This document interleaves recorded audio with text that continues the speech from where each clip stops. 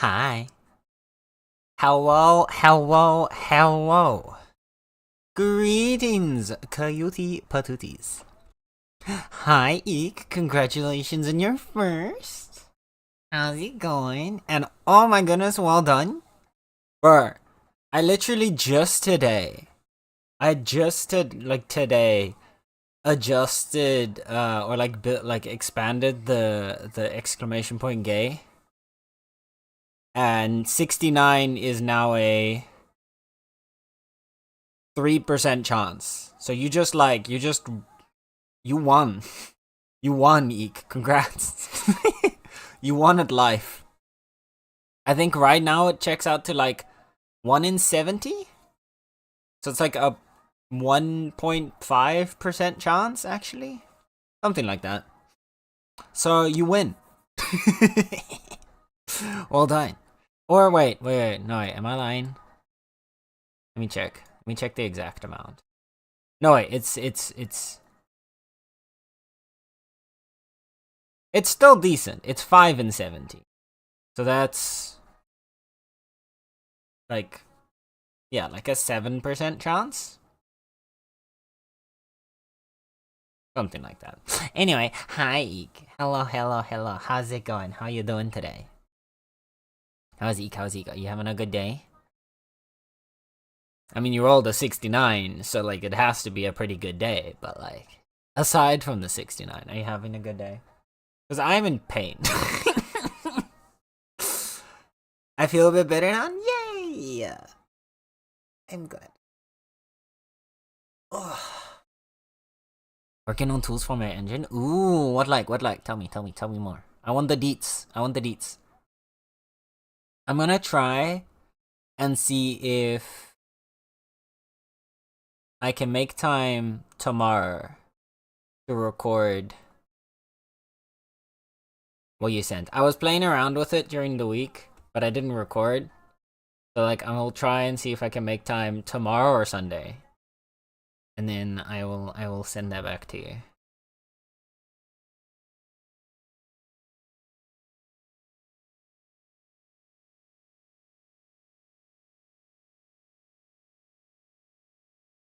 Nice, no worries. How does it feel so far?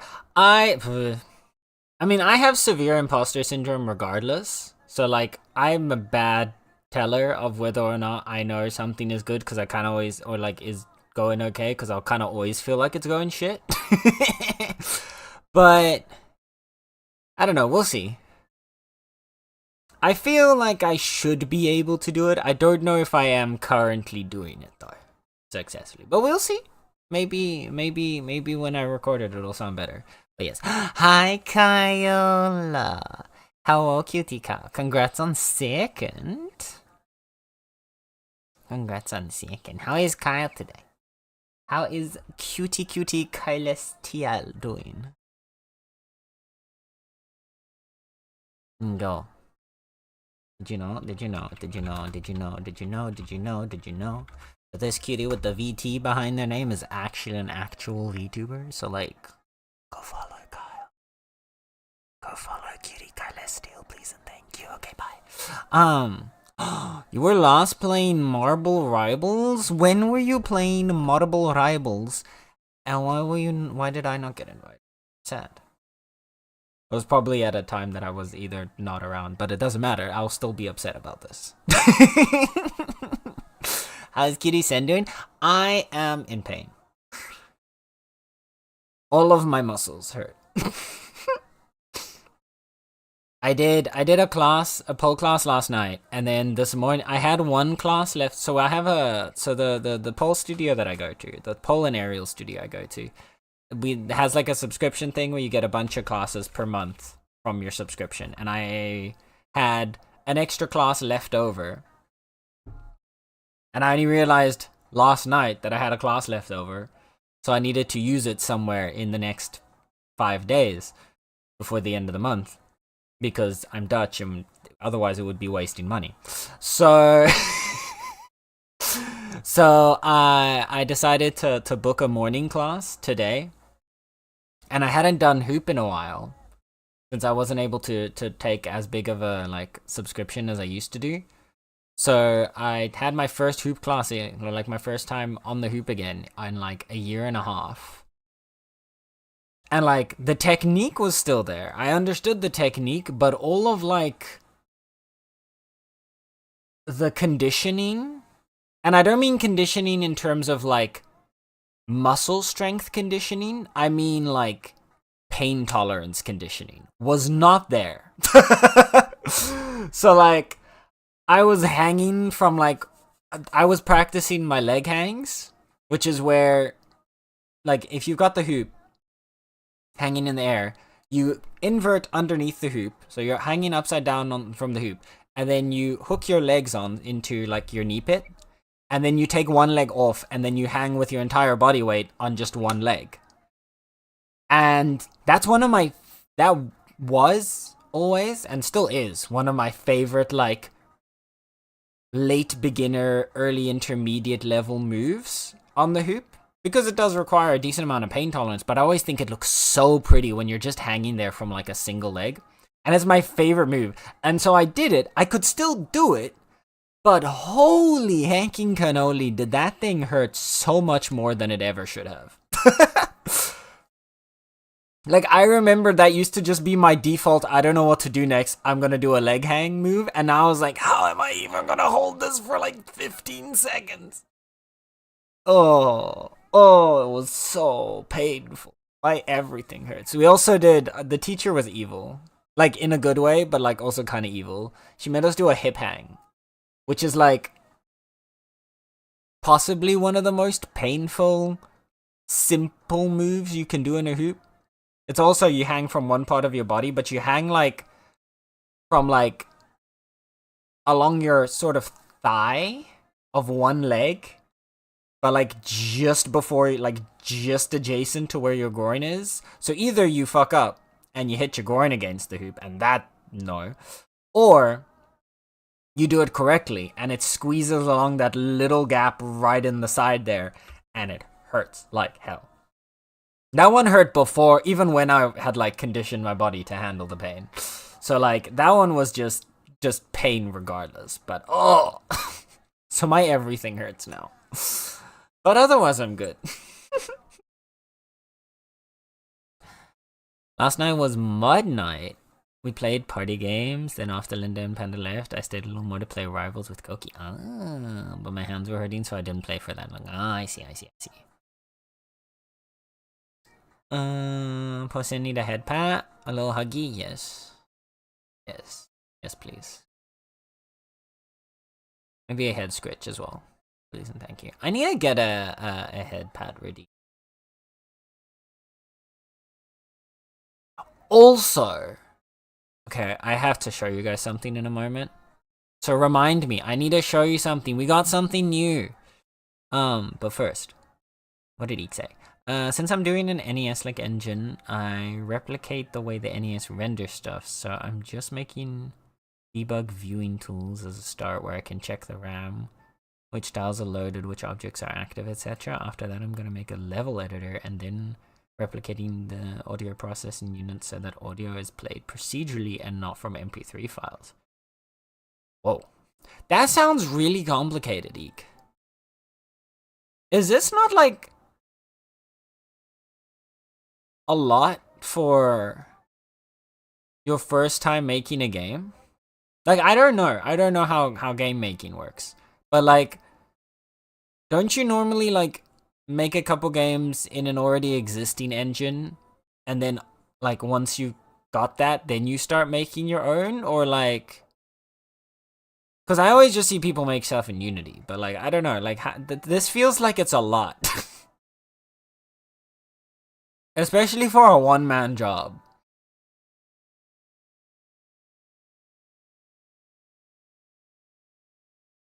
It is? Oh, no. Long story, but I've been doing this for 4 years. Oh, okay. I just haven't shipped anything. Oh, okay. That makes more sense now. Because it kind of felt like like it's my first time painting. I'm gonna make the Mona Lisa. Like, what's kind of the vibe that what it was giving me for a moment there, and I was like, sorry, what? My brother. Please, don't. But no, this makes more sense. This makes a lot more sense.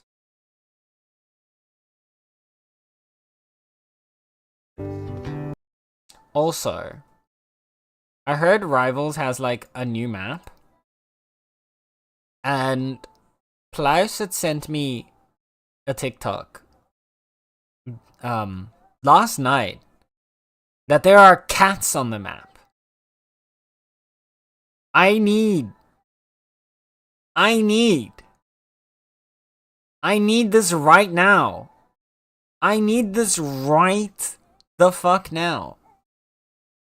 Like, what?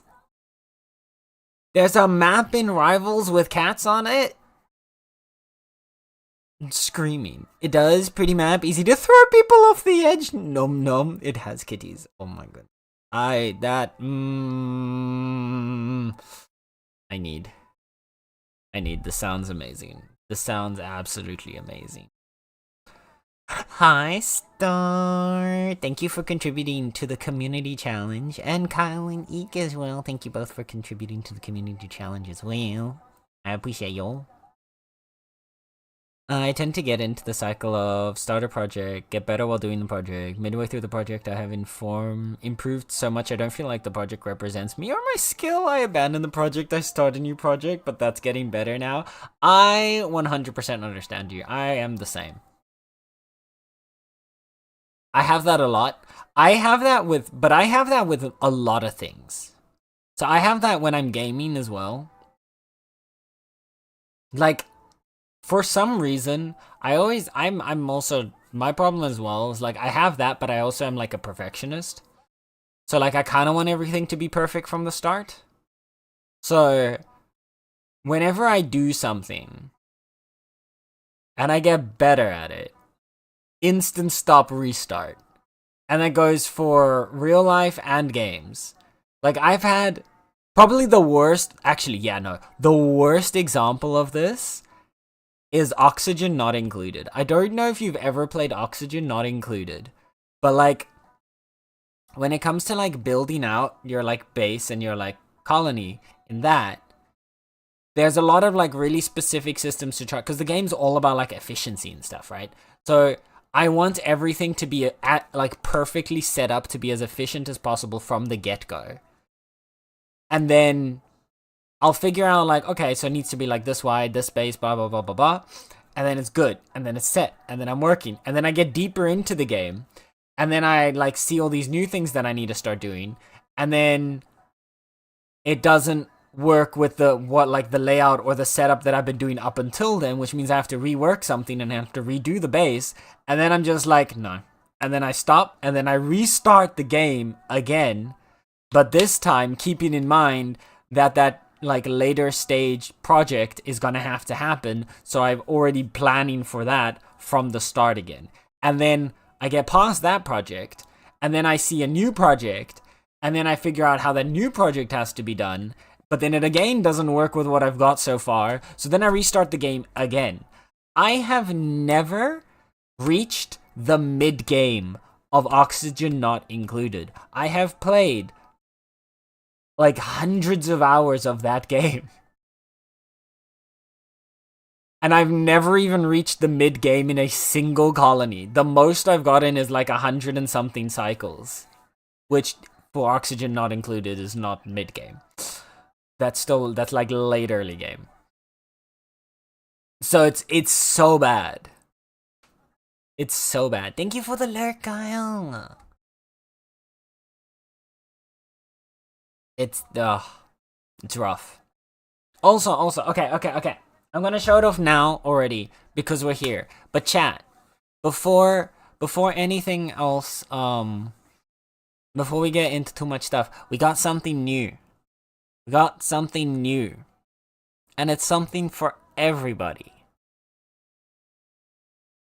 So, what we got right here is we got this. We got a new emote. We got an emote from Derp. We officially have our first Derp emote. It was uploaded. It should I uploaded it as a follower emote so that anybody should be able to use it. But you should now be able to use Squishy Face. See, there it is. We got a new emote from Derp. Because this was a while back when Derp was doing his 600 follower celebration. I think it was that one. And then I got some wheel spins and I won emotes. So we're getting, I believe, 2 more from Derp as well. 1 or 2 more. So, no, one more. Yeah, 1 more emote. So we got a fun emote on the way. But yes, Derp made it today and he sent it right over and I love it, so I immediately uploaded it. So now we have a squish. And everyone can use the squish. So I hope you enjoy the squish. Also, hi Plaus! Congrats on your 3rd and thank you for the luck. The one thing that I'm a little annoyed with, I wanted to do some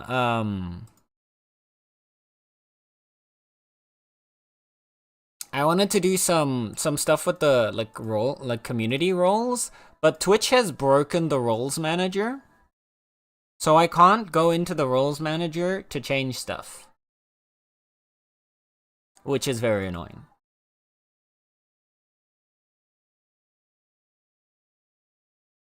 So I need to wait until that decides to get fixed. Because the roles manager is just completely borked. Which means I want to give up the artist role, and I also want to promote someone to a mod. But I can't do that because Twitch said no. So I have to wait for that. But yeah, hopefully they fix that so I can do it this weekend. Looking forward to the emotes. I'm so excited to see it. Like, I know what it's gonna be, but like, I can't wait to actually see it like fully realized. Derp has such cute art, and it makes me very excited. So,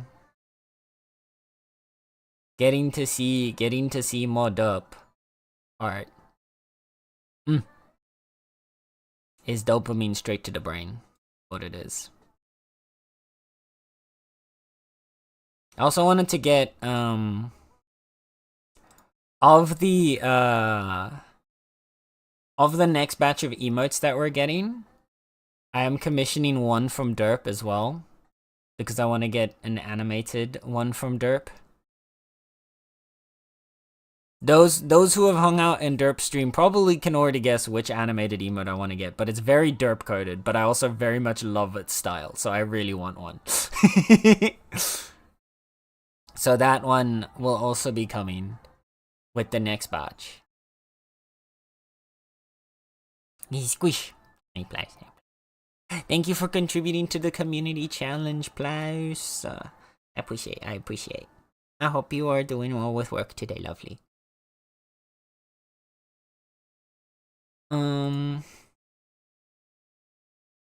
What else did I... Oh, yeah.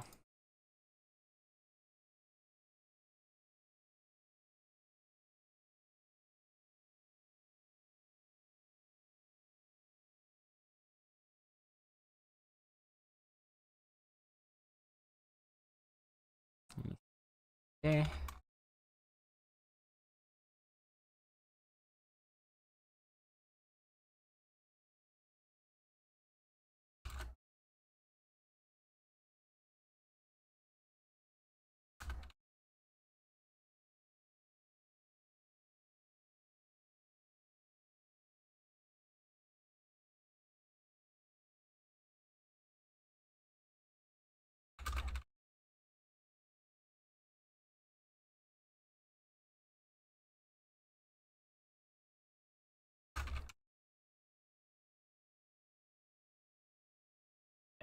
There you go. Boof. Oh, chat. Okay. Stop. Stop. Stop everything. Focus. I need all of chat's focus here, right now. There's a very important situation that has just occurred. There is a very important, very, very, very important VIP in our midst right now. Because it's somebody's birthday today. And that somebody is Joe Fishbird. It's Joe's birthday! It is the birthday boy himself. He has rocked up here. Can we get some huggies and happy birthdays for Joe, please? Happy birthday, Joe! Happy birthday! Absolutely lovely, lovely, wonderful, cozy, magnificent, awesome, just all-round best vibes human being. I know. Is Mr. Joe. So please, happy birthday, Joe. No, stop. No, too late. I'm sorry. You have to get loved, nerd. Get loved. Get appreciated. So yes, happy birthday, Joe. I hope your birthday is gonna bring you the most amazing time. And that you get a really good cozy vibes day down. With whatever it ends up becoming.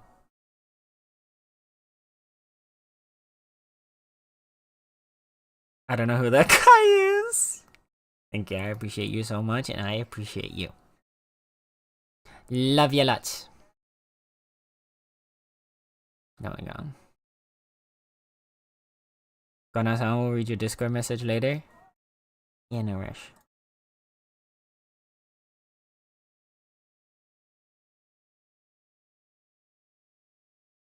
Also,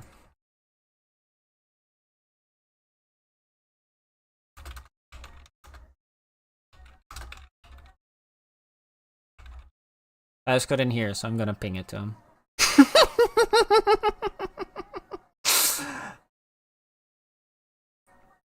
There we go. I don't care. I want Plies to do it again. I want Plies to do it again.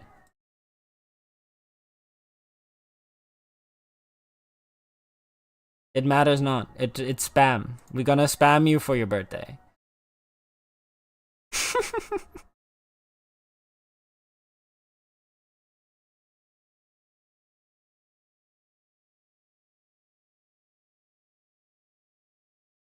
But yes. I hope you're doing well, Joe.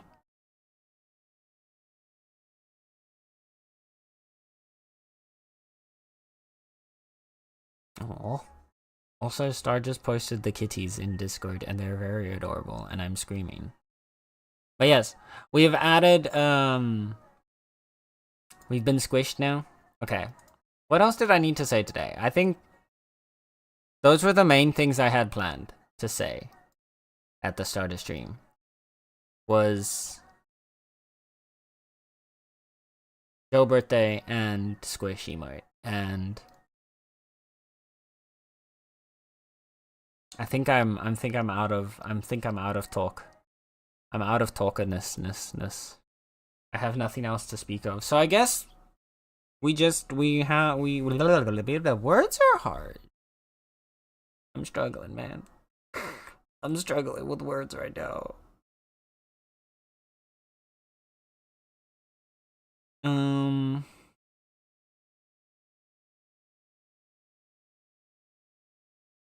Yeah. No, I think that's pretty much everything. So yeah. Yes, Eek. Sure, happy birthday, thank you. Okay. So from here, I think we're just gonna dive kind of straight into RimWorld today. Cause yeah, we got a lot to get done. I want to try and get it all done on time. So that, just like I said last time, I want to get this all done before Spooktober. And I think we are on a good track to get that done. So Senna will get payback for this. I dare you. Try your best. It'll just squish you. See the emote in the top in the top right of screen? Just like that, but then it's your face and not mine. What are you gonna do then, huh? What are you gonna do then, huh? Yeah, exactly. Get squished, nerd. Also, you can't. My birthday's already passed, so I'm safe. By the time it comes back around to my birthday, you'll have forgotten. I'm safe. Oh, what I do want to do, actually, I did remind this. I did just remember this. Um, when Derp was doing his spooky, that's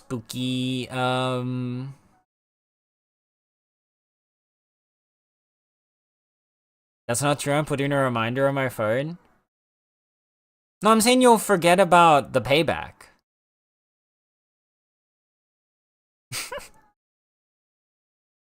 When Derp did his spooky Silent Hill stream on Wednesday with the sound redeems, I kind of realized how fun that is. So what I want to do now is I want to steal that. I mean, obviously a lot of people do sound redeems in horror games, but I want to set up for Spooktober. But I'm trying to find ones that like actually are fun, because there's also a lot of weird ones. So I'm looking right now into setting it up, because I've never done. Well, no, I've done sound redeems, but the way I did sound redeems way back in the past was old, and that doesn't exist anymore. So I haven't done anything of like the newer stuff for sound redeems, so I still need to figure out how exactly those work. But I wanna get spook redeems for horror games for Spooktober. So that'll be something for you to spend channel points on as well. So it's gonna be a lovely month of tears and sadness. I'm actually kind of curious. I'm not sure how I'll react to spook alerts and stuff like that, because like in general, I feel like my reaction to like horror games and jump scares is not as entertaining as other people. I feel like I'm very like mellowed out when it comes to like spooks. Like I get freaked out by something, but I don't generally like scream and shout and stuff like that. So I don't know. We'll see. But hi, Kamodi. 75%. That is decently gay indeed. Ooh, I'm proud. Star with the 4%. Star. Oh dear. I was expecting a little more. Come on.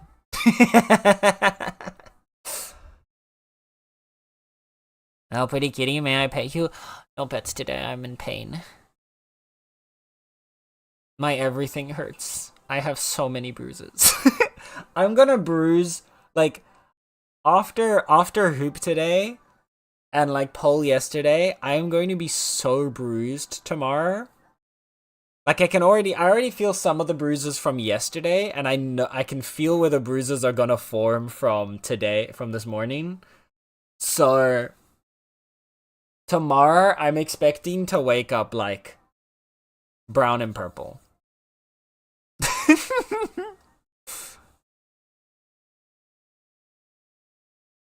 It's been a bit since I had two classes in subsequent days, so soon after one another. So usually I had an entire week to recuperate. Be an old kitty that can't move. Yeah, pretty much. Yeah, that's basically it.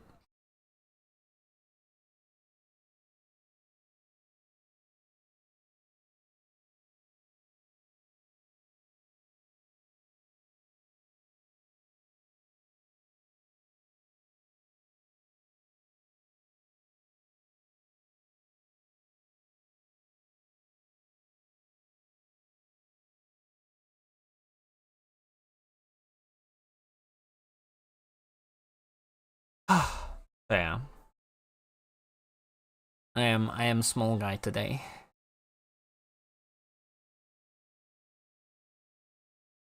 But in absence of pets, you can squish today.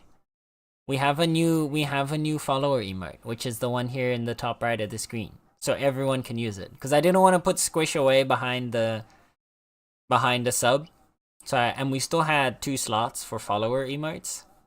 So squish is now a new follow emote. And I think the other one that I'm gonna get from Derp will also be a follow emote, just because I want everyone to be able to use them. Because I really like them. They're very fun. I really love the squish. Want some catnip for the pain? Now that's a good offer. Going up and down stairs are a pain when you have muscle pain? Yes. Yes. Oh, 100%. And unfortunately, I live in the Netherlands. Which means every time I want to move between my room and anywhere else in the house, I have to go down either 1 or 2 flights of stairs and back up to get back to my room. 2 down for the kitchen and living room, 1 down for the bathroom and the shower. So like, yeah, no. It's gonna be a fun time. And especially because I'm gonna have like bruises in my like knee pit. Which, man, I don't know if you've ever had a bruise there. But you hit that thing constantly when you're walking, when you sit down, when you move your legs. It's nah. Nah.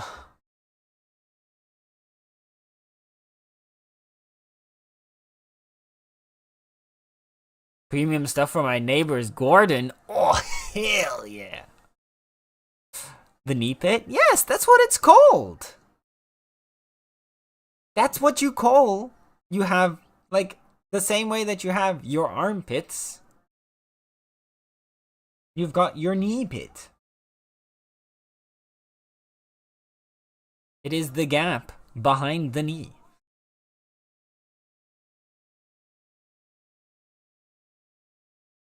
I don't think you call it for your elbow an elbow pit, but it's also not the same as like how it is for you and your arm. So like, yeah. But yeah. So don't laugh at me.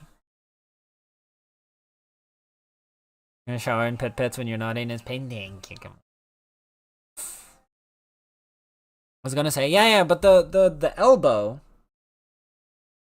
is also different from like your armpit and your knee pit. Because like for your armpit and your knee pit, you have the tendons and musculature that go around the outside that actually create an indentation in there between the like middle inside of it and like the sides of it. It's the same with your knee where it goes in, but your elbow doesn't. Now you summon pit, yes. We have many pits. Armpit, knee pit, pit bot.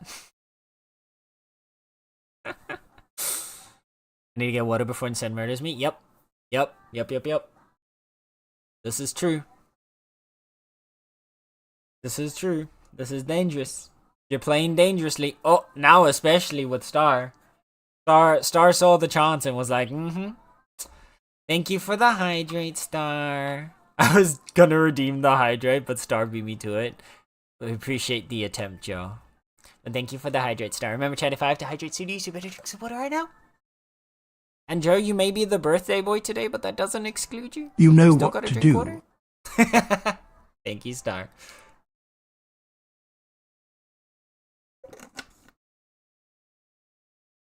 And I both thank you and hate you for the stretch, Redeem. Because this is gonna be an experience. I already feel it, and I haven't even properly stretched yet. I just put my arms into position to stretch.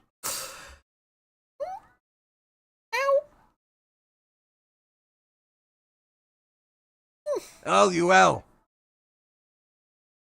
Ow. But I also need to stretch, but it hurts.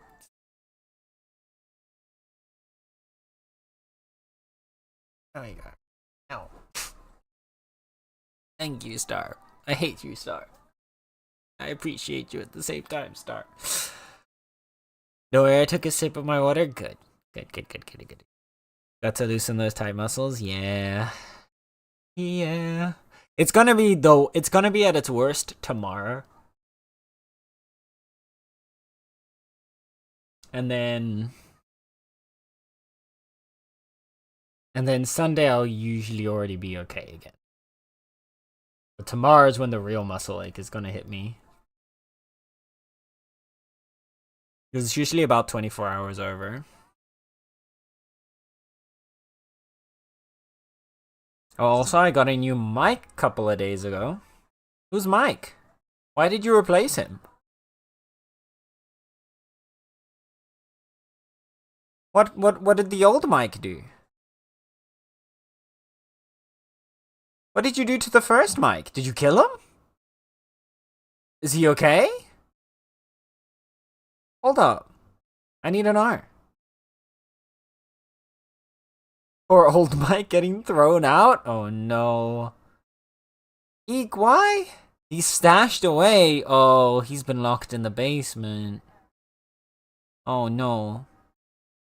Wait, is he in the basement or is he in the goon closet? Those are the only two options. You can either put him in the basement or in the goon closet.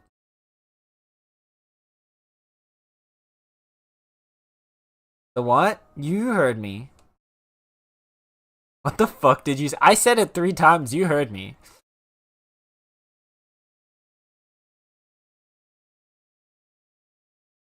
No, you heard me. You know what I said. Oh, you like that?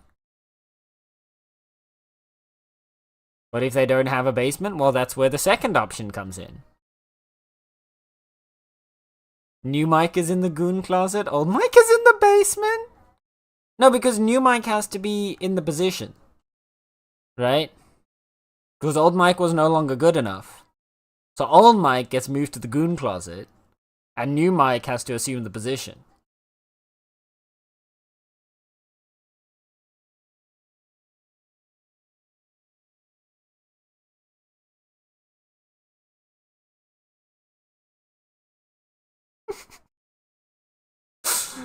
Or an attic?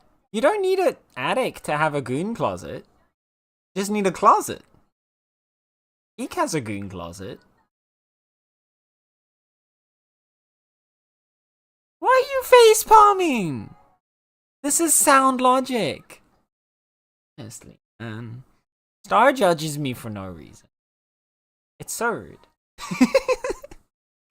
After playing Deltarune, I just headcanon every microphone as guy Mike. I haven't.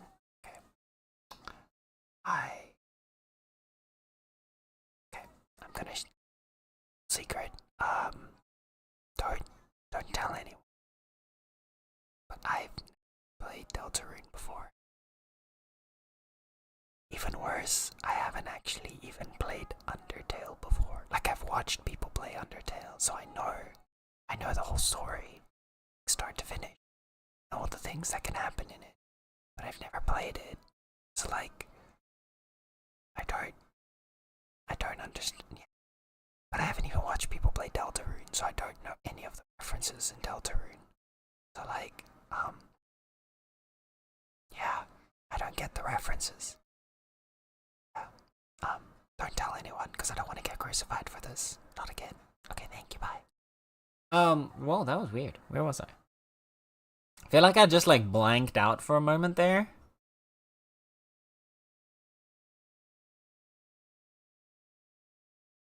I'm glad I don't have my headphones on. I wonder why I am here sometimes. See, that's when I know that I'm gonna have that I'm having a good day. It's a good day when I get to have Star question her life choices. You love it. Deep down you love it, Star, you know. Also, actually, now that, yes, on the topic of weird shit that no one saw coming. Apparently, Once Human is having a collaboration with Pal World. Like, what? So, they announced it yesterday. I believe. And I don't understand. Like, I also love it, but at the end of October, so starting November, so it'll be like basically 30th of October. So like it'll be pretty perfect timing cuz then we'll be done with Spooktober. And then I guess we can play Once Human again for like some of November. But yeah, they're going to have a new scenario specifically for it. And then there's just pals in Once Human. My brain can't really wrap itself around this. But like, I'm also like kind of like morbidly intrigued, and it does feed into my excitement about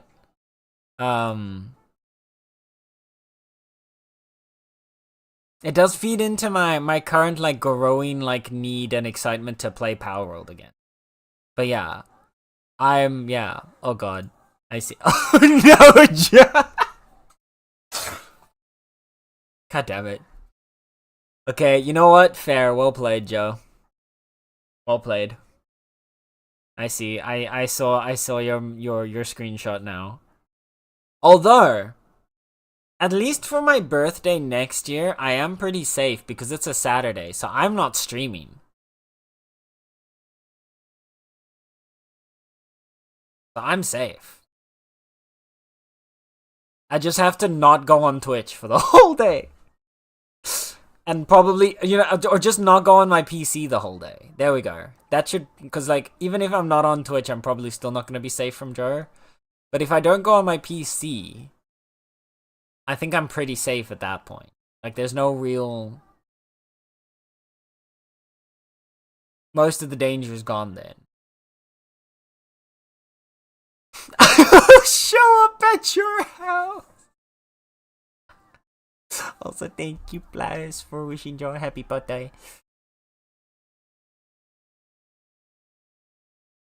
It's great that Power World collaborates with other... Oh yeah, I think it's really good. I think it's also very smart for Power World to be doing this. Because it's helping keep them relevant, but it's also helping by keeping themselves relevant and like keeping like public interest and stuff on it.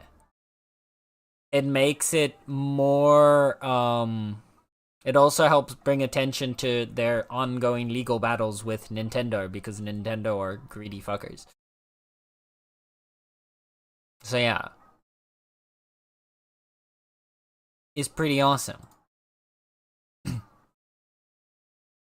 The Terraria collab was so cool. It was permanent in Power World, right? Like, the Terraria collab on the Power World side is just a permanent edition, right?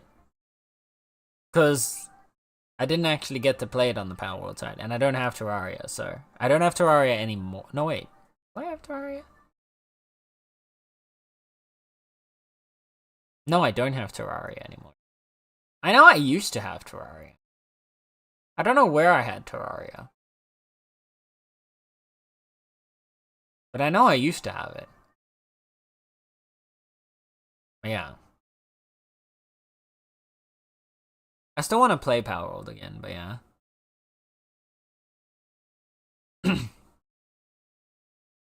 Joe, thank you for contributing to the community challenge as well. Nintendo really not doing the right thing. Been watching a legal YouTube guy talk about the Power versus Nintendo. Yeah, it's It's honestly crazy. It's so wild to me that it's also like still ongoing.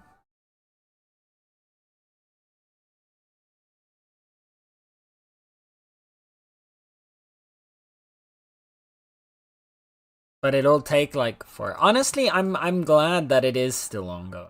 Like that they're not they didn't just completely back down and capitulate to like everything Nintendo wanted. But I assume it's still gonna take a while.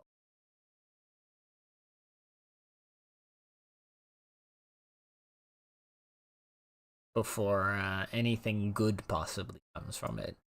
Hoping that anything good does come from it, because I don't have the best hopes.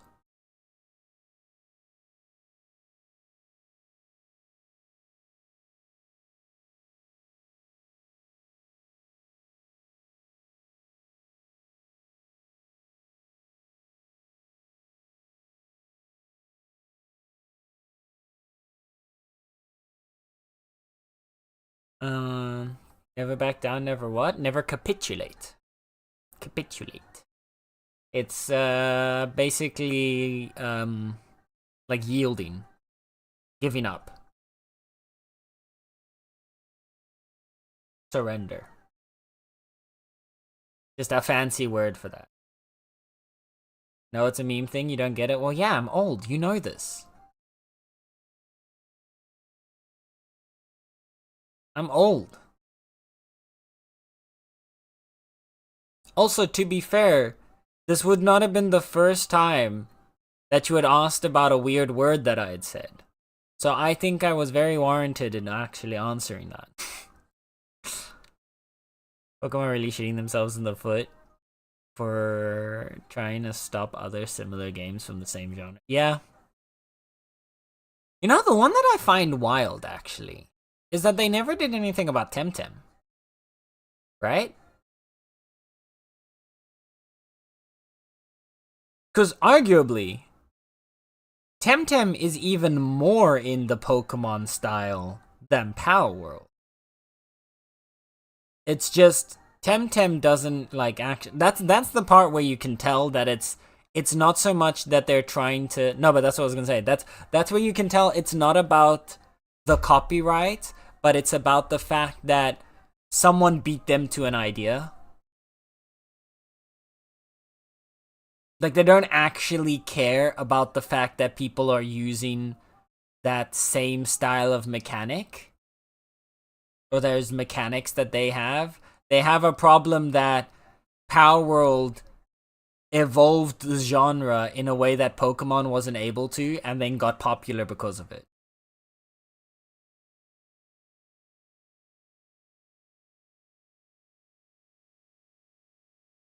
What was the first time? I don't remember.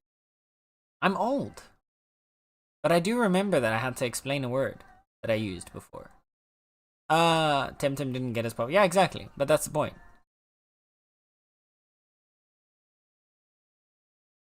It was a little indie game, but it wasn't as big and didn't make as many headlines. Yeah. That's why. Like, Temtem didn't, like, blow up. It didn't. It didn't. There was no world in which Temtem posed a threat to the existence of Pokemon and the popularity of Pokemon. So, like, they didn't actually care. And while Power World and Pokemon could continue to exist side by side completely fine, the problem was Power World took an idea that Pokemon could never do, and they also made it way better than a Pokemon game has been in recent years. And so then instead of trying to like, oh, how can we make a good game so that we can, win our fans back? They were just like, okay, well, let's just sue this small company down into the ground because, yeah. Extend with his slave. Star, please. You can't just say that out of nowhere. But yes, you can catch humans in Power World, and I did catch a human when we played. In my defense, I only caught bandits. I only caught bad guys. Like, they did bad things, so then they get treated badly as well. I think that's warranted. Same. I know a friend that caught the merchants. Yeah. I saw, because there's a bunch of, like, new human characters in the game as well. And they apparently now, because like some of my friends have been playing, and they're playing on a server, but it's the same friends that I've talked about in the past that like if I play Minecraft with them, we all start together one day, and then 1 week later they're at like end game, and I'm still just like iron tools kind of thing. Like they're sitting there with they're already getting their ancient debris. Meanwhile, I'm still like just barely got a full set of iron tools. So like I decided not to join in those hardcore. Yeah. It's the same friends that remember when I invited you to the little server that we had, Star? It's those same friends. And I love gaming with them, but I don't like gaming, like I don't like playing things like Minecraft or Pal World with them for that exact reason, because they just rush ahead so fast that I never really actually get to do anything with them, because either they come back and help me with the stuff that's easy for them and they just kind of one-shot everything, which is not fun for me, or I have to like full like hardcore grind fest to try and catch up to them, which then also kind of sucks the fun out of the game for me. So like the lose-lose situation. That's why I haven't played Power World yet.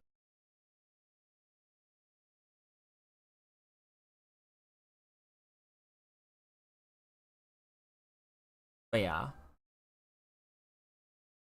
Like I said before, if we like can pull together a couple people in the community that want to play like a Power World server, I would be down to set one up, but I do not think I could pay for one on my own right now. Yeah. Anyway. Okay, we have an ad that's about to start, so I'll wait until the ad has passed, and then we'll boot our way over to Rimworld to continue our adventures. Continue our little selection of war crimes.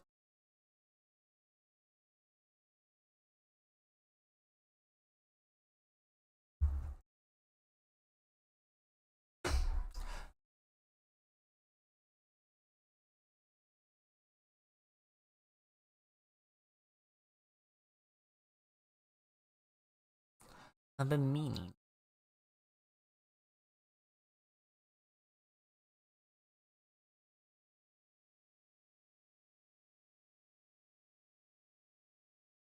But yeah. I was saying this at the start of stream. I expanded the gay command just a little bit. So basically, all I did was I made a few more subgroups. So instead of 50 to 100 being one group, it's now like 50 to 68. And then good. Yeah. I'm meant to. Yeah, 51 to 68, then 69 has its own one, then 70 to 100 has its own one. So I just made a couple of subgroupies to basically balance it all out. Huh?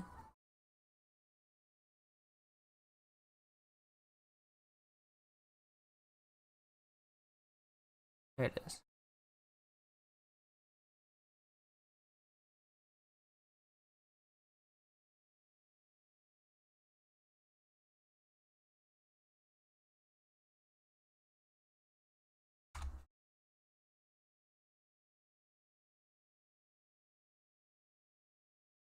And there's also a unique one for if you get 50%.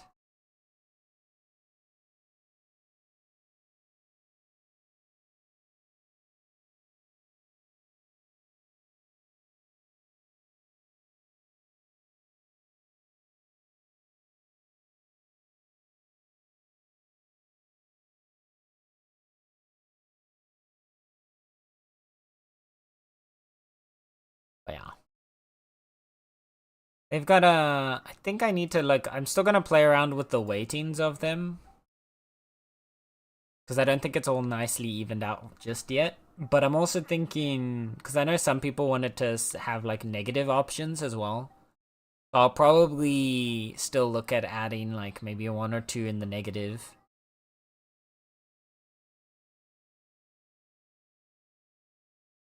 And then...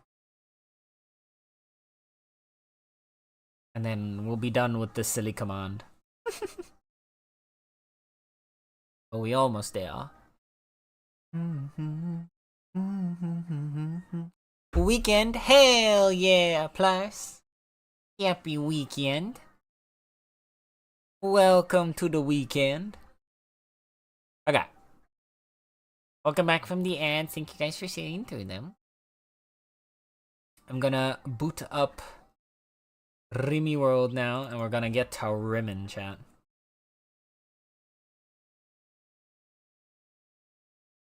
I hope you're ready. Today's gonna be a long session of rimming.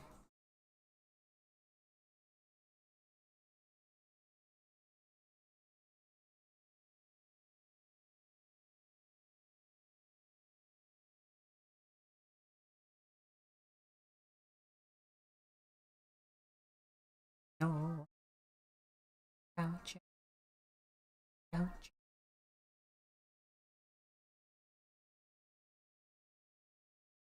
Think your ads almost got my ass? It was close. They were coming for you. You dodged them at the last moment. Proud of you. Proud of you. We rimming? Me? Oh, there you go. 14% gay? Oh no, eek. It's falling apart. Falling apart. Guys, how we feeling today? How gay we feeling today? You know what, chat? Here, let me show you. This is how I'm feeling today. There we go. Solid 60. Just a bit above the middle of the road.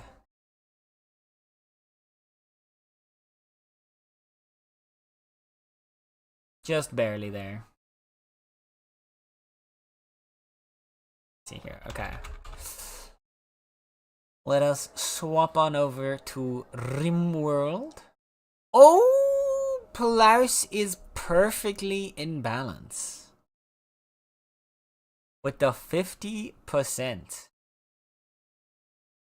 Yeah, solid numbers. We're doing... Oh, okay, wait.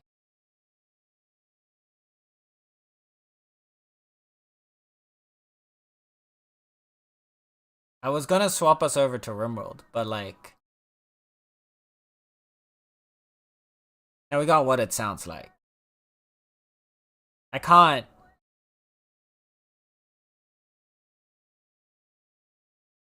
just swap us out in the middle of what it sounds like. Sorry. We're just gonna chill here for a little bit longer. Listen, okay. I don't have a problem, you have a problem. Oh my lord, okay.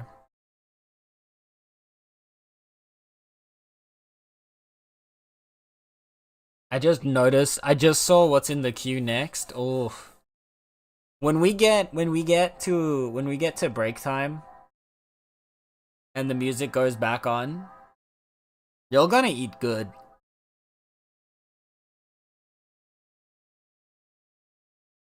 You're gonna eat good when the break time comes around. But yeah, that's one of the new options, was the 50%. I think that one has a... I think 50% and 69% have the same. They have like a 7% chance. So you did a good roll. You did a pretty solid roll.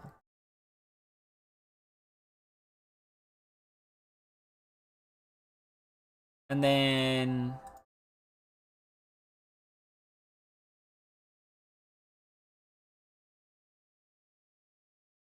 the highest are like the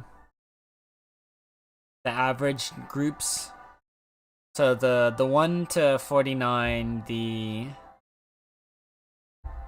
The 51 to 68 and the 70 to 100 each have, I think, like around 20% each, or like 25 maybe percent, 20 to like 25% each. And then to have over 100% gay, I think was slightly rare. Yeah, that's slightly rarer than either getting 50 or 69 at like 5%-ish. And 0% gay is now the rarest one.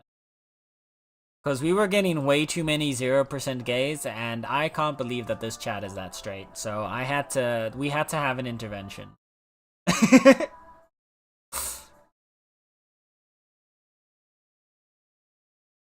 In all the broken glass. Oh, this music's too good, man. Could have had 69, you could have. And it has a unique message to it too.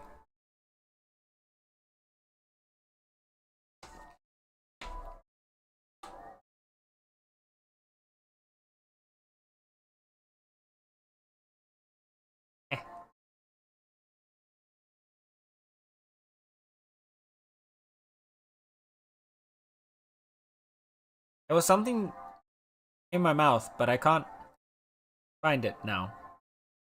It's not there anymore. Now I'm slightly concerned. Oh well. Anyway.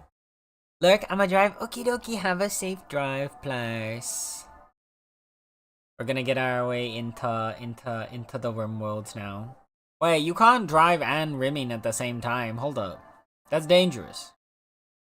What if you get distracted? Alright. So chat.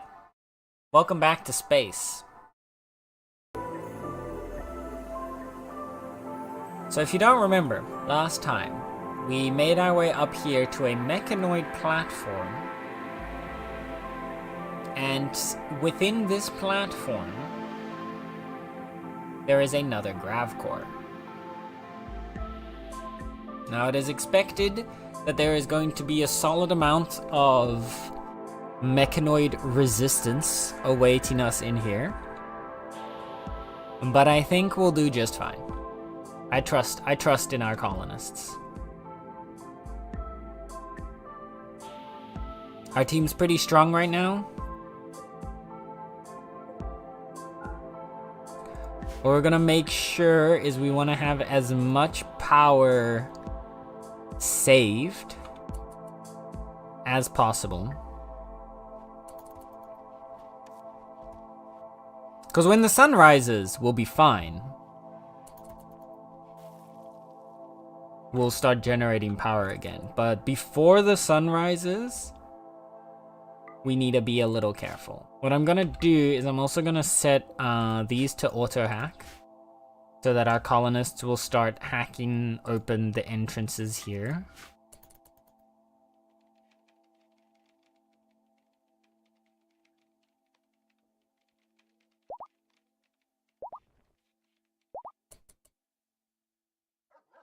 Okay, power is up, so our batteries will start charging.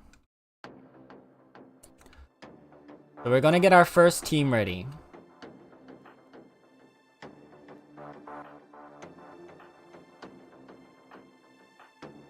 So we're not gonna have everybody go off straight at the get-go here. Tex can help too though. But we are gonna have a solid... Actually, you know what? I think we should just have... Because I don't know how dangerous this place is gonna be. It's said that there's gonna be a lot of mechs around here.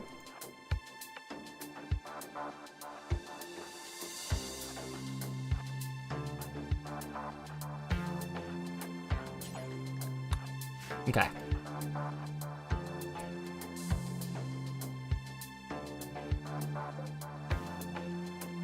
How are we looking in this room? There are actually quite a few mechs in this room. Okay, we got Scorchers, which are probably the ones that terrify me the most.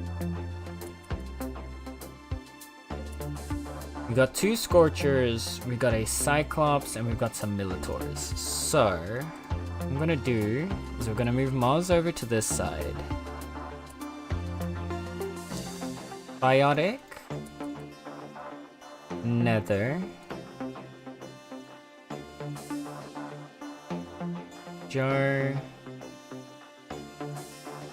Allie. Kyle. Luggy, and then I guess Tex can come over to this side. No, because we can't go through that door. Okay. Because what we're gonna have is that way Nub can basically rush this Scorcher. The others, Tex, you know what? Join on this side actually. Tex and Kyle join on this side. Moz is gonna rush this Scorcher. They're gonna shoot in through this door. They're gonna come around here and basically help shoot down this corridor, hopefully.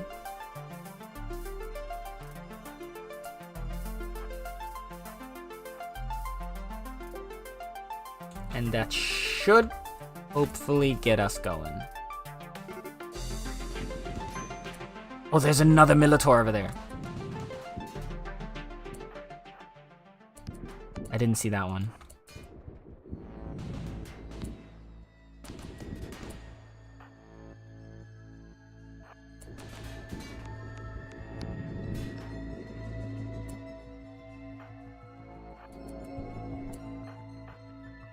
Sluggy looking here.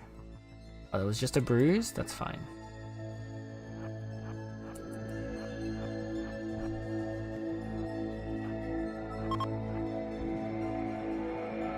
Okay.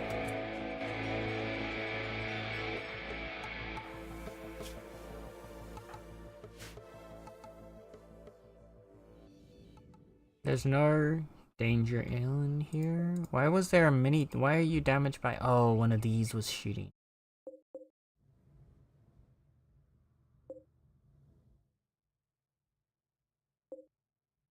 I'm gonna have this turned off for now.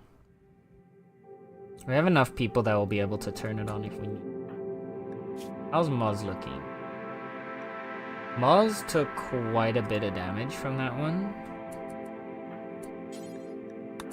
So we're gonna have Kyle tend to Moz.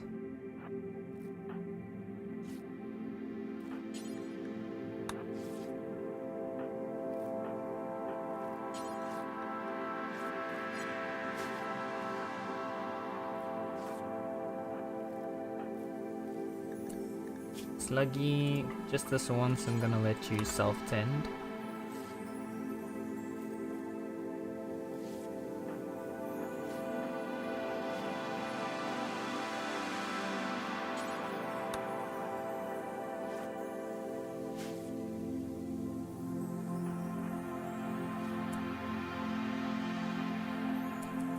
Ugh. Hate these hallways.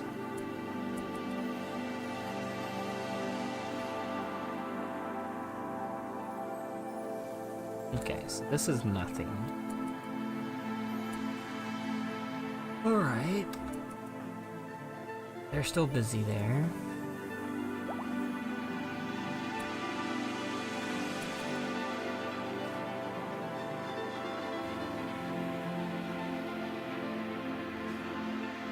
Okay, Go can start hacking door.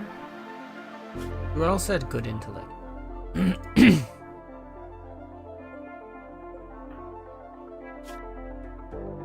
Sluggies is decent.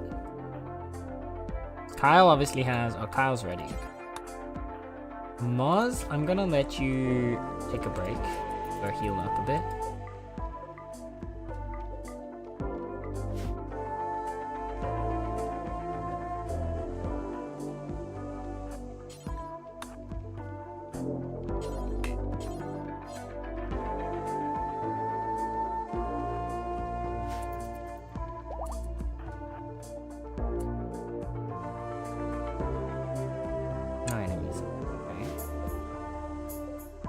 They're all empty hermetic crates.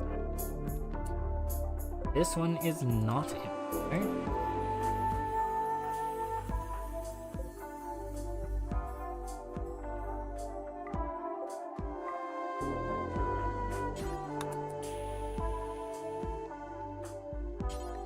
Where can you here? More sentience catalysts. Why do we keep getting these?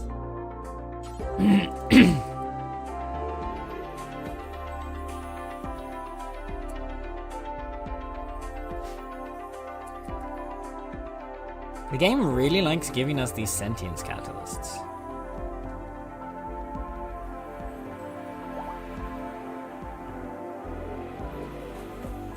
And I'm not entirely sure what they want us to do with them.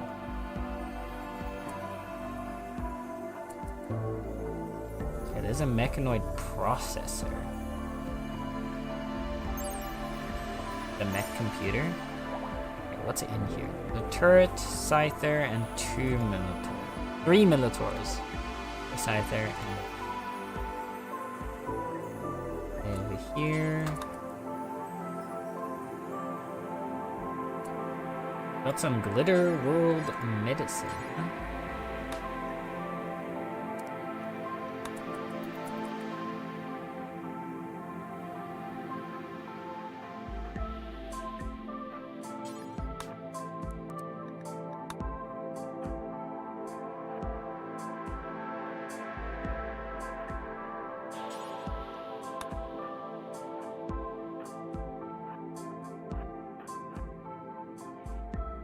Okay, this is gonna be a tough room to deal with.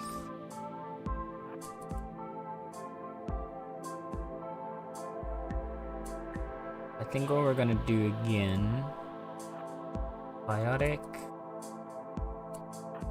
X.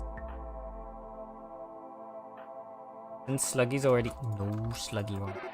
Fuck, okay, well.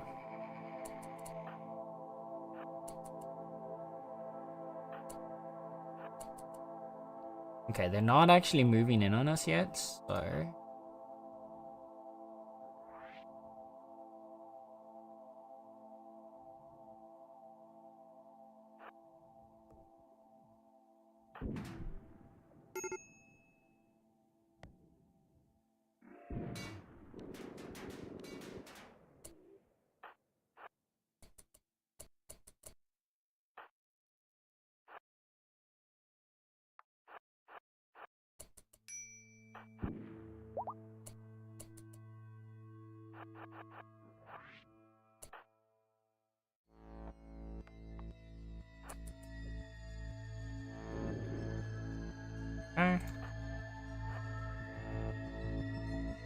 Him down. I don't think we need as big of a team as I'm taking right now.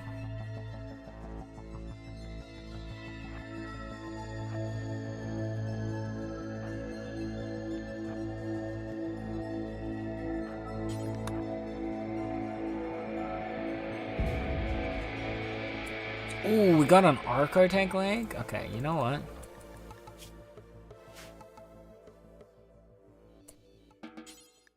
Joe is hurt, he can hold the Architect leg back. He's only got a little bruise, but it's fine. The rest of the team can keep going for now.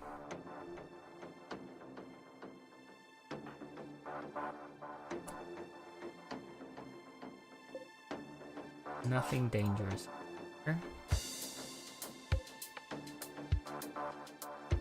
What happens when we destroy them?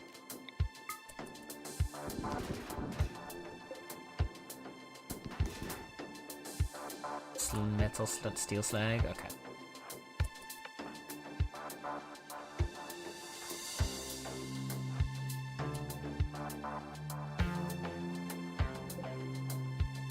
Okay, there's the grav engine. Okay, ancient grav engine. What about? It does, yeah, this is what has the grav core, okay.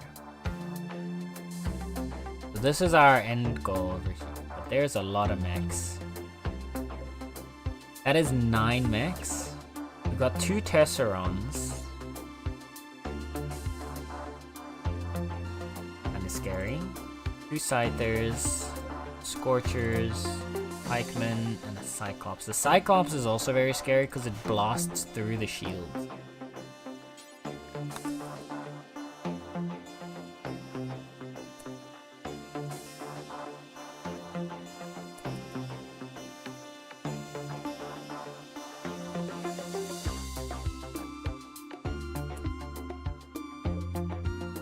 to make vats.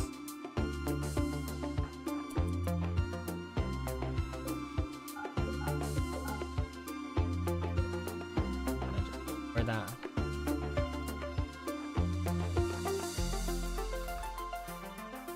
More mech vats.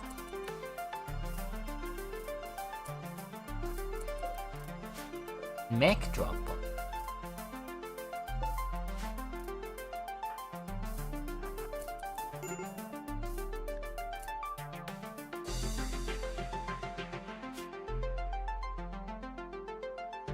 Yeah, we need to send everybody back now.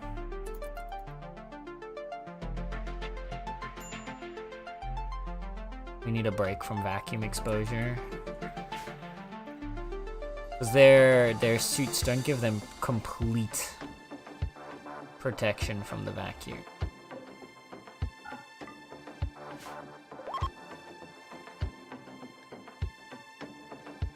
One's healed up, that's good.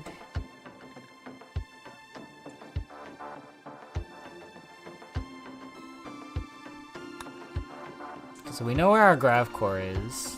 This is just potentially more loot in the rest of this place.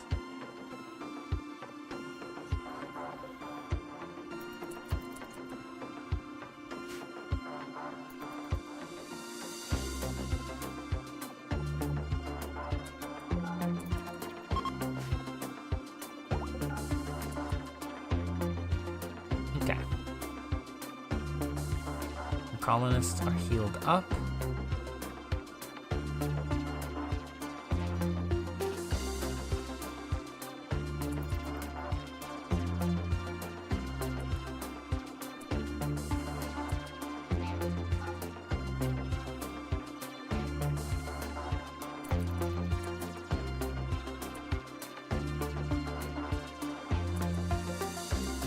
Mechanoid processor. There's 4 sealed crates, and there's potentially something in here. But what are we doing? Another 2 Scorchers, another Cyclops, a Pikeman, and 2 Scythers. Okay. Actually, I'm gonna have us deal with that after.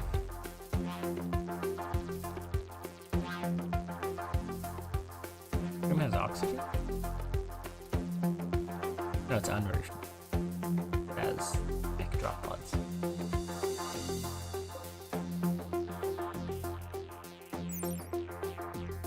Okay. We'll have everybody chill out for just a little bit. There's potentially more stuff around here. I do want to see what's in these sealed crates. And in so we are going to have another team go in here.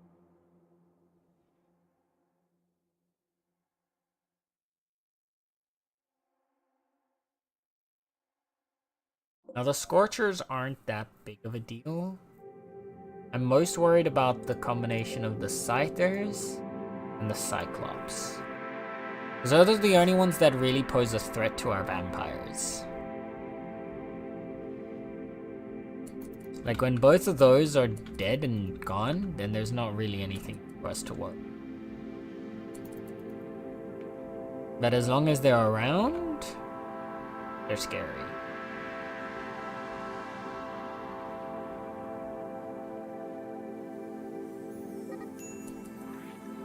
Nether and the Tex? Nether and Tex started a social fight? Hey, what happened? Nether was... Oh wait. Tex compared Nether to a hedgehog? This drove Nether into a rage and began a fight. Oh no! Oh dear.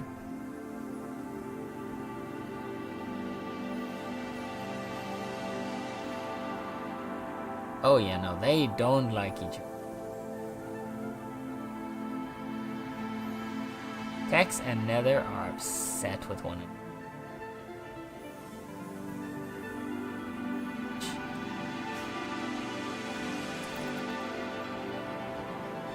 The girlies are fighting, chat. The girlies are fighting. What do we do?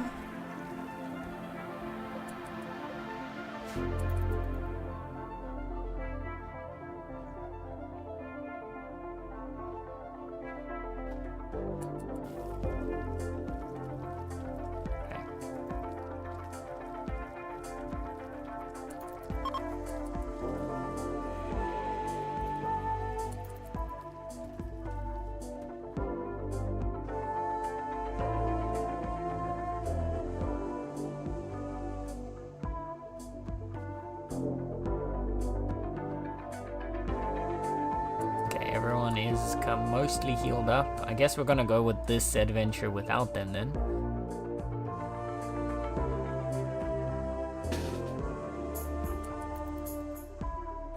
Here's the team we're gonna send. I think first we're gonna deal with this room here, because there's some mechs in the vats.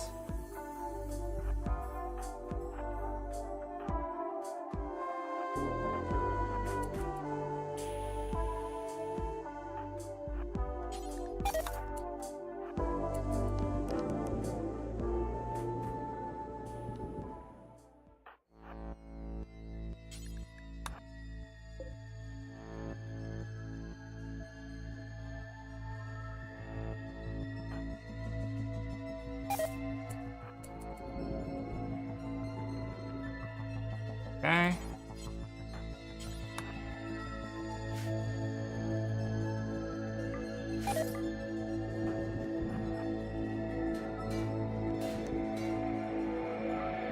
Go.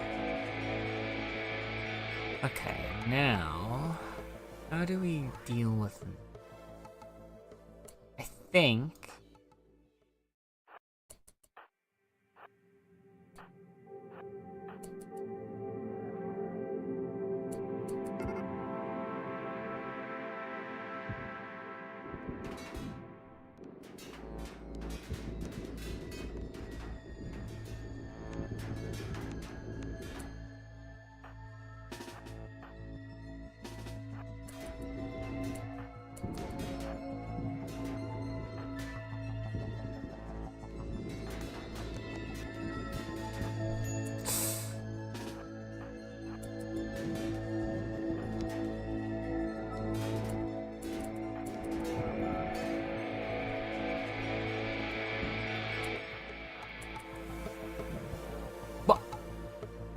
how did Tally even get hit by that? Okay.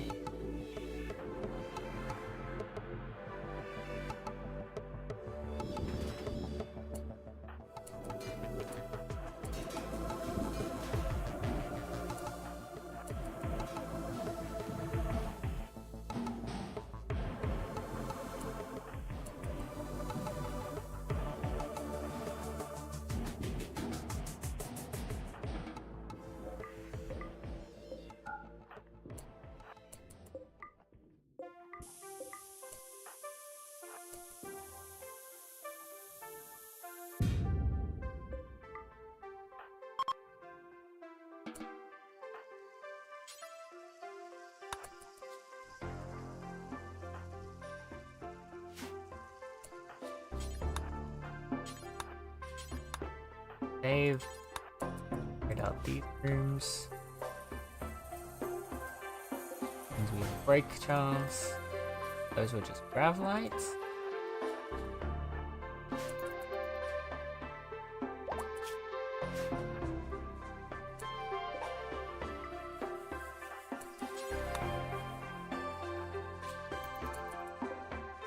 Ooh, pollock seed.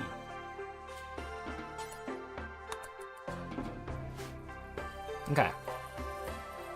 We've cleared out another space. That was actually pretty clean so far. That room was almost as scary looking as this one. So like... the main thing I'm worried about here are the Tesserons. The Scythers really didn't seem to do much, but the Tesseron and the Cyclops, because they have shield-penetrating weapons, are still very scary. The rest of them, not much.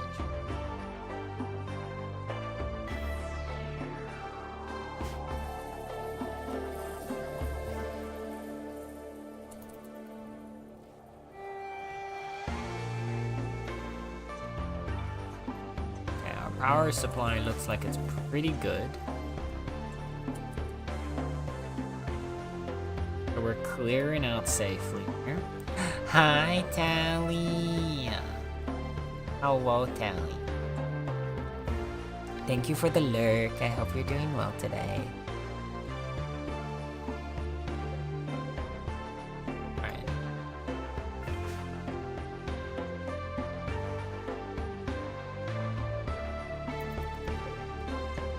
We're not gonna push this, so we're gonna wait till everybody's healed up a bit.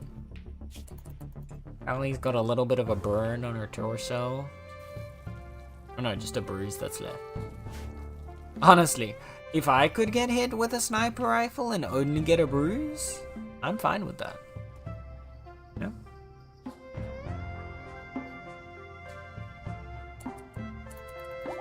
Got shot at with a space-age sniper rifle.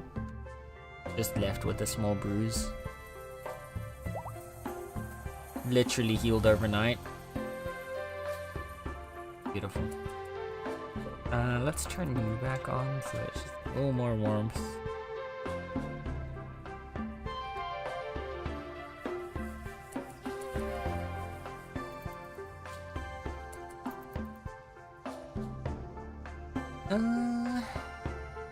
Is there anything else we need our colonists to be working on? Are they carrying it? So everyone's doing alright right now.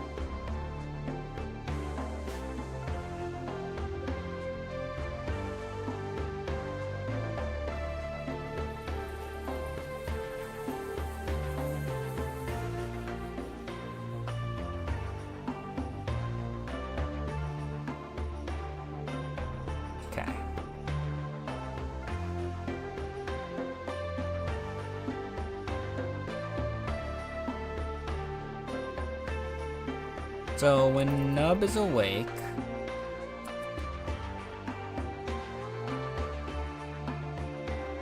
Muzz, while you're still with us now, you're gonna start making your way down here to just double check these other rooms. Everyone else is gonna have their like start of the day.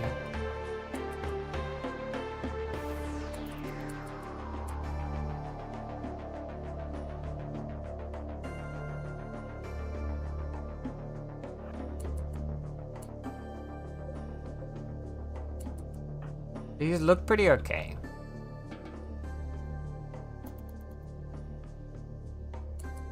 Nothing too crazy. Once Commodity and Sluggy have also woken up, then everyone should be mostly better.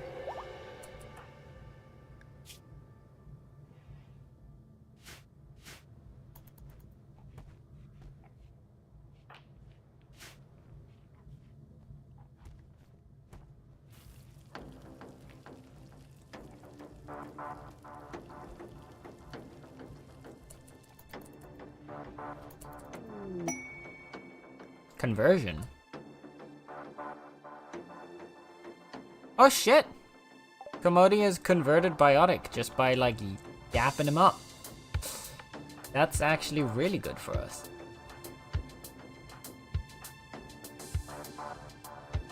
Good job, Commodity.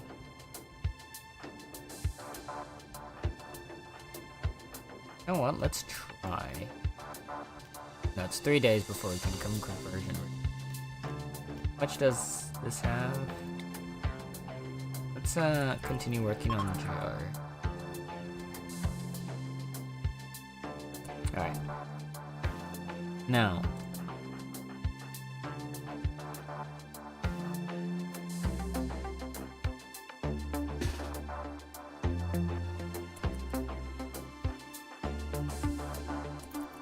We're gonna get everybody in on this one.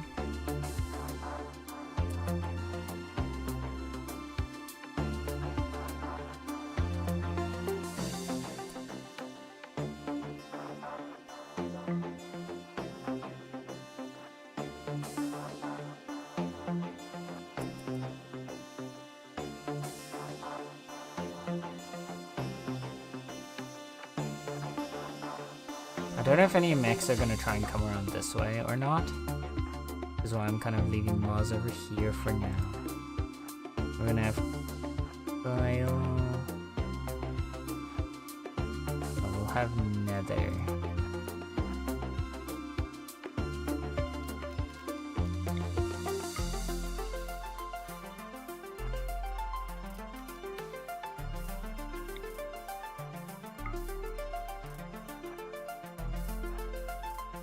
Nope, it's too dang. Okay, I didn't. This was gonna slow us down. In that case, Nub is gonna push it real quick.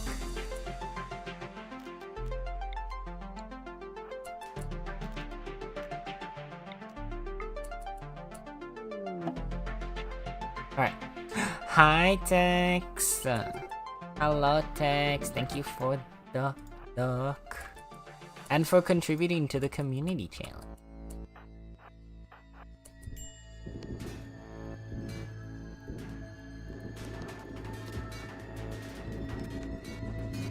Nope.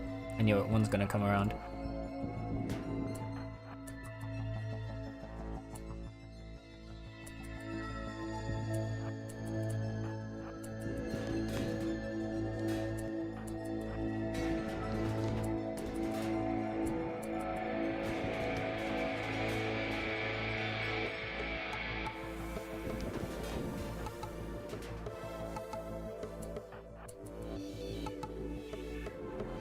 This is going pretty well.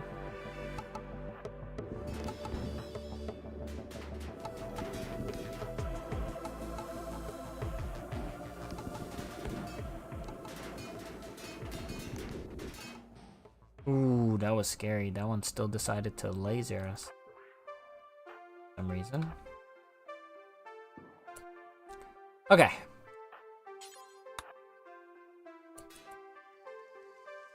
Also, Tally, thank you for contributing to the community challenge as well. I appreciate you both.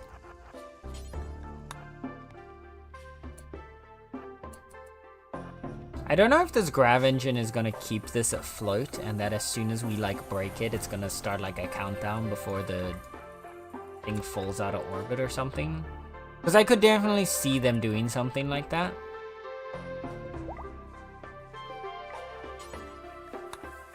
Which makes me hesitant to just walk inside. Oh, a mining book.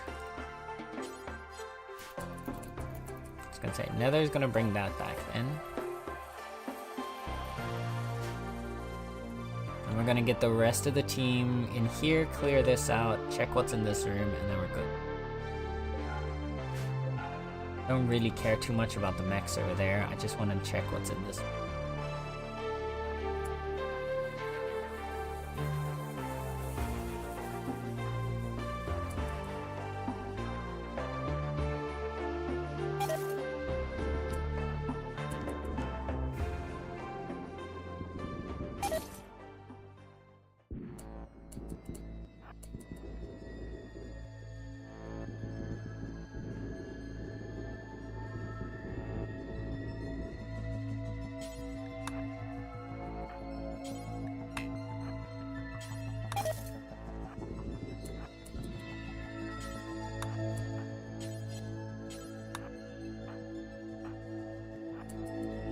Guns ready. As soon as the mech pops out, kill it.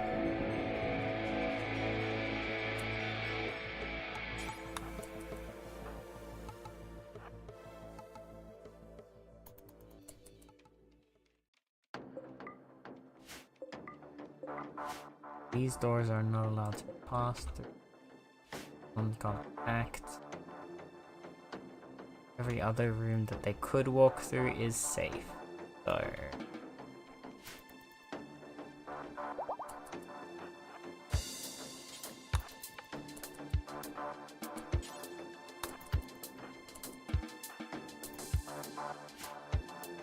alright. Give our colonists a little time to haul everything over.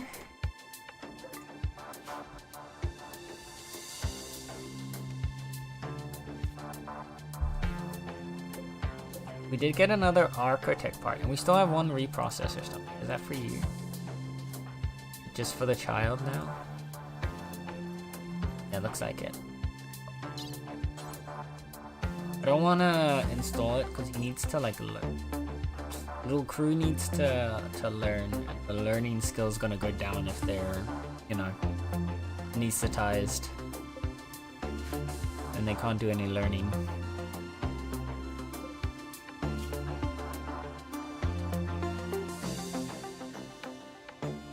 Scar.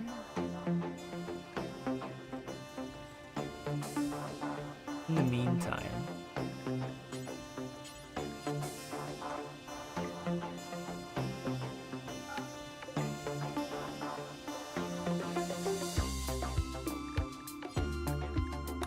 we're good on reprocessors for now.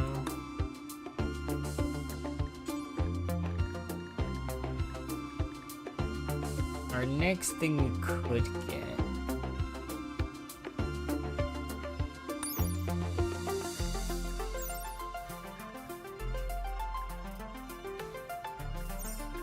See you later.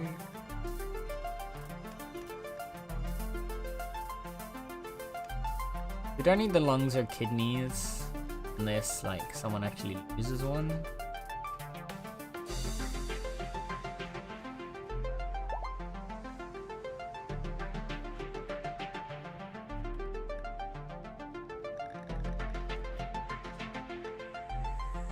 So I do think for the most part we've got everything we need. So I think from here on out it's just making like bionic eyes.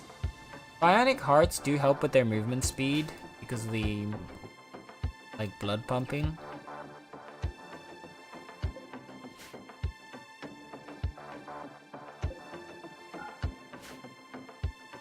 Don't let it.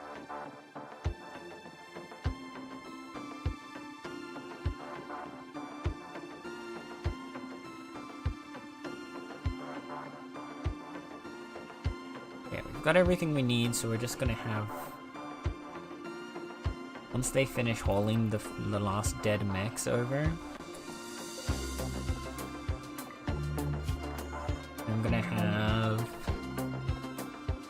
us do a bunch more bionic eyes. Was Heather, Kyle, Sluggy, your Moz, at least everything, and Tex. That's 6. Does Nub have one? No. Yeah, 1. You have 2, 3, 4, 5, 6, 7 bionic eyes.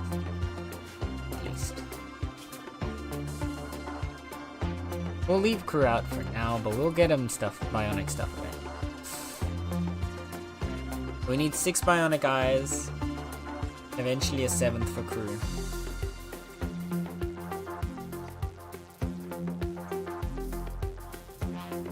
So at least they'll be able to work on this.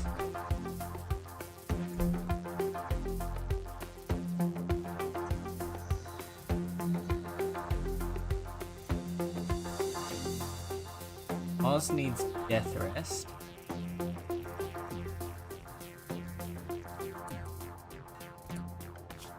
That end.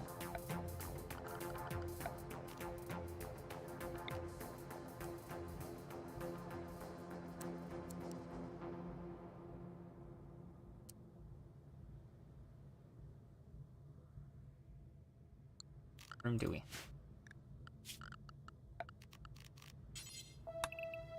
8? 8 by 3?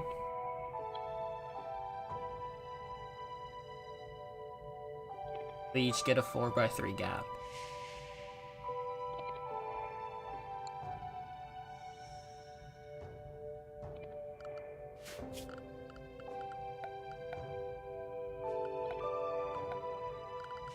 But for now, yeah, set you up there, go up here.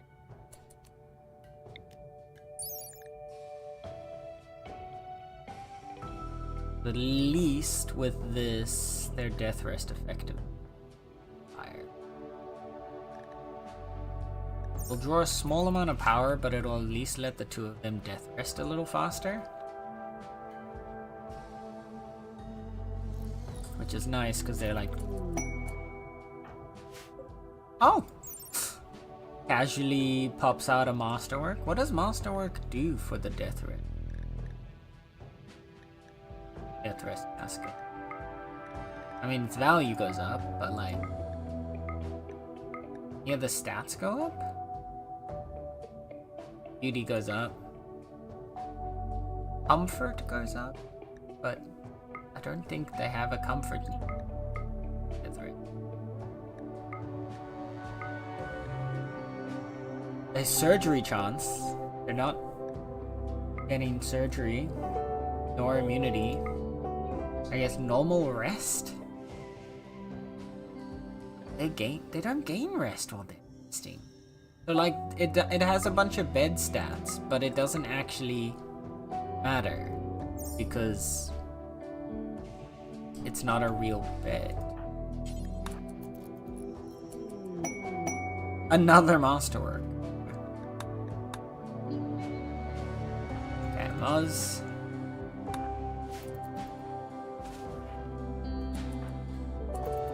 Muzz can start their death resting.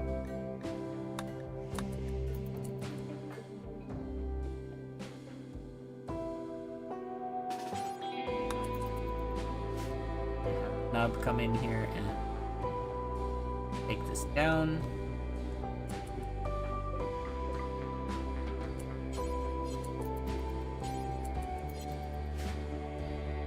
The Context's already on the way to grab the stuff.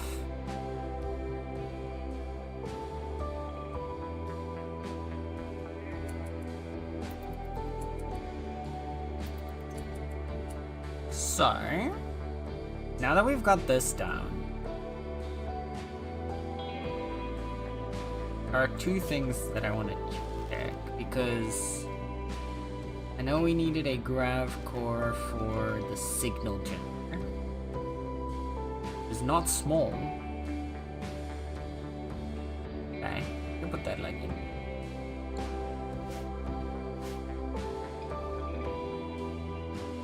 But how many more grav cores do we have easy access? There's one grav core down here on abandoned platform, so we can make our way there.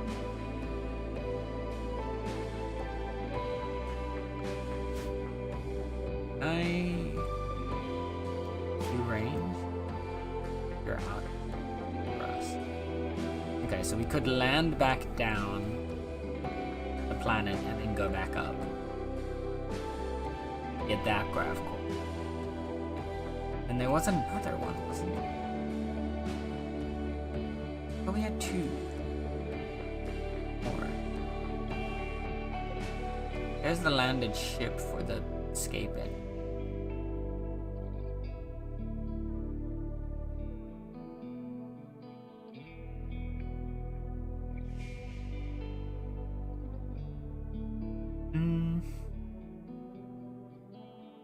Is it just that one? West.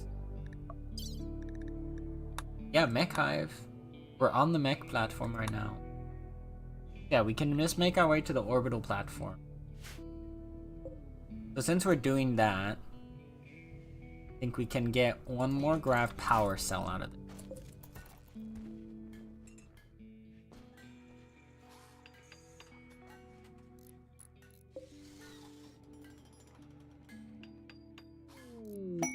Because that's just going to help us balance out our power even when like there's a drain on it and it's night and these aren't working for us.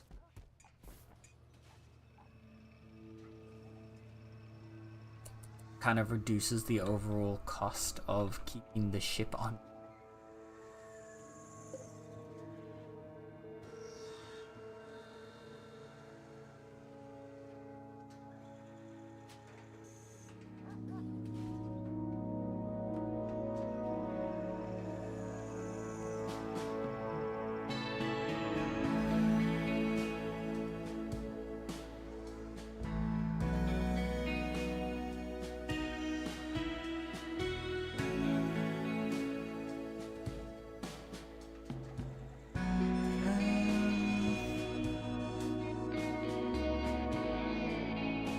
We also have quite a bit of grav left,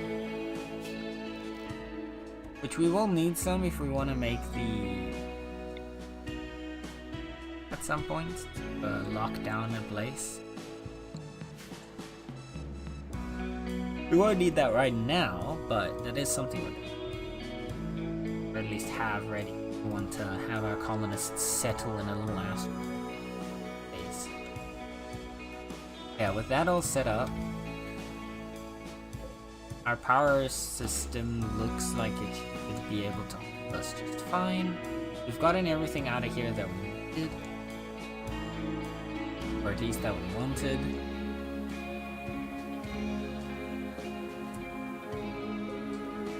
Let us blast off.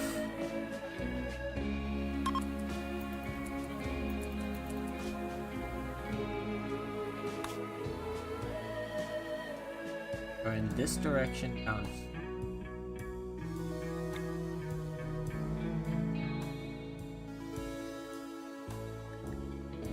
Three-Leg Village. Wild strawberry plants. An abandoned colony. A pond. A recently abandoned colony. Huh. We've never been, have we?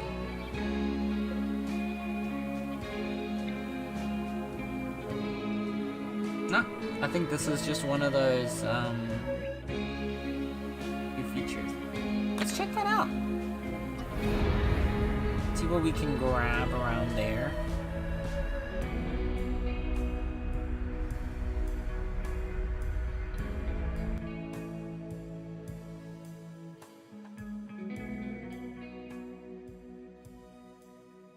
Go.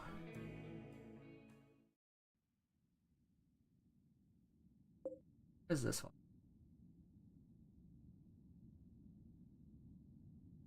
There. Making. What is it?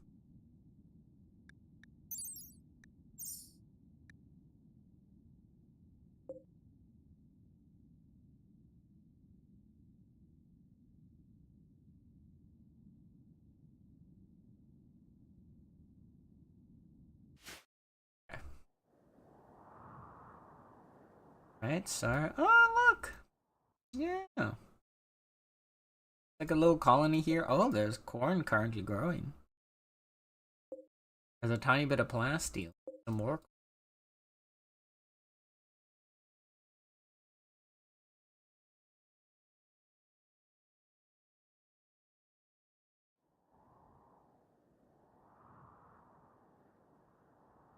A lot of crazy stuff around. Interesting. And we can definitely take the harvest. It'll give us more food supply for long-term storage. Also a place here to fish. So we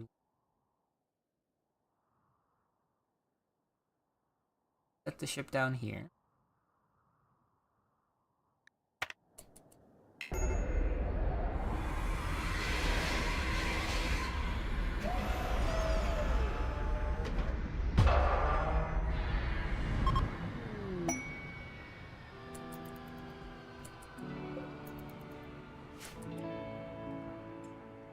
Oh, there's a new graph core.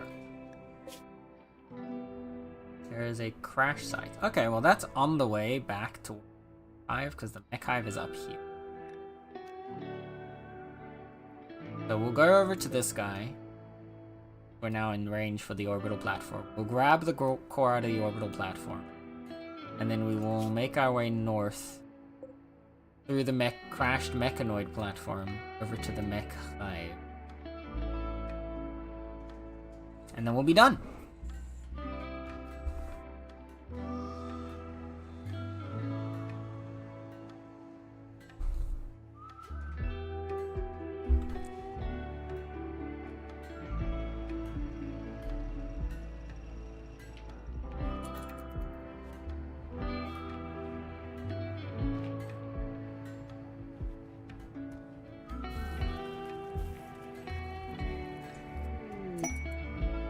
Heather has inspired taming.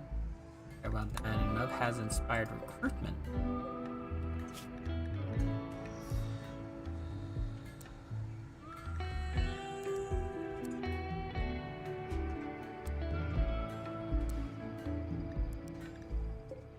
Couple lavish.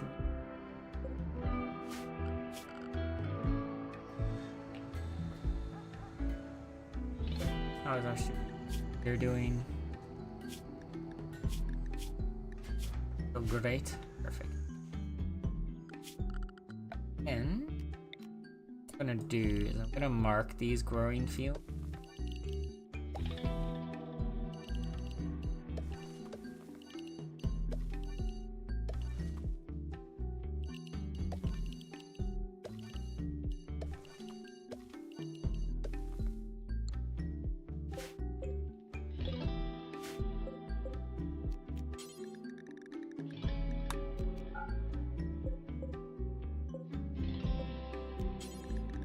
Also, hey, that once those are ready to harvest, we can harvest them.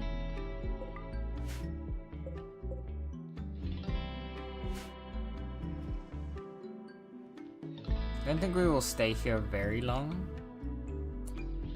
But we'll stay a little bit, so what I might do is I might still...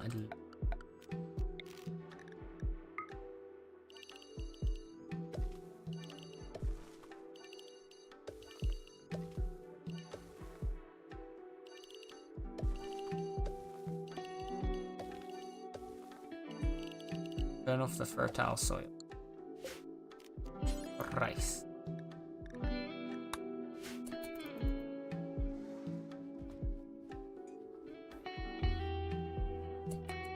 That's sorted. Welcome home, class. Out. Heal again.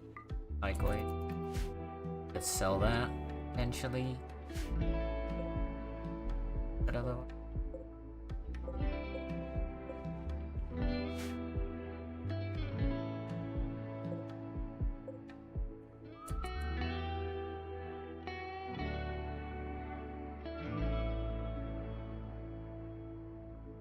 Okay. Then ore.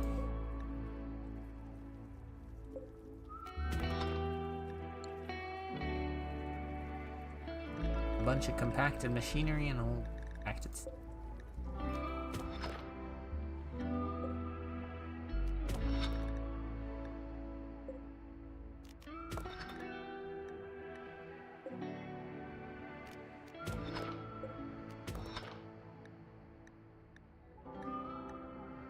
That's all marked off. So that we'll get our components.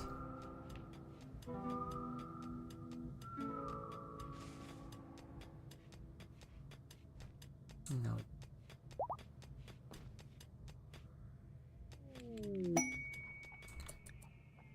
Imperial pollution dump. Stay Luck of the Fallen Imperium has a special request. She has produced an abundance of toxic waste packs that she does not store. If you accept, they will deliver 449 toxic waste packs by transport pod. Not get frozen, they will over time pollute. Honestly, I don't actually. Healer mech serums could be very good for us. Or 600 plasteel. I mean, we have a good supply. We have 400 plasteel. I mean, 600 basically doubles our supply. More than doubles our supply.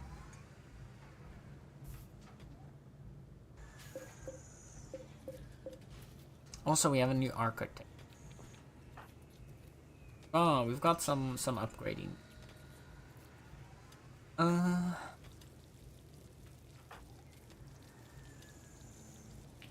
Who could use an architect? Hi, Nether. Hello, Nether. How is Nether doing? Oh, marriage is on. Oh! Chat. Joe proposed a lifelong commitment to Tally. Tally agreed, and the two are now engaged. At some point in the coming days or quadrims, they will have their marriage ceremony. Invite all your colonists. Consider placing a marriage spot if you want to go with the ceremony. Tally will change her last name to Lisman. Cat. On your birthday, Joe. On your birthday. You got engaged on your birthday.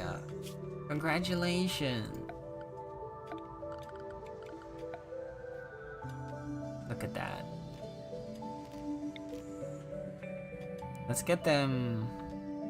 Where should the wedding spot be?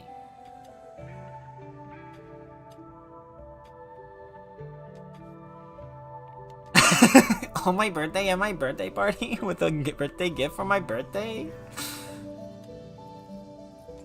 You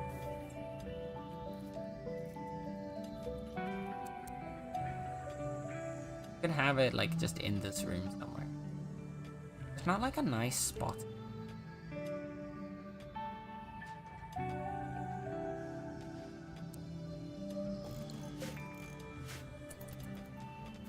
The wedding cake goes on the dining table then.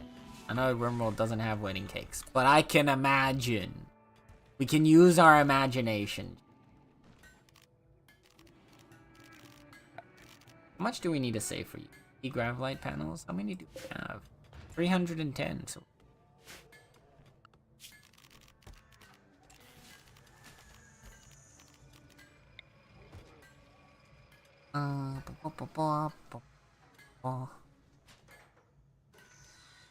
Thinking, yeah.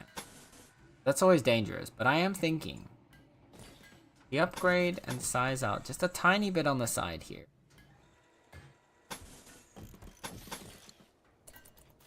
So we get a door on both sides for entry.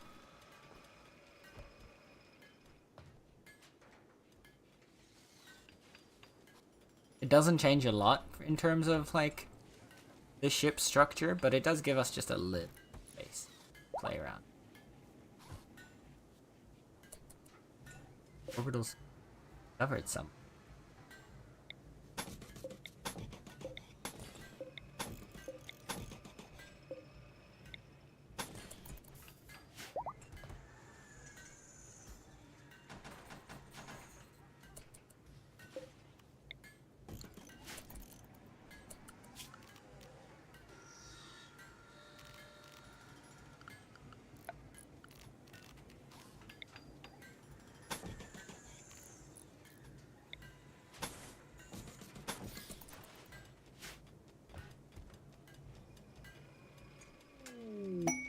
Oh yeah, no, Joe was 100% referencing that video. But it is also Joe's birthday.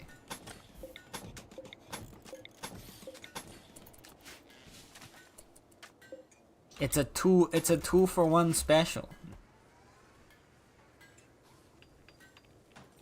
Joe gets to do the reference and have a birthday.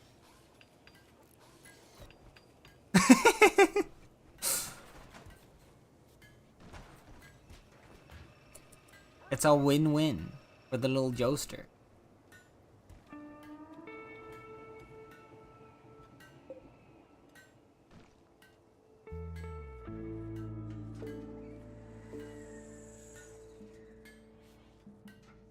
Okay. And I think since we have the space... Okay, wait, how much? 50, 60, 65. Yeah. How much is this? 44. We could do like a small... I don't think we need all the way out. What is this? 27. This could work.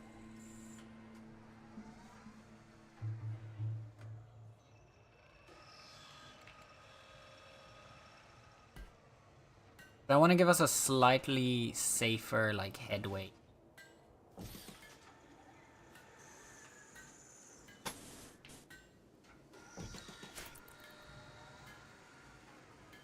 Towards the fight, like, defense area.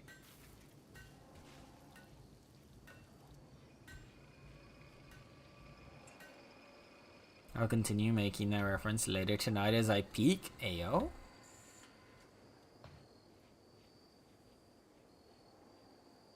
And I watch. I mean,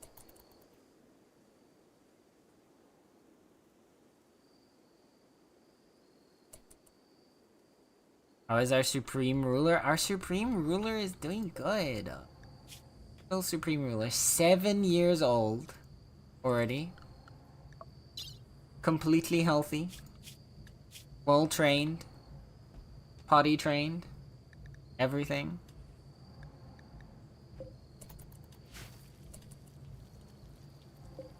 So all is right with the world.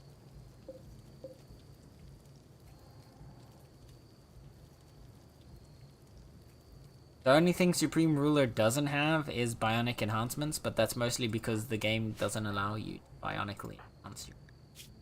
Which I think is kind of cruel. Personally, like, I understand it's their decision, but like, personally, I think it's kind of cruel that we can't bionically. I'm just saying, we could have had a cyborg puppy, but Wormwood took that away from us. A dog in a cat colony? Exactly! Look, cats take care of dogs. All the time. You have to take care of your lessers.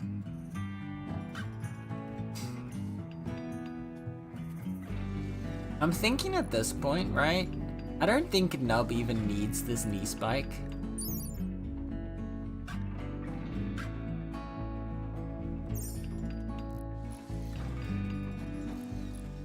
So like, we could swap out his left leg for a bionic or another architect leg to really just really go in on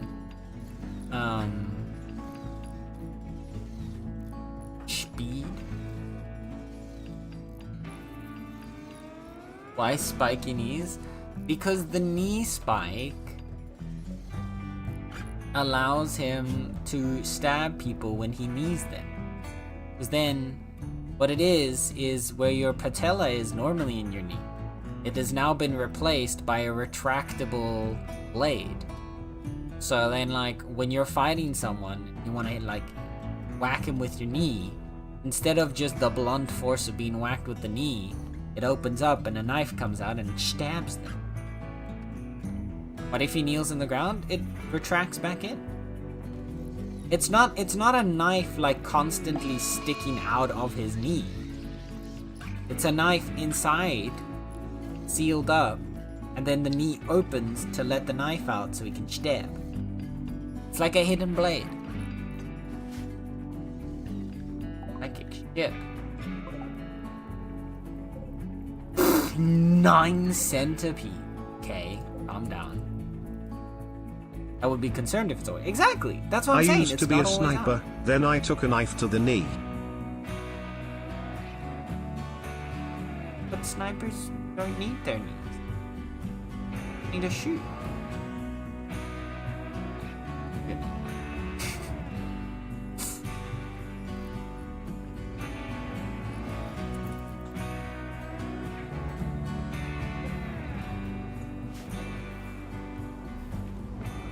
Don't understand.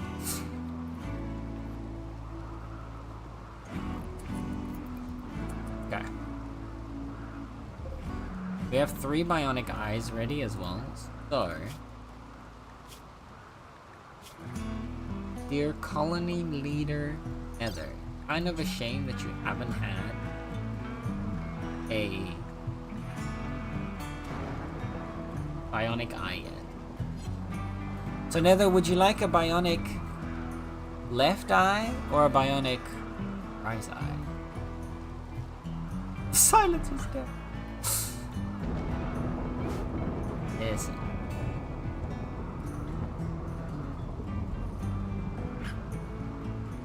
Have to listen. I don't want thrombos. It's been a bit since we last had thrombos. I don't have space for all the corn.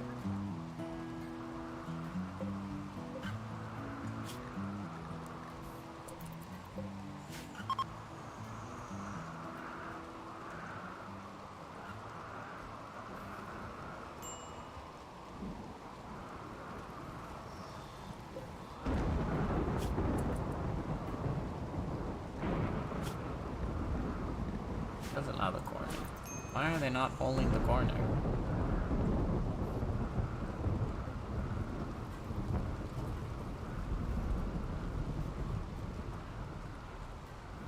There's space for the corn. Oh, there we go. Now they're holding. I'm gonna say, there's plenty of space to put the corn in the ship.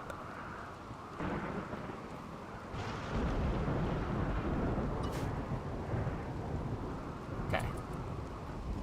Can I have both be bionic eyes? If not, left. For now, no, because we want to get everybody one bionic eye, and the returns are greater for giving everyone one bionic eye than giving people two. Once everyone has a bionic eye, and like the like minimum bionic parts that we want for them, then we are gonna start doubling up. But yeah, for now then it shall be your left eye.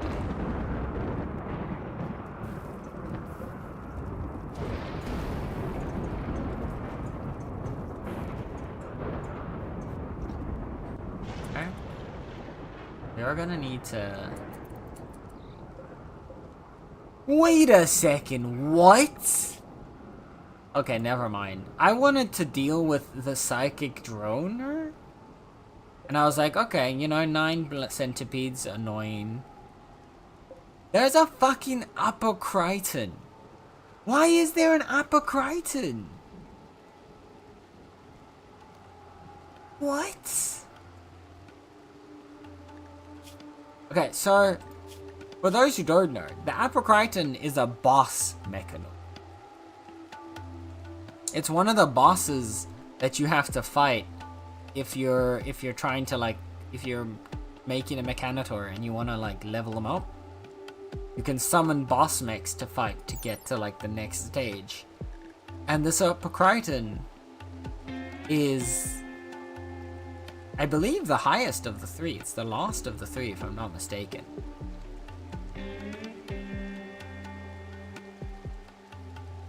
And it has the ability to revive dead mechanoids. As you can see down here, it has 30 charges of Mech Resurrect, which means we could kill all of his friends here, and then he could revive them all twice. That's insane. Now we're getting a raid as well. Holy raid! They're attacking immediately. There are 70 people? Bro. Is everyone on the ship? I don't want to I would deal with 70 people if it wasn't an impid raid. But these are impids, and they're all gonna breathe fire on everyone, and it's gonna be really annoying and really chaotic. So, we're just gonna leave. Right? Because we've got everything. At least it'll be busy reviving. It will be busy reviving, but it's fairly quick.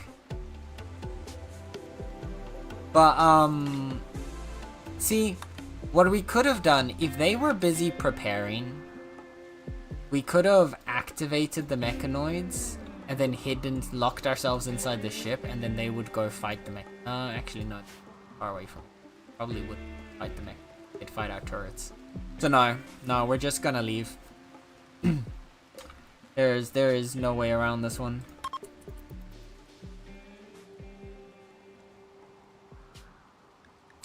Bye, Felicia. Ay. Orbit to the abandoned orbital platform.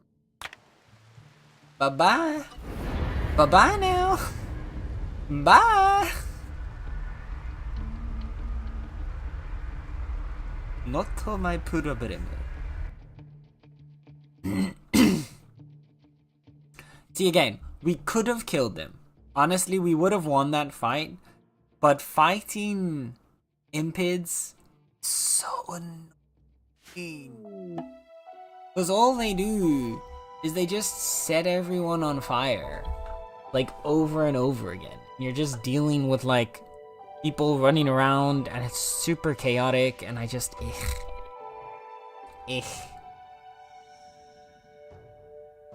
So we're not gonna deal with that. Wait a second. Bro, holy shit. Holy shit. Bro, bro, bro, bro, bro, bro, bro.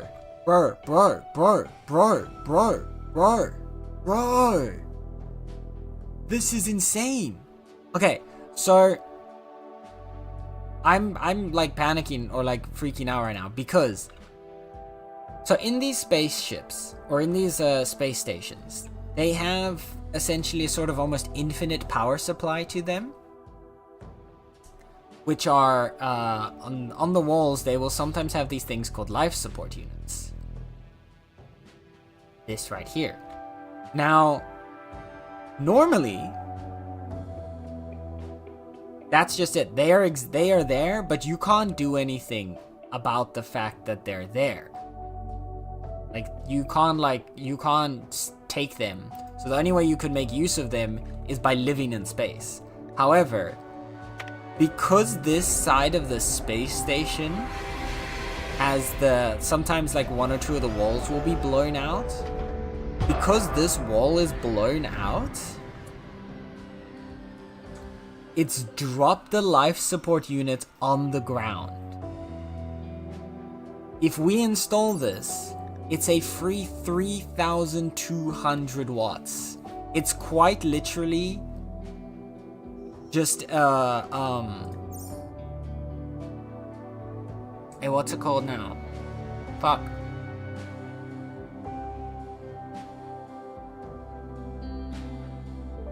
I can't come up with the word right now. My brain's blanking.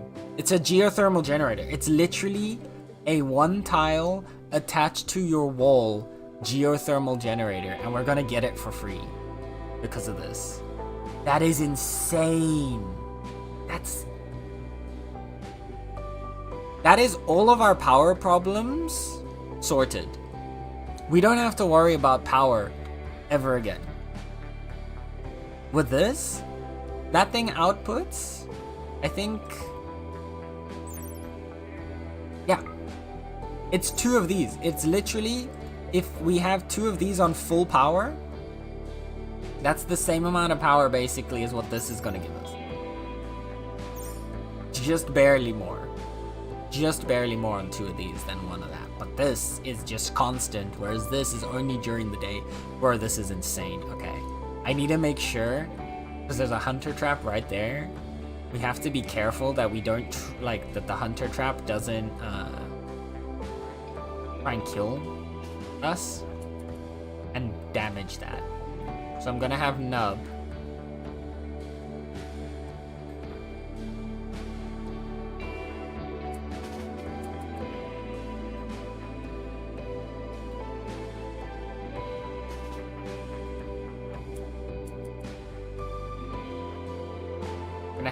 trigger it from this side.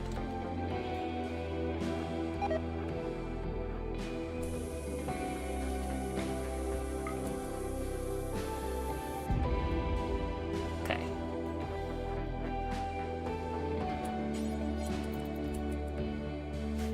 This is so sick.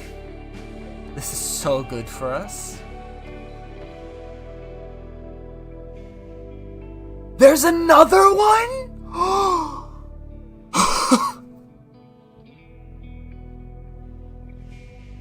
Oh my god. Bro. Our entire power supply has been sorted for the rest of the fucking game. We don't need to worry about power ever again.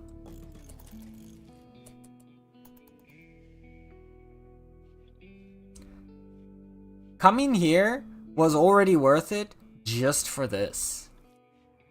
Just for this. This is already probably the most worthwhile, rewards we could receive.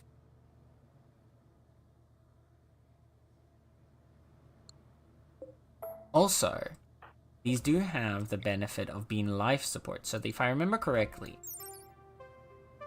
it'll keep rooms heated and pressurized. What? Okay. You know what? Let's put these We should probably have one around in this area.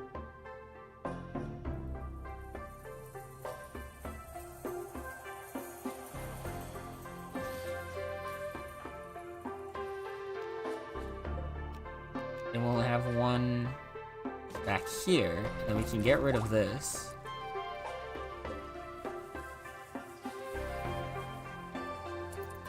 I'm pretty sure now.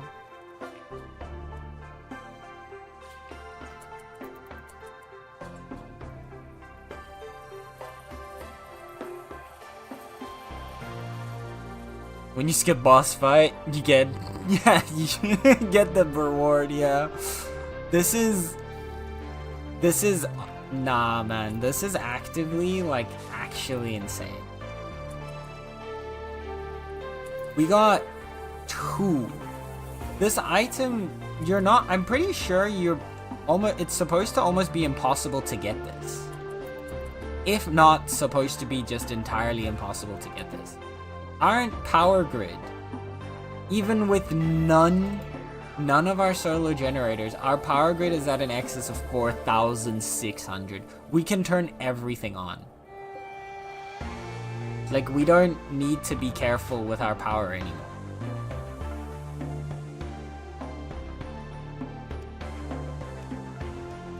We're quite literally sorted. So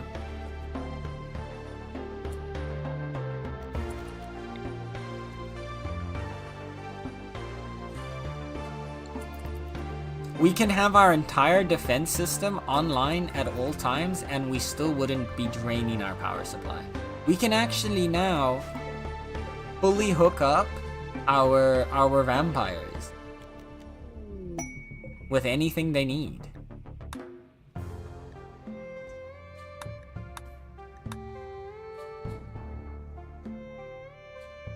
This is wild, bro. Like, this is actually insane.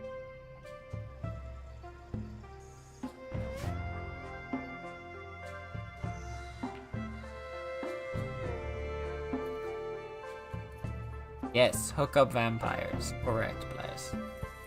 You heard me. Oh my god, Nether is also perfectly imbalanced today. That's crazy. Brother, I'm... Oh wait, I want to see our temps. Yeah. This room is just...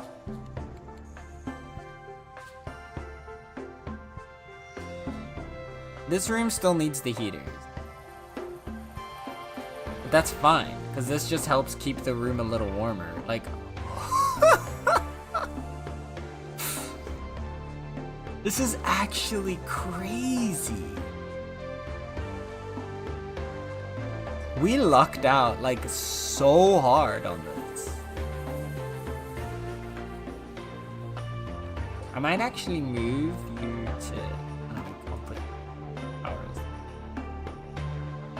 I'm gonna say otherwise I would move it into them. I don't want it on a nice even. Fine.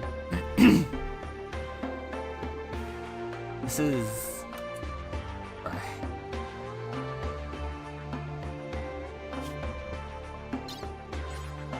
Yeah, we need Hemogen as well.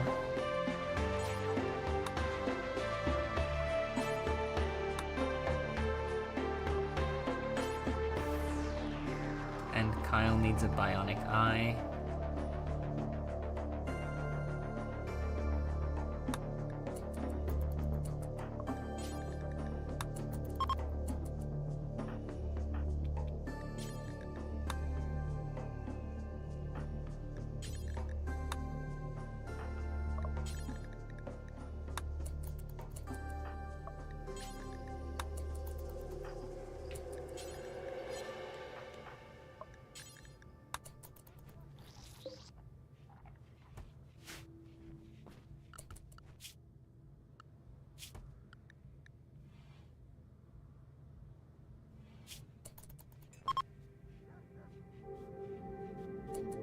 Okay.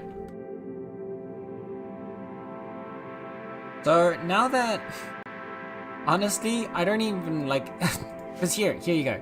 Here's where the live support normally is. Now the reason why it does have an uninstall button down here, but that's because of the minify everything mod, which allows you to move around a lot of stuff. Normally, that's not supposed to be possible with these, which is why I haven't been like, I don't want to abuse that mod to that level.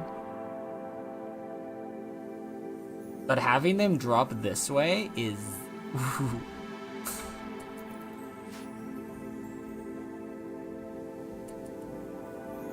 During the day, we have a 12,000 power excess. Like, we are absolutely sorted. Thank you for the follow. Much appreciate it. Hope you enjoy your stay here in the municipality. Okay. Everyone's donated their blood. Means Oz get themselves a rest accelerator. You can get 2 per. Oz gets 2.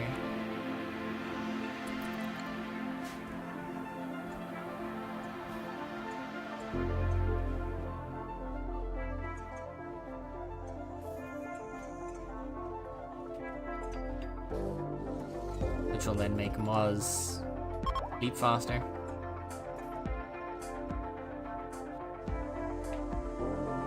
Moz can already safely awaken, but we're gonna wait until 100%.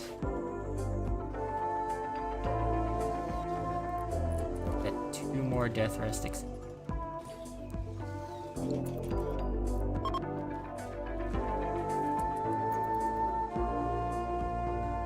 Get all of that out of the way. Flyers, thank you for the hydrate, posture check, and stretch. Okay, chat, if I have to be kind to my body, or in this case, I guess it's kind of mean because I'm in pain, so thanks, Flyers. And so do you, so you better drink some water right now, or else.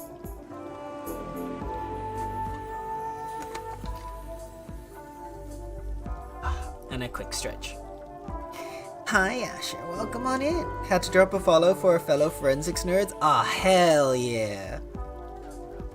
Alright. Stretch. Pain. Ow.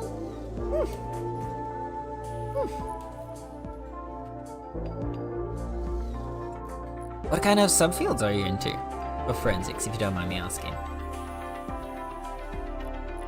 Pain? Yes. I did a double class. So I did a class last night of pole, but I had an extra class left over for this month, so I also did a aerial hoop class this morning.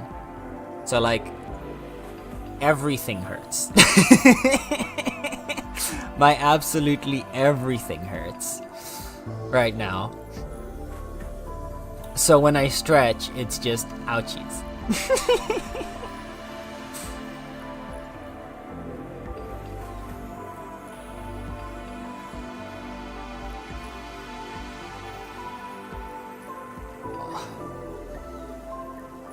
My legs are gonna be so sore tomorrow, bro. Like, walking is gonna be rough.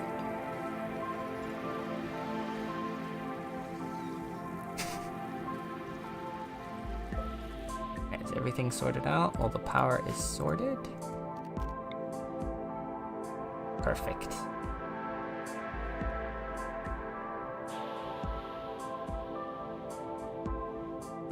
Your parents are gonna ask you who you hooked up with? Nah.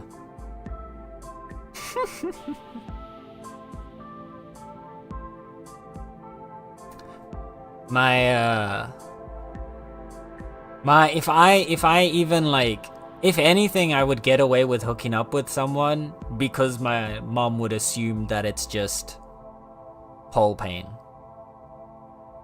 Like, she just kind of always assumes that if I ever am like, ow, she's like, oh, pole. Currently doing work on the taphonomy side of things, but trace DNA is probably my favorite. Ooh, trace DNA is nice. I'm definitely much more partial to taphonomy. Decomp and anthropology, or like physical anthropology, are like my main interests and fields. I do like chemistry, but for the most part, most of the stuff I did with forensic chemistry was then ultimately related to taphonomy or decomp. I'm a bit of a morbid guy, but trace is fun. My nose is so messed up at the moment because I've been working on... Yeah. You do get used to it. To a certain extent. Never completely. But I have noticed that ever since...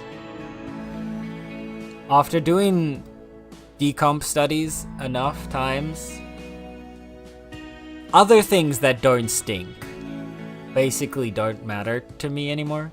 The other day, actually, I was thinking about this the other day because I was helping my sister get rid of some trash, like throw out some trash, and she was like, "Can you please do it because I cannot handle this right now. It stinks so badly." And I honestly, I barely noticed. Like, I was so surprised when she said that to me because I was like, it doesn't stink that much though. Like, there's a bit of a weird smell, but it doesn't really stink. But no, it was, I guess, just me being used to necrosis at this point. Oh yeah, I don't really smell it much. Nice. Nice. Dude, smells mess with me so bad. I'm weak when it comes to that type of stuff. See, I used to... Well, I've always had a strong stomach, which is part of the reason why I went into forensics. Like, I always had a good kind of resistance to like icky stuff or like things that other people would find disgusting, because like I had to deal with like medical stuff of like my dad when I was young. From pretty young on, I already had to start dealing and helping with stuff like that, so like cleaning up vomit and whatever. So like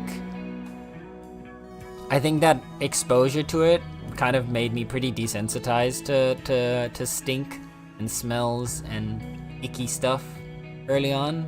Like, obviously I still don't want to touch it directly with my hands if I can avoid it, but that kind of put me I think that's part of what helped me kind of steer towards forensics. And I also just really love the puzzle.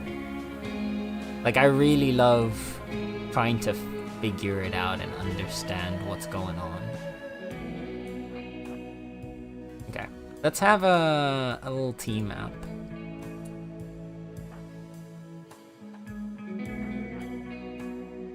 Sluggy is sleeping. Why am I trying to take Sluggy on this adventure? Tally, Joe, Commodie, and Biotic. You guys are gonna join in on this adventure. I've become so desensitized to smells after being around decomp and just bodies in general, right? Yeah, that's exactly how it goes, I feel like. After a while, the smell just doesn't really do anything for you. Or to you. Like, obviously, you can still recognize that it's a bad smell. Like, decomp, no one enjoys the smell of decomp, right? But like, or at least I hope no one enjoys the smell of decomp, otherwise I'm gonna be concerned. But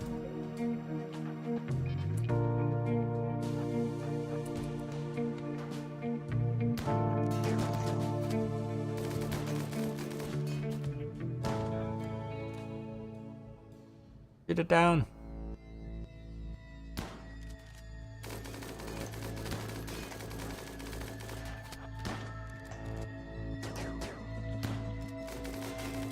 Get him down.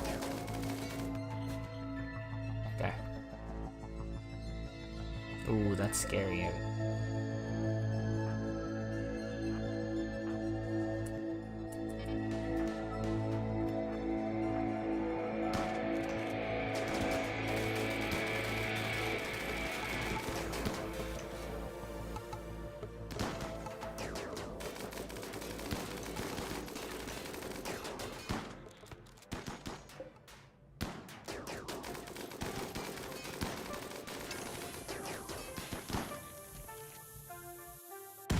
Okay. Clean work.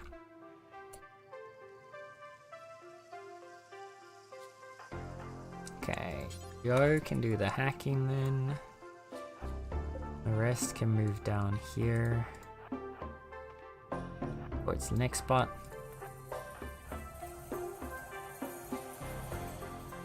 Got another spot there for Joe to hack afterwards. Ooh, and we got even more spots here for Joe to hack afterwards. Callie, can you open these up? Poetry program. Let's go. We're also just a bit of a weird bunch. Oh, that's also 100% true.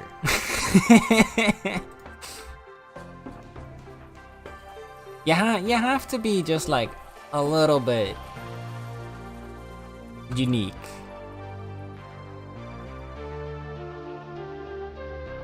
To want to go into forensics, especially the more like morbid stuff. Bert, move. Dang it. Like if you're going into something like lab work, like specifically like chemistry or something like that, you can kind of avoid the more like directly morbid stuff.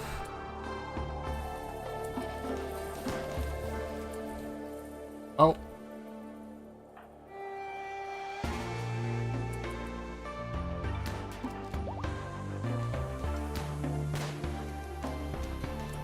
Let's get over here. Oh, nether.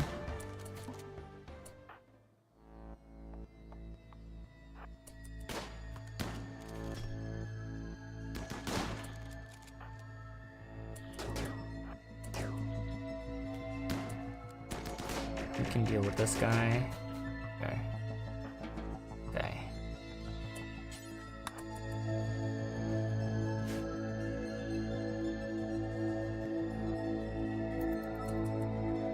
The guy's gotta be a little more careful here. Right.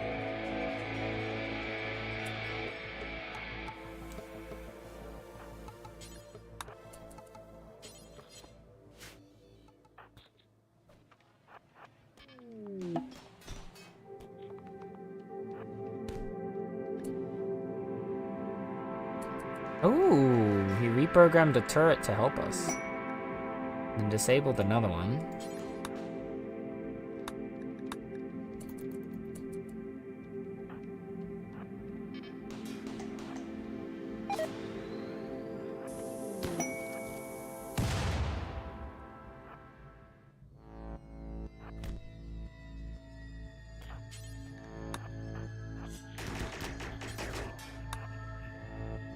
Okay, that one down. Now we need to deal with this.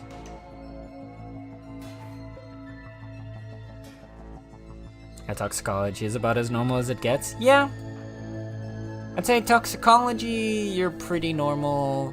If you're doing,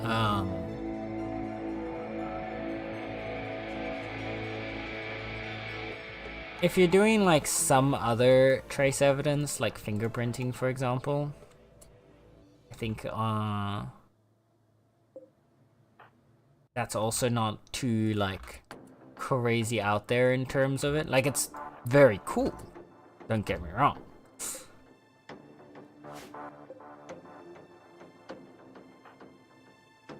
Ooh, sun lamp, huh? Honestly, we now have enough power that we could actually get a hydroponics basin just in our ship.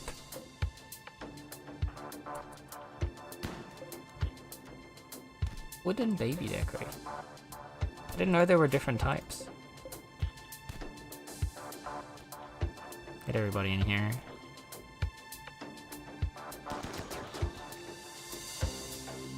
Yeah, but they do crime scenes, so you see the crazy stuff sometimes. Yeah, well, I guess it depends, right? Because you've got,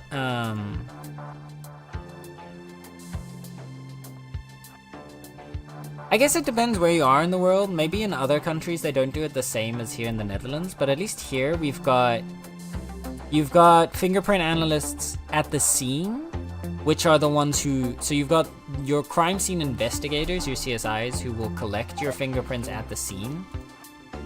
But, what? Okay. But then you've also got, they don't actually do the analysis of the fingerprint, they just collect it. But then you've got lab we've got people working in the lab who actually analyze the fingerprints and like compare.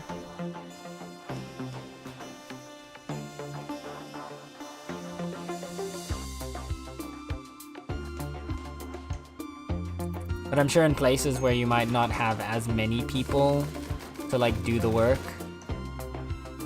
you might end up having people do both. Here you don't often. You sometimes have police and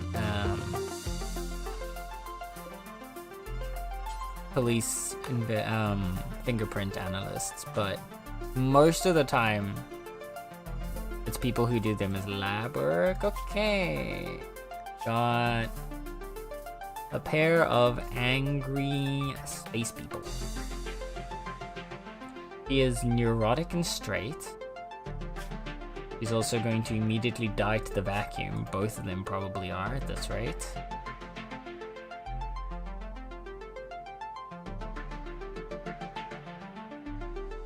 This one's actually pretty good. We don't have Nether here with us though. When we get Nether here on time, we might be able to capture this one. Fuck it.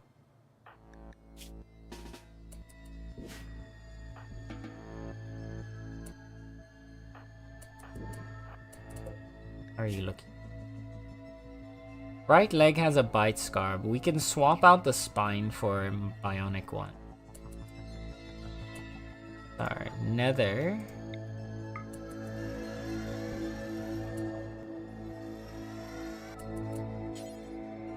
Oh, we don't have a room to capture you in. It's fine. We can put them in the death resting room for now.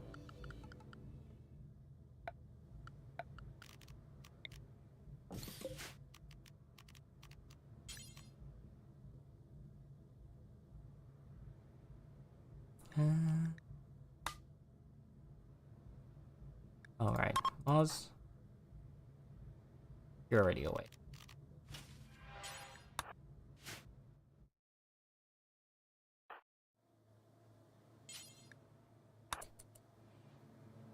Okay.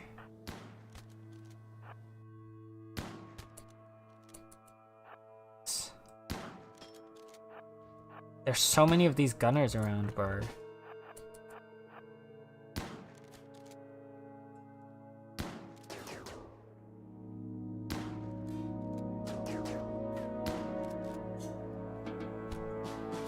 Poor fucking Sluggy. I was not clearing this place properly.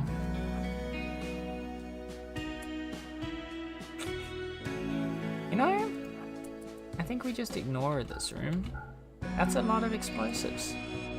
Kinda terrifying.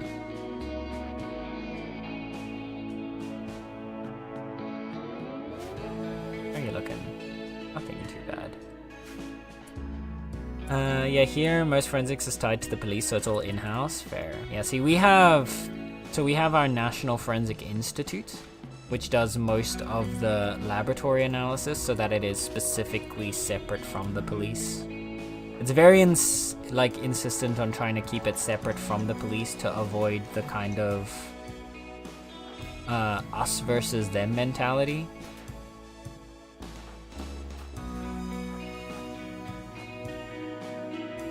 Of like forensic, like basically, so you don't have like forensic scientists that feel like we have to catch them, the criminal, as opposed to like we have to figure out what the truth is, which sometimes could be going against what the police are trying to say. My goal is to do forensics on a federal level. Oh, I would love someday to be able to do one of the things I'd really want to do is be able to take, like, because forensic anthropology generally doesn't have that much to it, like in a single country, that it is possible to do it internationally. I would love to be able to someday do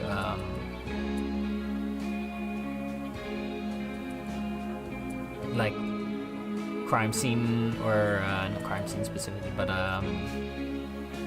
forensic anthropological investigations on like an international scale at like there's a couple different ones that do it, but like there's a European Union wide organization, or you've got 1 second, like, oh no,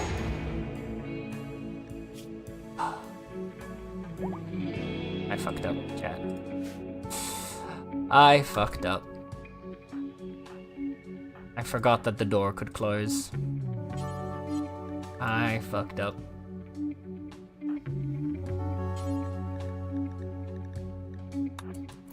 Callie, can you tend to them? He's okay, he's alive. He's not dead, thankfully. If he had died, I would be very, very mad.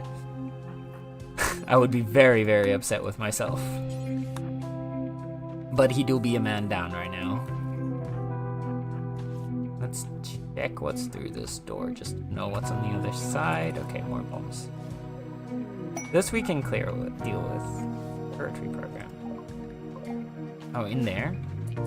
Oh, that doesn't help us at all. These are just boring weapons, yeah. So we got the main stuff we want out of this place. That's just a component box that's not worth the threat of all these explosives plus an exploding drone.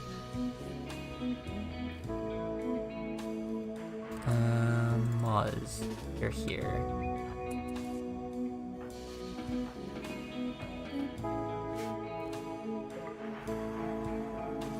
Okay, this time I'm not gonna make that same mistake and I'm gonna lock the door open.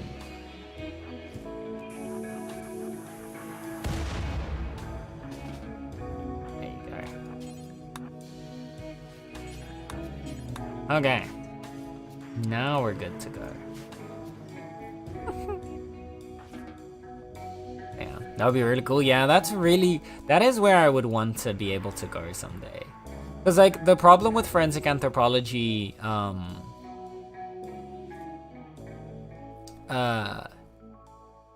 for, like, here, because, like, so, like, in America, for example, forensic anthropology is much bigger and more common because there are generally a lot more cases, there's a lot more open space, and there's a lot more situations where human remains could be left out long enough to turn to bone and then require an anthropologist to investigate to see if, like, are these human bones, because there's also a lot of times where people bury animals out in the wild, or there's just animals dying out in like open areas.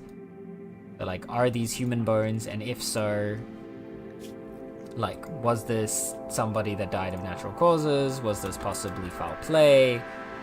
Whereas in Europe, in a lot of Europe, that's not as big of a thing because it's so much more tightly packed together that you don't really have a lot of cases where human remains can be left out for so long that they, you know, become bone.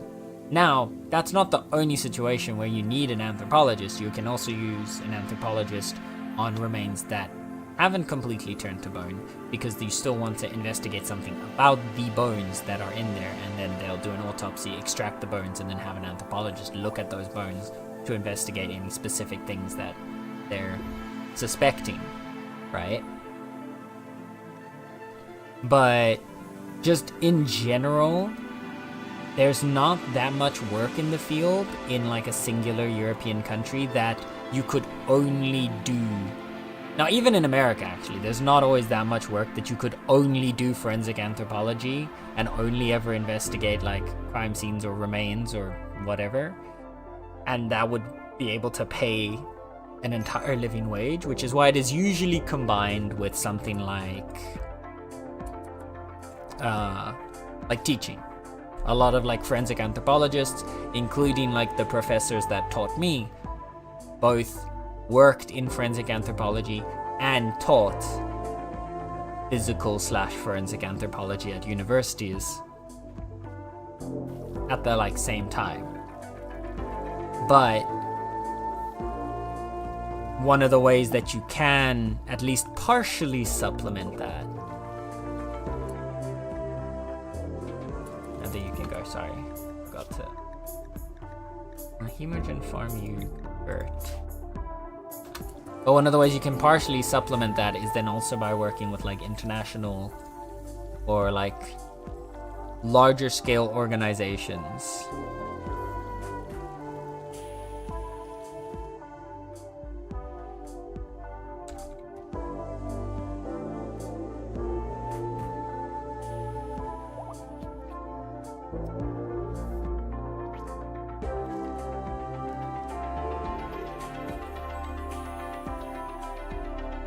And like one of the ways that you do that is, for example,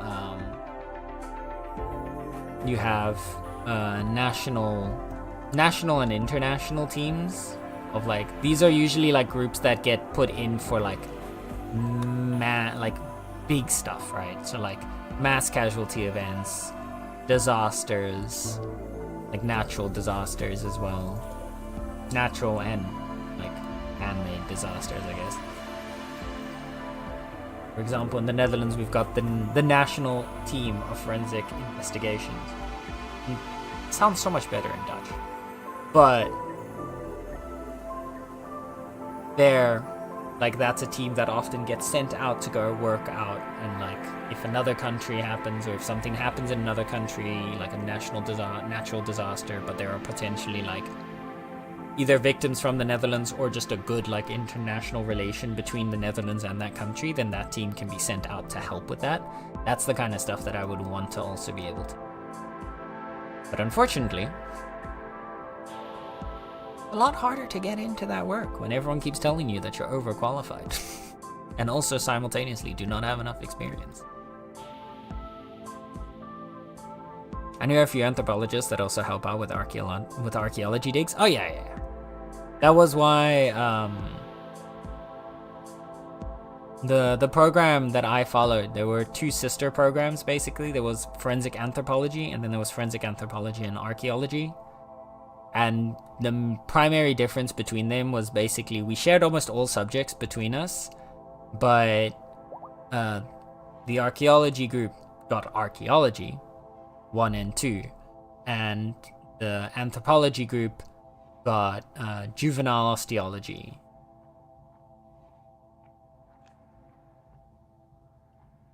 So basically you either got to learn about excavations or you got to learn about like the childhood skeleton and the skeletal development of like children, which I ended up, well, I didn't get like, it's not officially that I have the archaeology stuff because I did the juvenile osteology in my program. I was allowed to sit in on all the lectures for archaeology. So while I officially don't have any archaeological degree, I do have like some of the knowledge from just getting around to sit in it, which I loved because, I just like learning things. I'm such a nerd, really.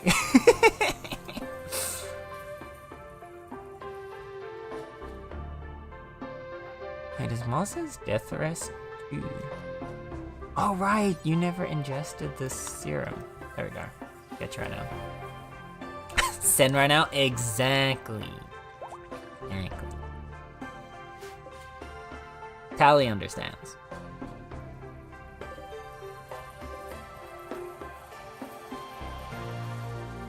Yeah, but you're a nerd of Eki, you woo of Eki love. What was Brian saying while trying to read out those emotes? But yes, thank you. I am you. And you're my nerds. Being nerds is fun? Oh yeah. No, I honestly, I feel like nerd at this point, to me at least, is more of a compliment than an insult.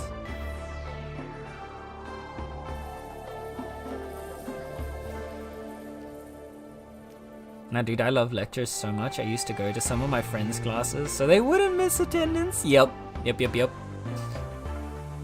I would do that. No, but I love lectures because for me, at least, lectures are also like the best way to learn personally.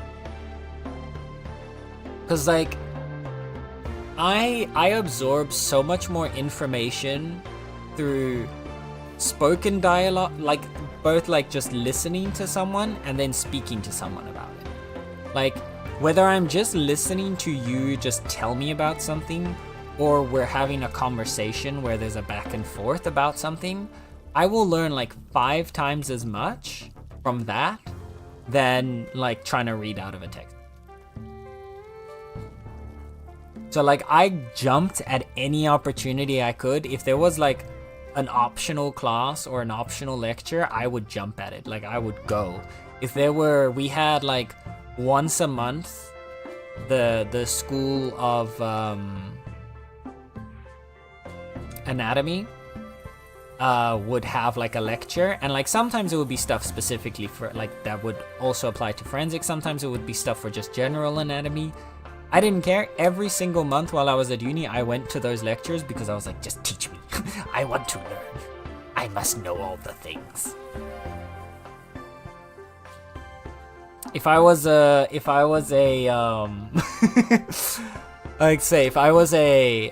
dragon in a fantasy world, my draconic horde would just be a bunch of like textbooks and knowledge. I would be the dragon of learning. Fuck all that gold, who cares?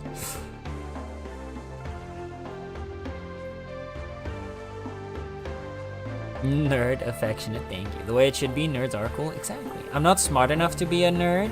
Yes, you are, Koki. Yes, you are. There's more than one form of intelligence. Just because you're not book smart doesn't necessarily, like, just because you might not be book smart does not necessarily mean you're not smart or you're not intelligent. There are plenty of things that you can be a nerd about. So yes, you are. You are one of us, Koki. There is no escape. Also, hi, Koki. Welcome on in. How you doing today?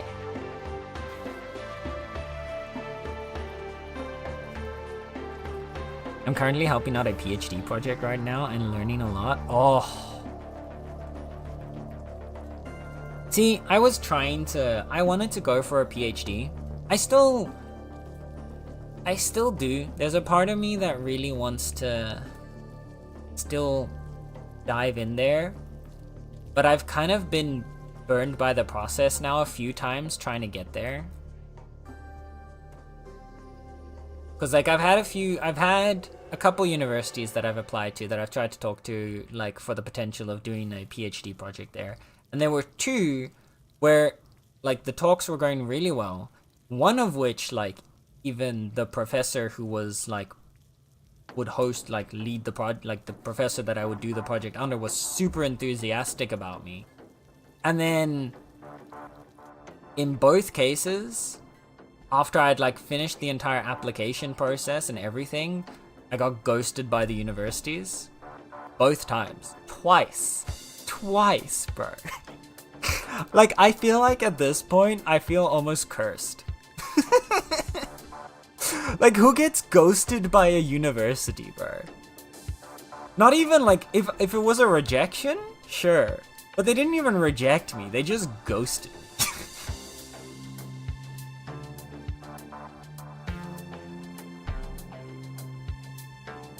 Ten is one shitong.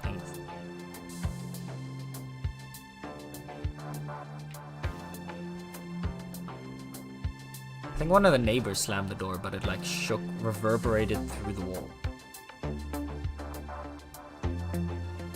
I wanna like reading so bad, but I find it hard to read. I don't know if I'm like dyslexic or just ADHD.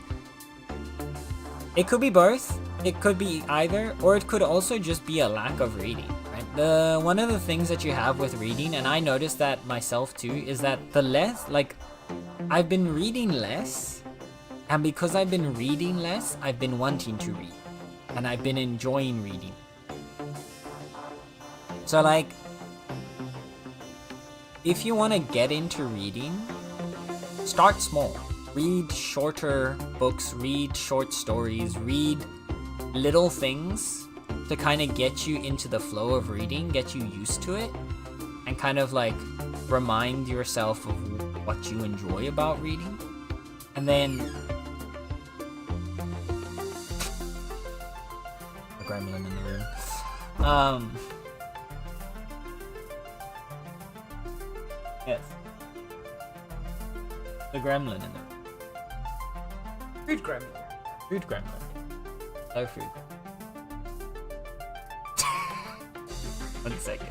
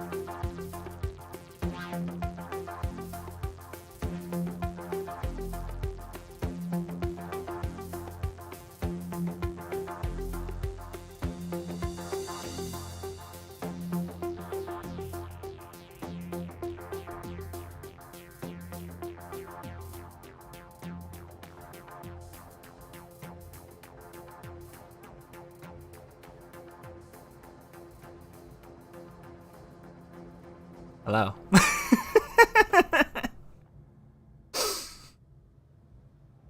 I have returned, or at least my voice has now returned. Yes, the gremlin did indeed approach, and I was indeed muted because I was talking to the gremlin. Everyone's favorite gremlin. I can't remember what we were talking about before that now. But yes. The creaky door hinted at that when he was talking. Exactly. It's my warning door. One day I'm gonna sneak into Sen's house and oil his door and then leave without him noticing. Yeah, but you're not gonna be able to do that because the hinges are on my side, like my room side of the door. So you'll have to open the door. It'll have to squeak. So there's no way to avoid being noticed.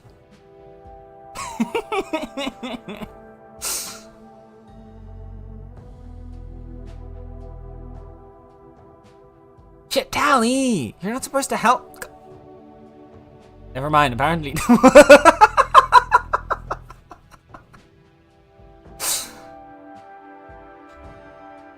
This is rude. You're not supposed to be organized like this? Hold up. Hold up. I did not agree to this.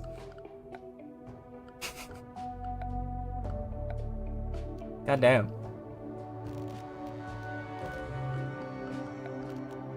Oh, what do we need? There we go. I want to remove these floors. This is all carpet. Also carpets. We want to get those carpets out to get a little floor stuff for us. I can't be upset with Tally now because Joe figured it out himself as well. I endorse this attempt. Excuse you.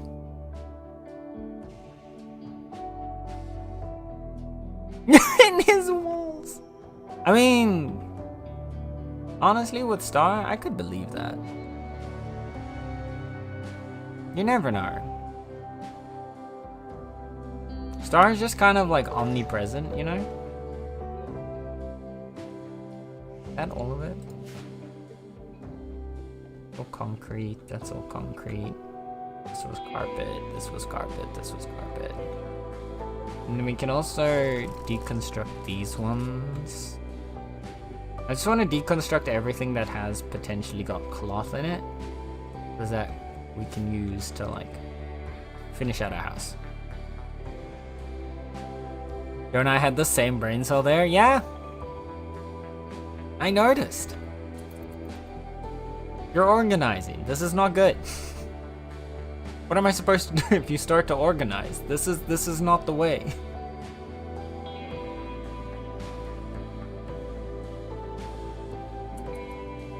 But then I get the bad internet. That's true.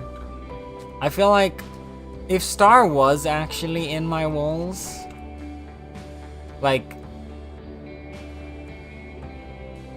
there would just be noises of frustration on like a daily basis. Because Star would have to deal with my internet. And nobody wants, that is a fate worse than death. Chat is becoming a hive mind. Exactly. Chat is evolving. I was not prepared for this evolution. We're gonna need to find a way to turn this around. 'Cause I don't agree with this.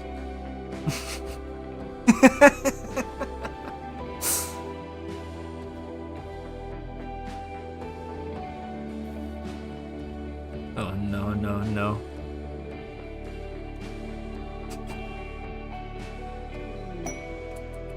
Conversion. We have converted Rambo here.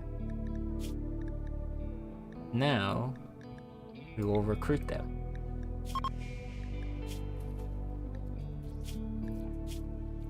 And then all will be well. Which chat member is this? This is, who is this in the list? We've got, so we've been naming everybody after chat, and I've still got a list of people that wanted to join the colony. What I'm gonna do for those that don't end up making it in, I'm just going to refund your channel points.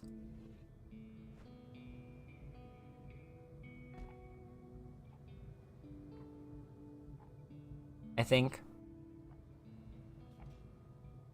Cause yeah, there's still 7 requests.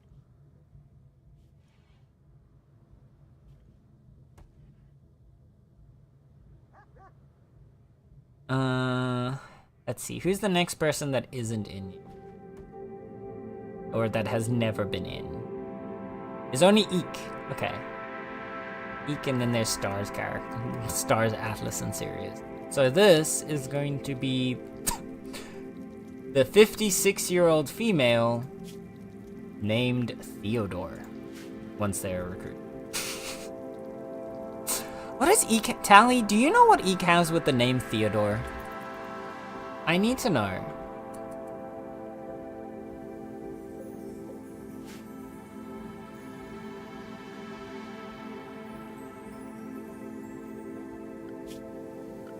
Also,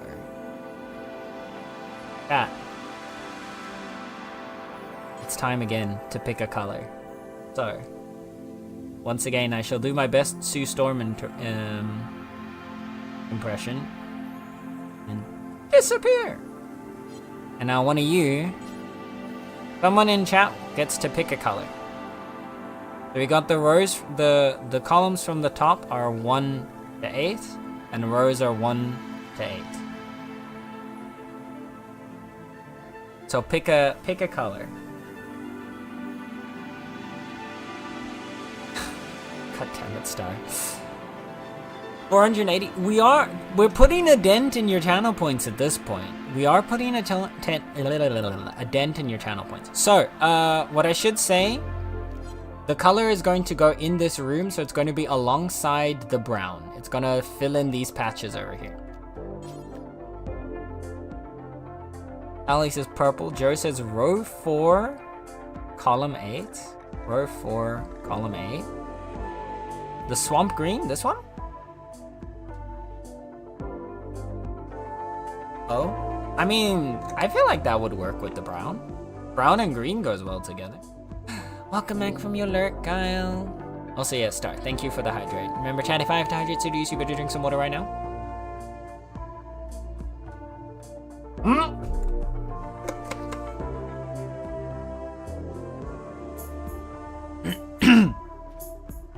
Excuse me? Kyle? Kyle? You just double rolled the chalky milk hug? Excuse me? 2 in a row?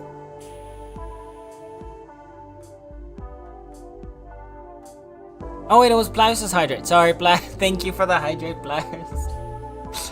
Alright, Star that I get to thank for the stretch. Thank you for the hydrate, Blouse. Also, Star, I hate you. Alright, stretch time.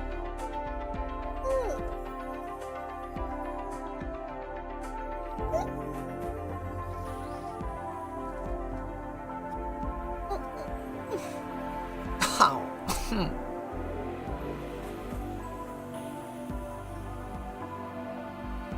I need to stretch my legs a little too. Pain. Okay. I have stretched. I have suffered. Now you get to stretch too. But yes. I can't count. How did I get to 8? Wait, are you saying this is not the color you were talking about, Jar? I'm confused.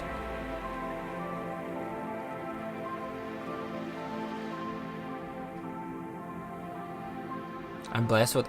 yeah! No, I can tell you. Like, the chalky milk hug is less than 5% chance. So...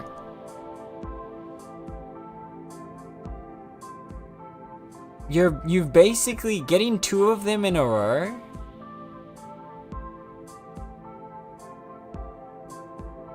It's like 0.0025 chance. So it's 1/4%. I'm pretty sure, if my quick math checks out, which is well, it's rarer than doing like 3 nat 20s in a row. Is 2 nat 20s in a row. You've much lower chance than 2 nat 20s in a row. So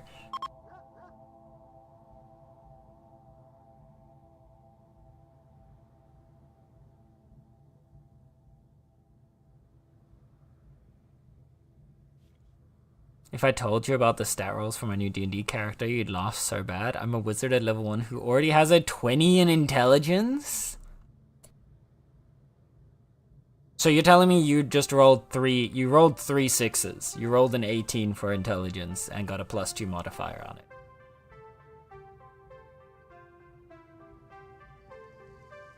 Up 1 and to the left 1. So row 3, column 7, dusk. This is the color we're going for?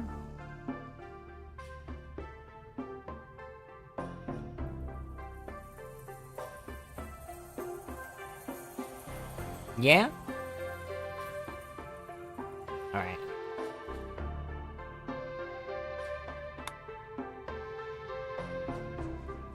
It called my name? Okay, let's see how dusk looks alongside brown. Okay. Now I can stop being Sue Storm. Wow.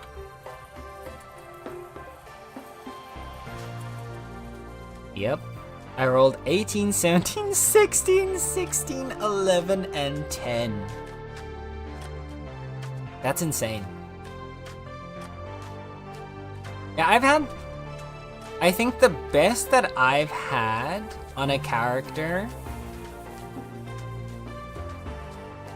I've had a character, at least I've had one character that I also rolled with not a single negative stat line. I don't think my highs were quite as high as yours, but my lows were a little bit higher. Because I believe I had...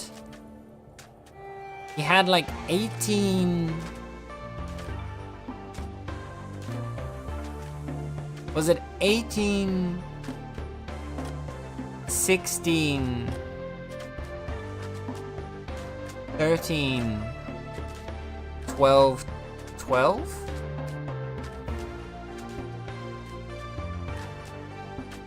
Am I missing a number? 18, 16, 13, 12, 12. Yeah, I am missing one. What's the last one? Oh yeah, 14. Yeah. So it was 18, 16, 14, 13, 12, 12.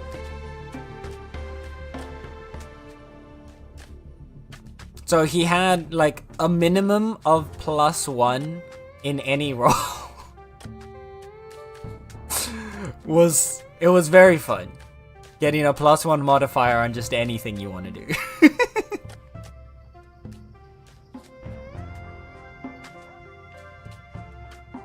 When your dump stat is no stat. When you just don't have a dump stat. Just get good at everything. Kyle's character understands. An almighty... Oh, and you're a gnome too? Oh, that's so perfect. That's so perfect. It's so fun to have one. Oh yeah, no, don't get me wrong. Like, it was a one-shot campaign. It was a one-shot that one was for, so it didn't bother me as much having like an overpowered character, because like it was just a one-time play.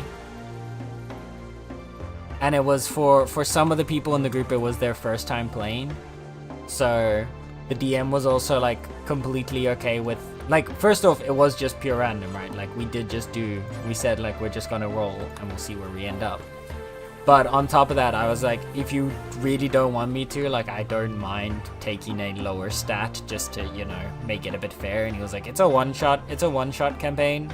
Some people don't know how to play the game, so it's nice to have a potential carry to protect the newbies when they inevitably fuck up. Which was the overall goal that we ended up having there. But yeah, no, for like a proper long-running campaign, I feel like every character should have at least one stat in the negative, because it gives you such fun roleplay moments.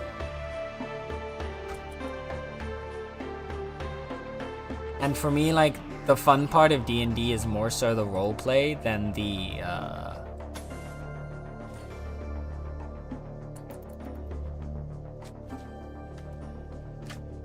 like the metagaming kind of thing.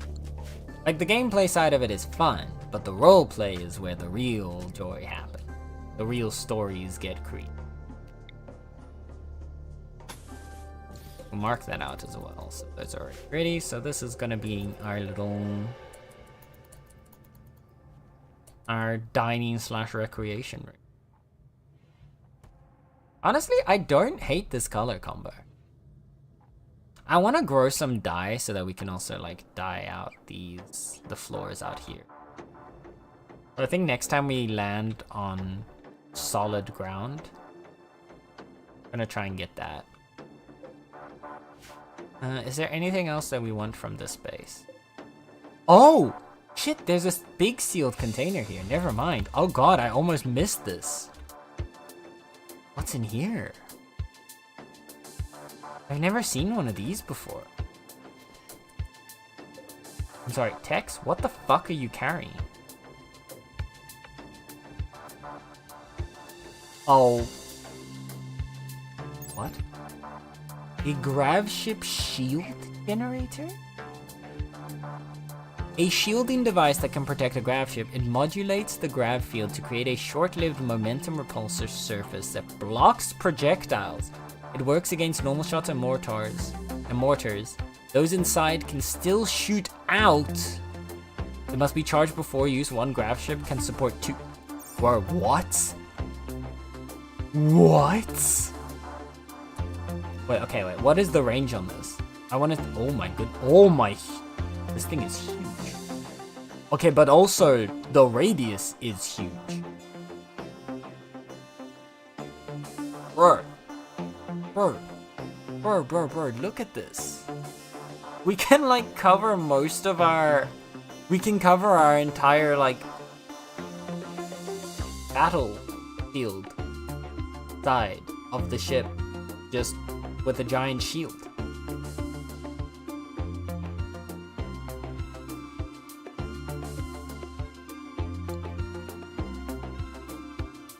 This is insane.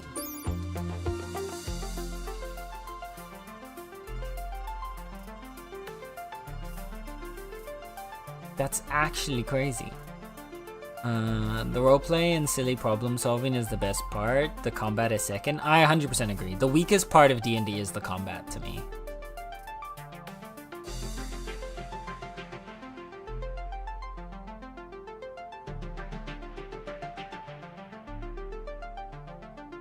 I've been playing a TTRPG called Lancer recently. So much fun. I don't think I've heard of that one.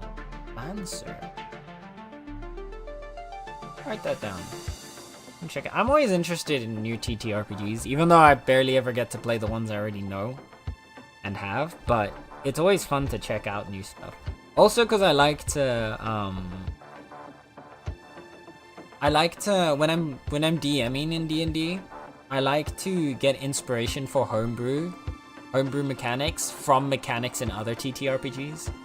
So for example, I really like the clocks system that Blades in the Dark uses, that basically in between every major event you basically get to spend your free time at your home base or whatever, wherever you are between your like adventures, trying to progress these clocks to get new stuff. So either to make something, or to develop a skill, or to make contacts, or get to know new people, or blah blah blah, or like seek out a lead in something, like basically like progression that your character can work towards without it just being a single roll. And so you get to spend like 2 clocks or 2 like time units every time you're back at home. And so I've ported that one over from Blades in the Dark into my D&D campaign as a system to like let the players, you know, progress towards something they want to progress towards without it having to impact anyone, like negatively, take away from someone else's projects. What's a TTRPG? Is a tabletop role-playing game. So basically Dungeons and Dragons and anything in that line of games. They're like a defensive pulse against relatively slow projectiles. No, so it is a shield. It creates a proper like shield from what I understand here. So it creates we've had a few times when fighting enemies that they have like little deployable shields that they put down. So from what I understand here, it'll work the same way as one of those. But 1, it's really big. 2, it will recharge. And then 3, it will only last for like a little while. So it'll pop up, it can block fire, and it can help us like basically in the early stage of a firefight when we kind of need that extra protection. It will be there for us. We can use this shield.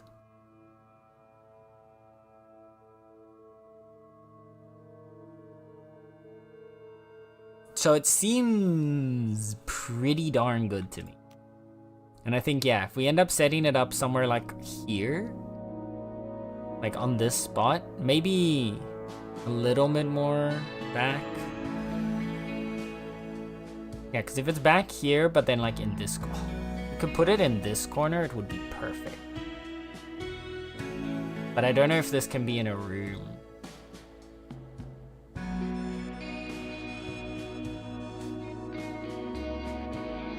And we can't take out this wall here because that's the wall into this room.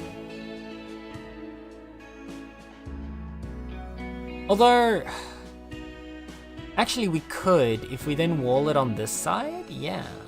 Okay, wait, no, I've got a plan. We're gonna put it here. We wall on this side. This just becomes a slight extension of this room, but we put a door on this side so that they can activate the shield whenever we need them to. Okay. Have our plan. You know, we can actually work on that right away.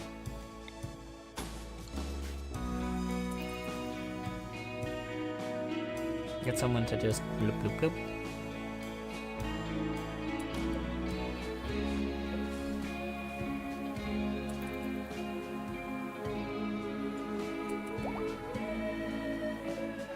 And then we wanna... Can I just say no for the heck of it and hope it does the same thing as Rocket?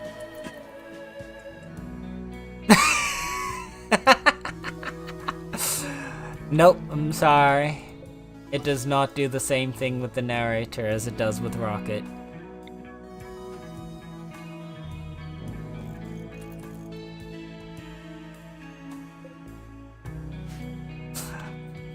That one's still so wild to me. Like, why? Just why?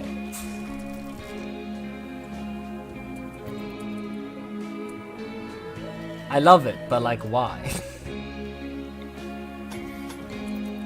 Okay, put you over there. Install you here. Build the door here.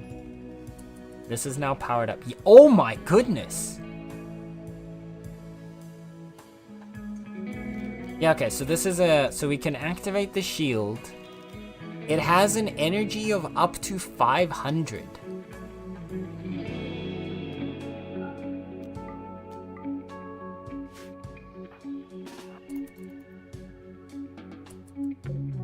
And there, it covers this whole space.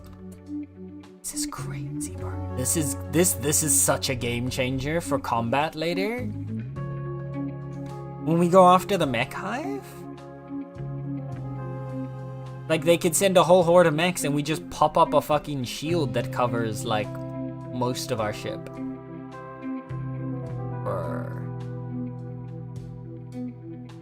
Will he do the nitrogen monoxide this time too? Is it on Rocket specifically? It is. It is indeed.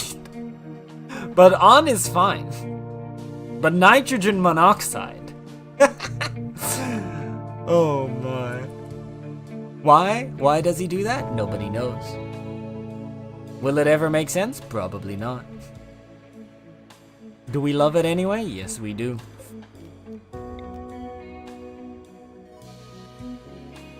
Oh dear.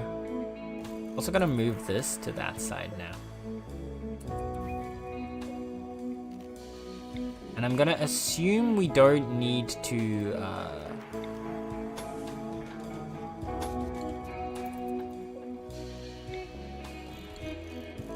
actually wait, don't do this. Go back. I don't think I'm gonna keep it on that side. I think I might move it to a different side. I have so many questions. I want to try other ones now. Is it because he's big brain science guy technically? I don't know. I genuinely don't know why the Rocket TTS specifically will take a capital, like a full caps NO and turn it into nitrogen monoxide. Okay. This one's back. Also, right, our new colonist. So, this is now... John Smith? Okay.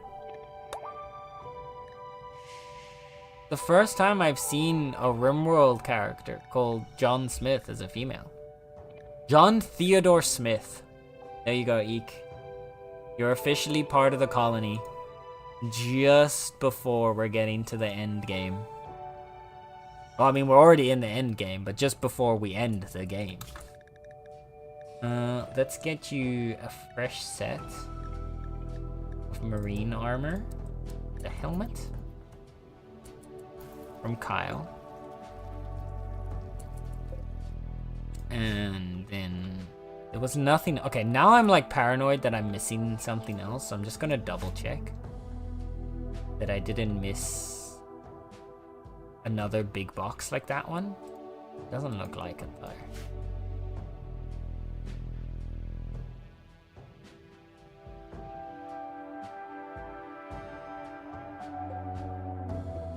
Nope.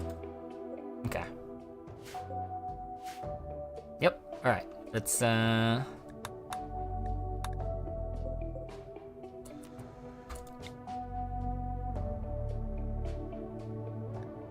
have another grav core in here, right? Yeah, so our grav core that we've got now, we can finally use to build the signal jammer.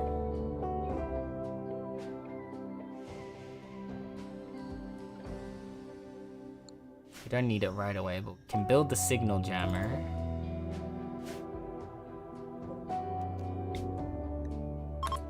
Get everyone in position.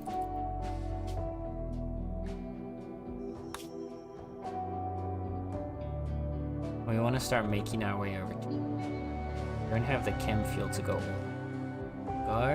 but we can get something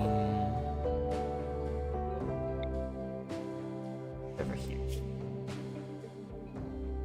Bacon sandstone, limestone and granite. There's a river here that we can do for some supplies. Land here, that'll get us a bit of resources and on. So let's go. Whee!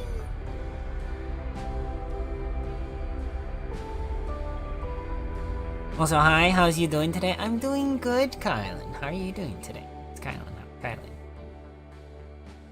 There's an end to this? This is almost as sudden to me as Minecraft having an ending, because what do you mean, Ender Dragon? So, RimWorld does have endings. RimWorld actually has multiple possible endings. So, most of them involve ways... So, there's major endings, and there's sort of minor endings with the newest DLCs. But the major endings are basically all different ways for your colonists to leave the planet. There are also sort of minor endings, which are one of the ones that we're going to be doing now. Or that we're not doing today, but that we're working towards in this playthrough. Which is to destroy the mech hive.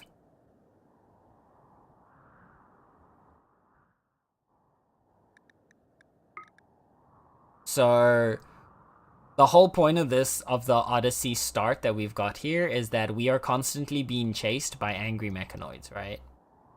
So, what our end goal is that if we can successfully achieve our goal, we will be finding the mech hive, we will go to the origin of the mech hive, and we will destroy it. Meaning... Sorry. Meaning, once the mech hive is destroyed, the mechanoids will no longer be able to function, because they have a sort of like hive mind that tells them what to do, kind of thing. So, our end goal is to take down that hive mind, because that means they will no longer be sending the mechanoids out to try and kill us because we stole their spaceship.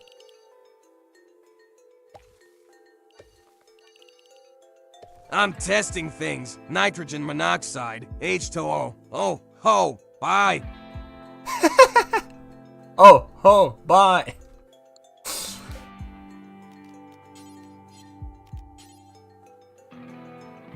H2O. H2O was fine. So what happens if you do NO2? Does he then say nitrogen dioxide? I'm curious now.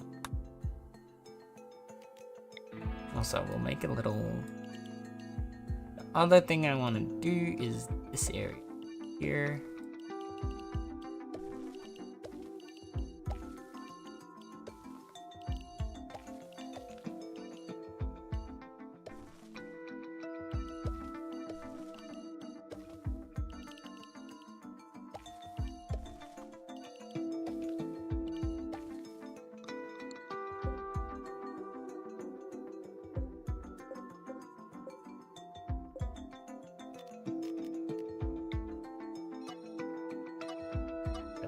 Spots there.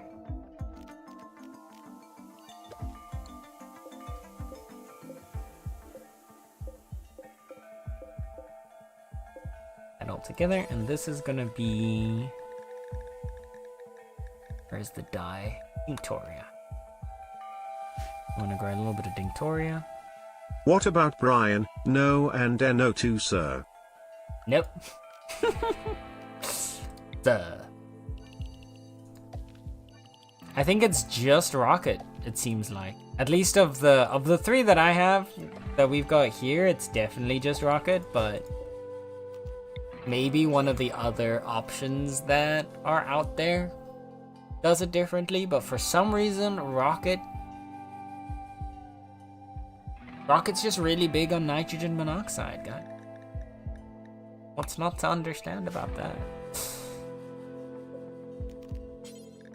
Let's do one more rice harvest. Actually, we'll do another batch of Tincturia to make sure we have enough. And then we're gonna do... So nitrogen monoxide and nitrogen monoxide 2 and no and number 2 are different, right? So, wait, what?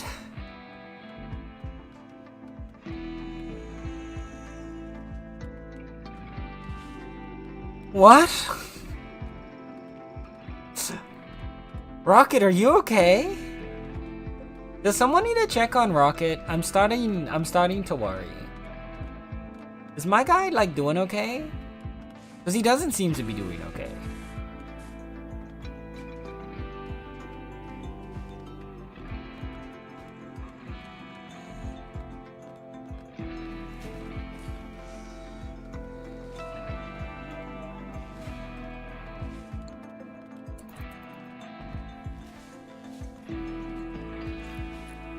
Okay, we're gonna do the last little bits of expansion to the ship here. So,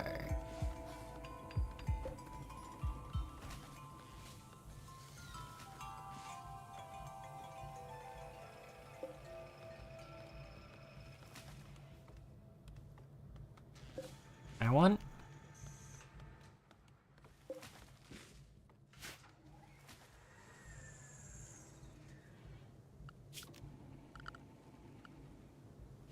so we're gonna do you.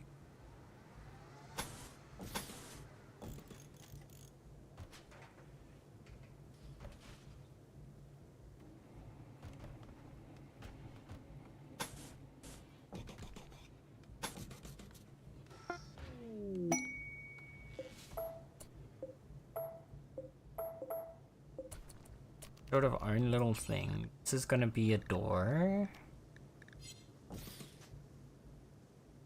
And then this down here is gonna be the last door. It's gonna close that, that's gonna close off that. And then you're gonna go in here.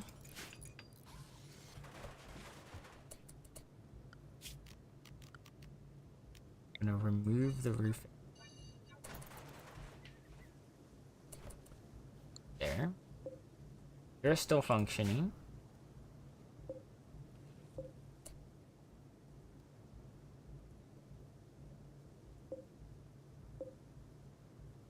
Reinstall.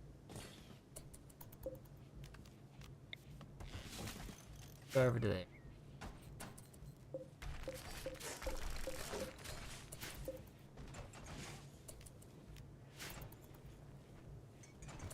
Okay.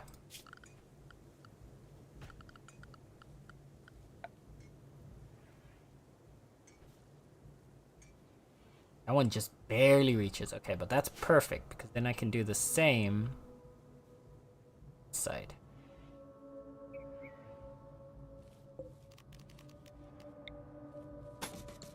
Let me build a little bit over here. I actually kind of cut this.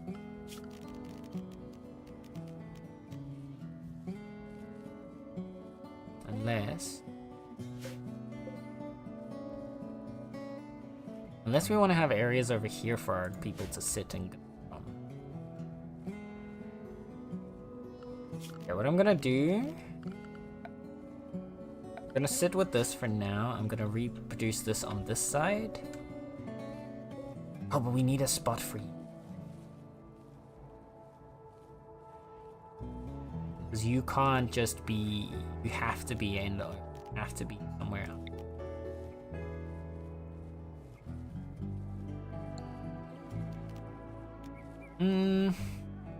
Okay. How do we set this up? How do we do this? How do we do this? I don't think this has to be as big as I'm making it inside. We could push this back a little bit.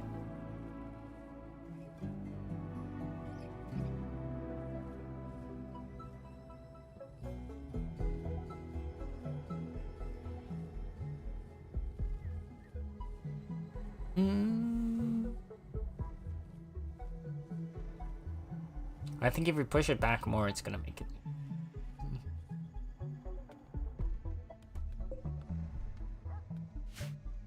Oh, you know what we can do? We can make a little shuttle bay.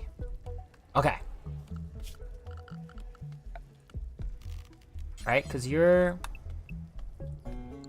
5 by 3, right? This room is 17, which means the middle's right here.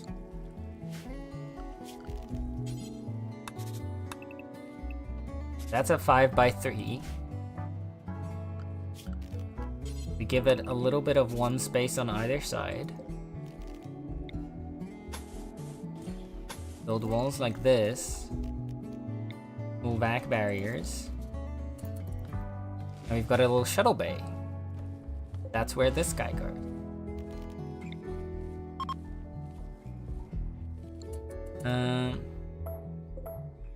Right. Back barriers down here. Zone. Roof area. I want the ship to still look nice, okay? It's very important to me that the ship still looks nice.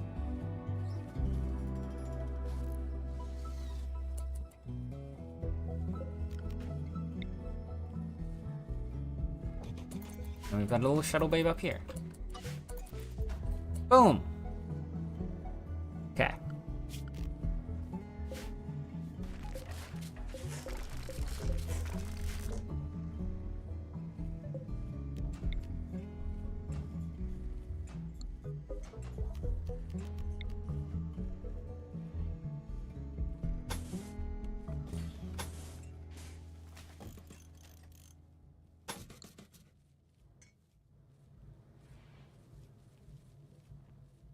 Actually, I might push this back one more like this. So you there, you move back to there.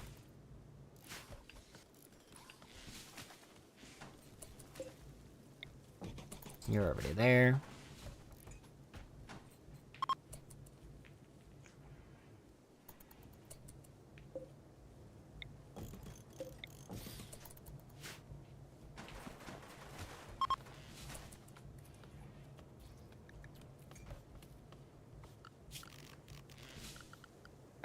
Order, deconstruct these bits of wall.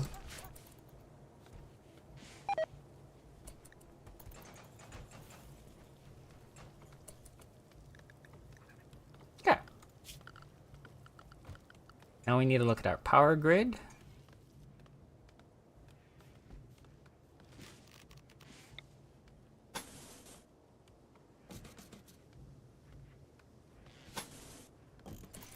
I think by expanding that over to here, it should connect all of this to the power. Yes, so the vac barriers are in, everything is safe. Perfect. We've got what looks like an ancient danger over there. We've got compacted plasteel over there, so we're gonna get that right away. Gonna get people on that steel.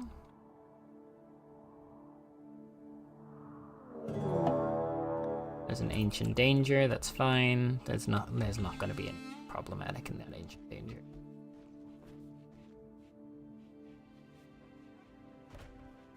Like, I'd be genuinely surprised if that ancient danger has anything that's genuinely threatening to us.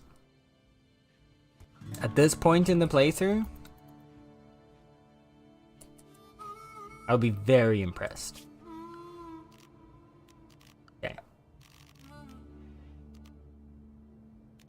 We've got you. That means we can put the signal jammer in here.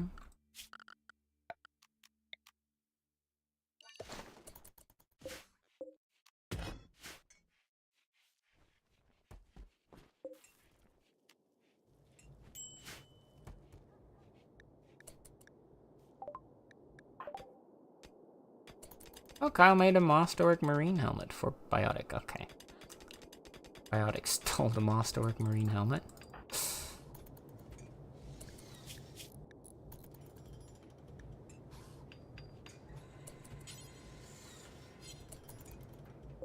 Okay.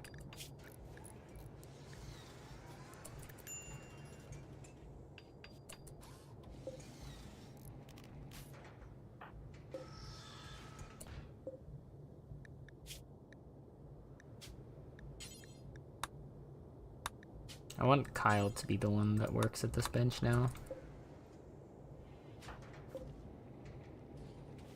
Sorry, Tally.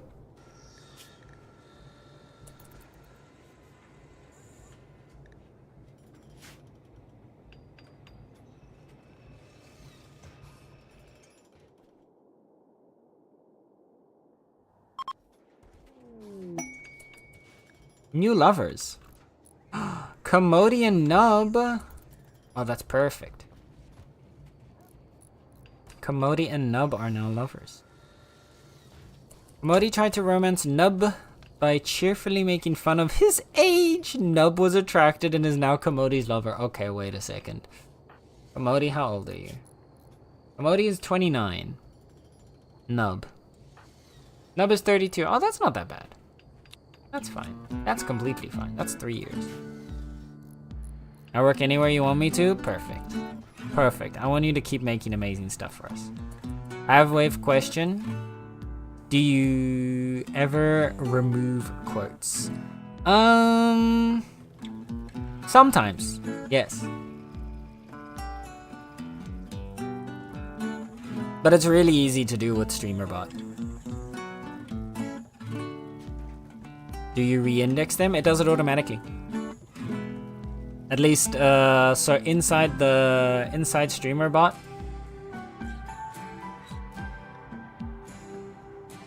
If I go to the, yeah, let me go back to the quotes list here.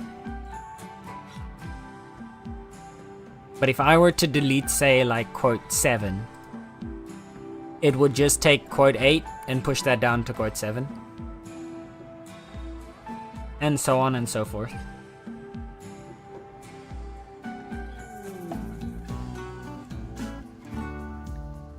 I haven't deleted quotes in a long while. Like, I deleted some quotes, I think, just before I started streaming again. Because there were just some old quotes in here that didn't really do anything. They were just kind of pointless to have.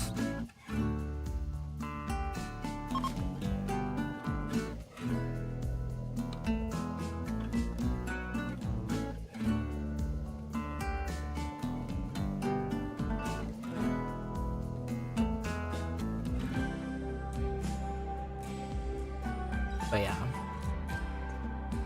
Also, I did still need to finish responding to some of the other messages that you left. That you sent on Discord. But I will respond to the rest of them after stream play.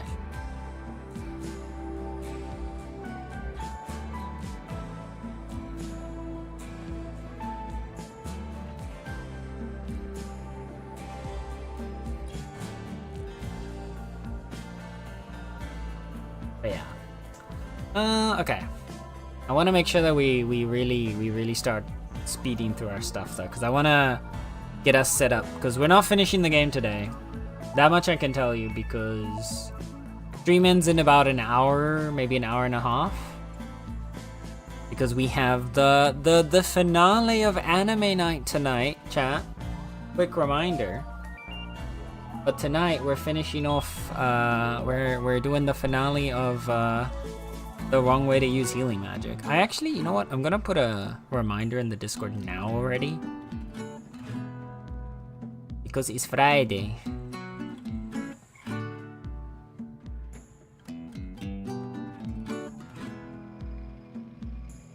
I'll put a Discord reminder now, just to make sure that everybody is ready.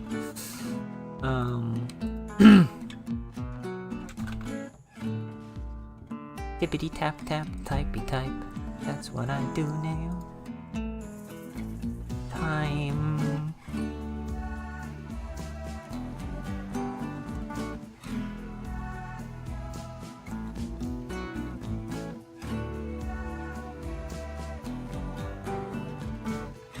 At the City Squad.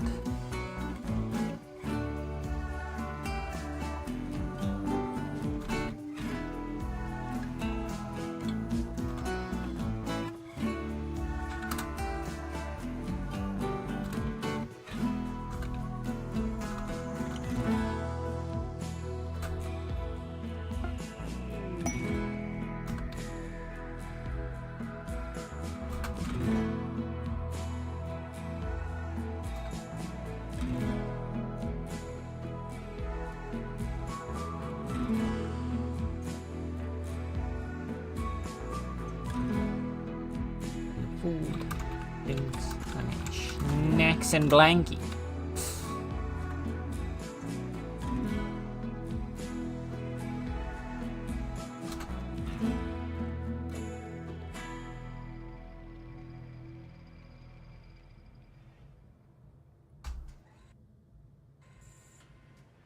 Yeah, there we go. No one's popped up. Nah, everyone has a 2-hour warning window to make sure that they're ready. Yeah, because I found out if you remove one, it leaves a gap in the indexes, so getting a random quote really sucks. I wish they just made a C# method similar, like the get quote. Oh, wait, really?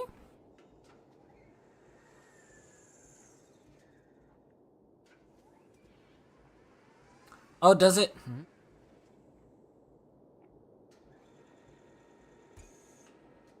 If you remove one, it leaves a gap in the... Getting a random quote sucks, so it just... But... Huh. So, do they index it differently from how they number them themselves?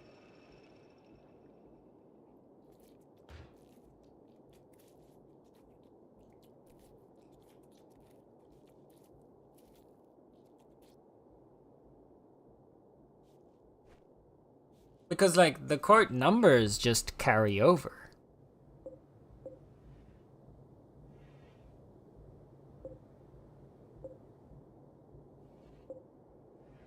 Now I'm We're confused. getting a Marvel fighting game made by Arxis. It's called Marvel Tokon Fighting Souls.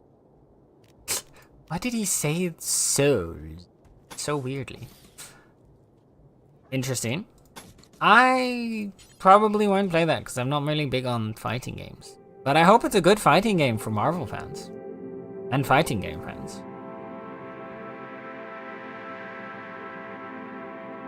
What is Tokon? Though? Is that like a Marvel thing? I don't know a lot about it. Most of my interest in Marvel is pretty recent now thanks to Marvel Rivals, outside of watching like the MCU when it was relevant. So like I don't really know anything about Marvel. I also honestly don't have that much of a connection to it, even after playing like Rivals has definitely given me like appreciation for some Marvel characters. But honestly, even after that, like I've never really cared that much about Marvel characters. Like, I really like Jeff. That's what Rivals has done to me, is that I love Jeff the Land Shark. And then, like, I guess, like, Cloak and Daggers is kind of cool. Mantis is pretty cool. I always loved Loki, but I just like Loki because of Norse mythology, not because of Marvel. Ooh, close, players. That was close on the timer. Needed 8 minutes and 2 seconds too early.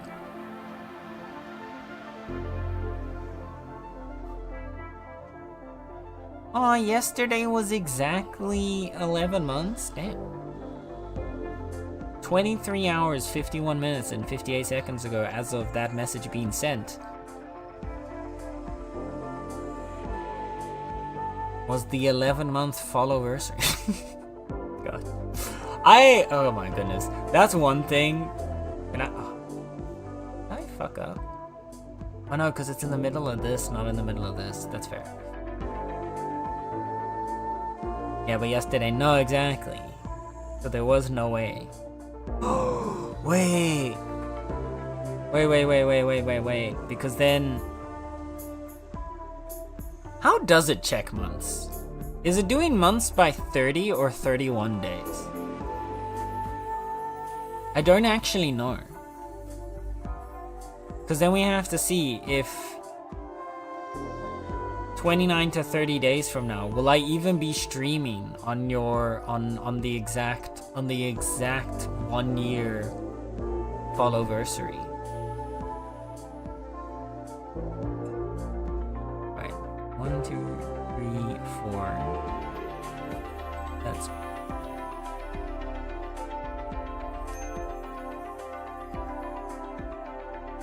so that would be like, ooh.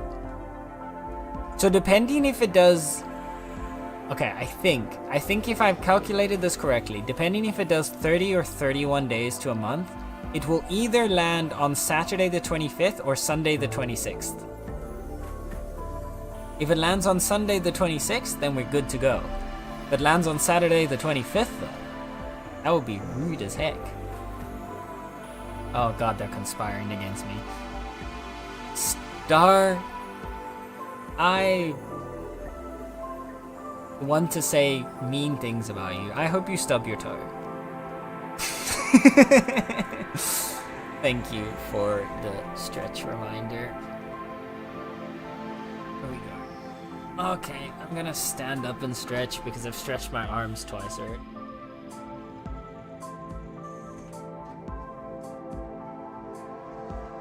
Oh my god.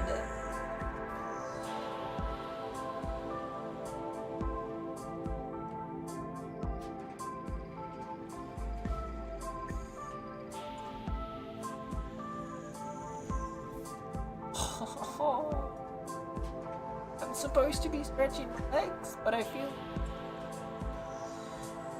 my ass. Okay. That was probably the worst thing I could ever have said on the internet. So we're just gonna move swiftly on from that and pretend that never happened. Let's drink some water.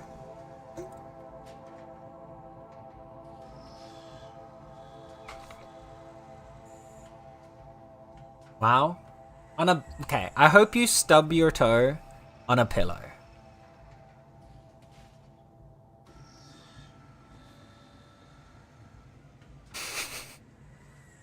Goodness, cyberbullying or cyberbullied? Exactly, I'm the one getting cyberbullied here. What do you mean? What do you mean?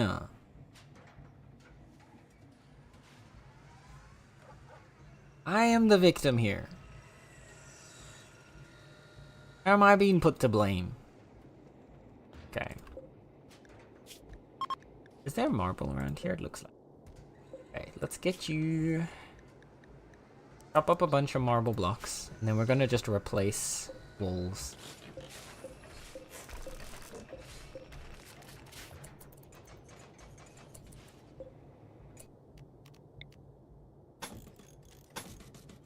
We're already gonna preemptively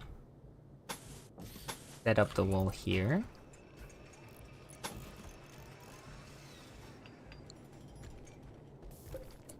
And then we're gonna move this marble shelf again.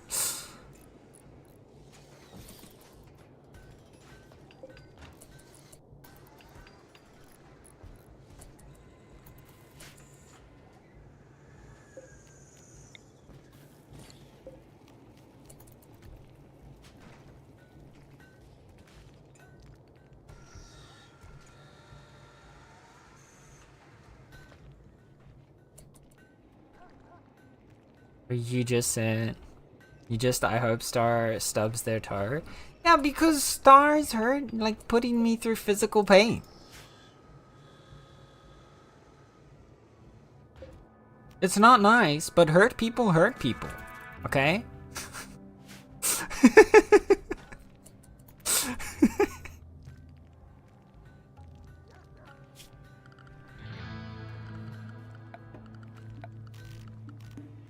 Stretching is good for you, yes. But also right now, Star isn't making me stretch because it's good for me. Star is making me stretch because she knows that it is putting me in physical pain. That was the most South African pain I've ever said in my life.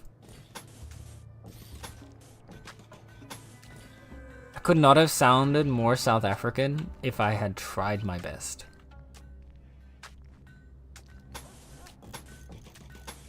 Pain. Okay.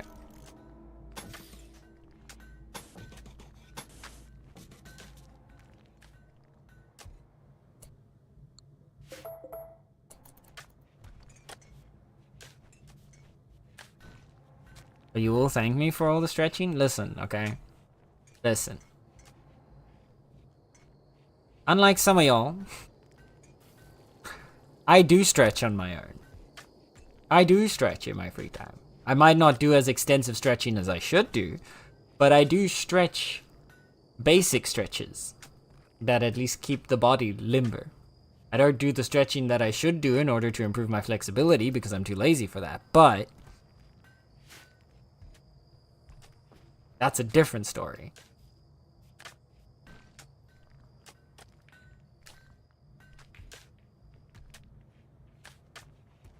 While we're here,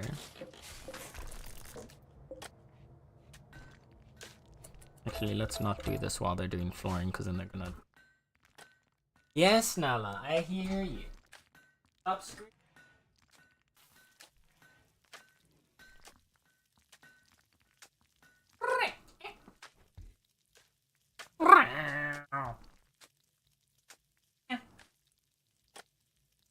What?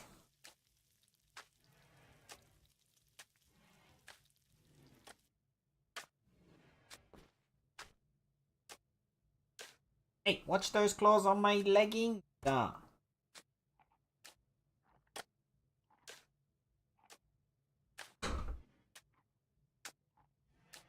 $11 months, 1 day and 2 seconds. You were 2 seconds too slow, Plaus.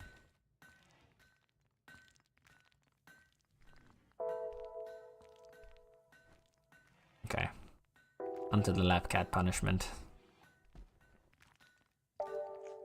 One of Tex's fur babies was being fussy yesterday, and I offered lap jail.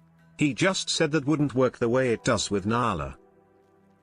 I think he hasn't tried it. I think Tex should give it a proper try.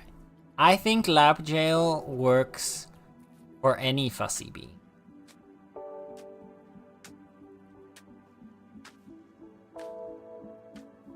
Any bean that's being fussy, lap jail.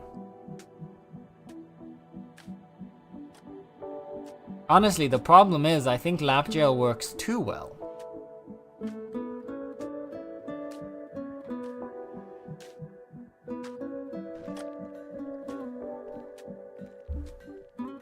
To the point that Nala now seems to even enjoy lap jail.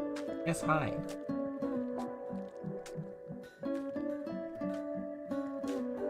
More drooling. Nala, you silly cat. He is drooling, bro. Are you good now? Yes, hi.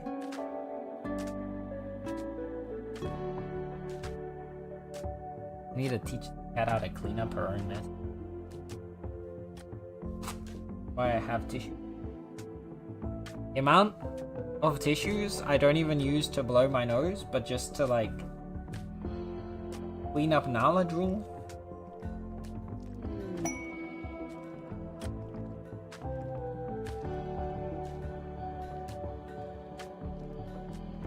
Hey, claw out. No claws today. I can claw when I've got my jeans on, but not when I've got my leggings on.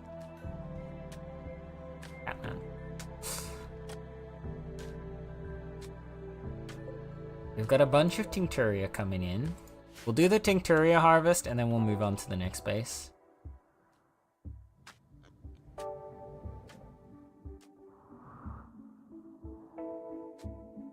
How is our fuel? Oh, we need fuel.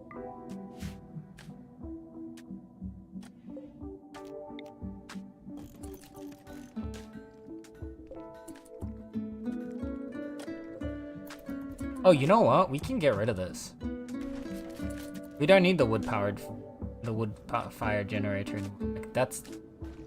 Our power supply is so set. That one can go. Deconstruct it. And then...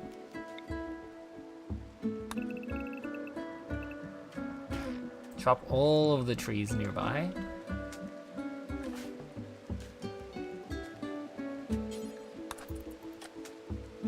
Modi's gonna do a little trade.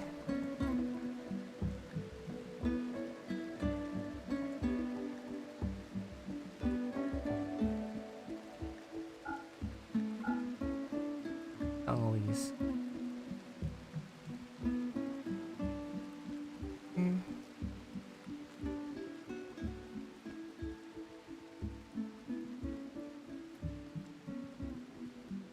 Bye. We selling plasteel? Yeah, I'll take the sentience catalyst, we're not going to use that. Take the luciferium, we're also not going to use that. Give us your little bit of herbal meds.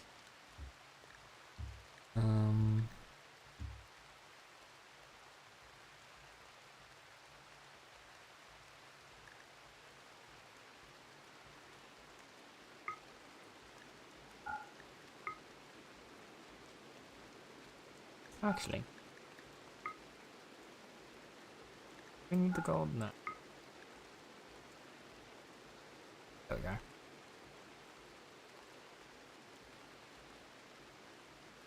That's everything I want.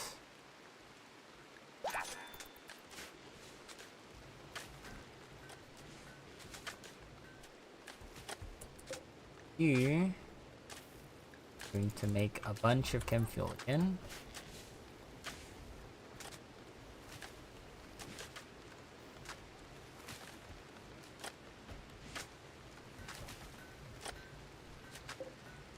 Our shield generator is online.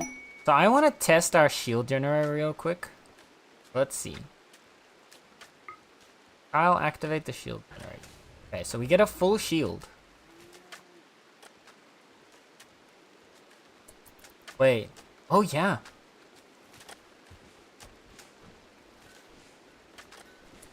Yeah, so that's like a full minute and a half at least. And then it has a cooldown of 4 hours. You know what? That's fine. Oh. Compacted plasteel asteroid. Is this above us?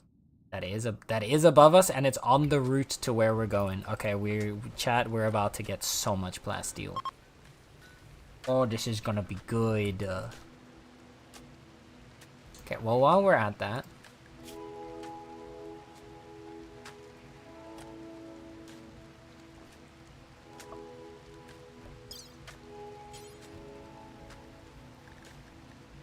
let's start getting more bionic eyes. Go. Bionic eyes. Sluggy. Bionic eye. It's 3 more. I think Tex. Anyone miss? Our starter. All in the group. We also need to get Theodore fully. We're gonna need another charge rifle.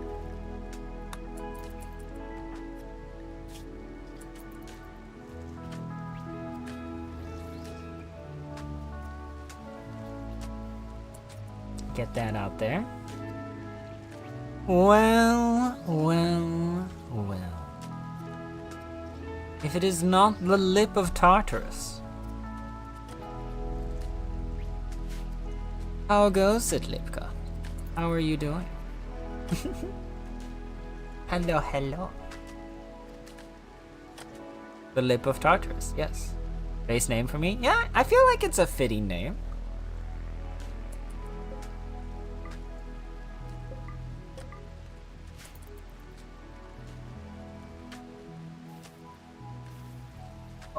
Okay, well, Lapcat Jail has ended. Nala has been relieved of her Lapcat Jail for now. But not for long.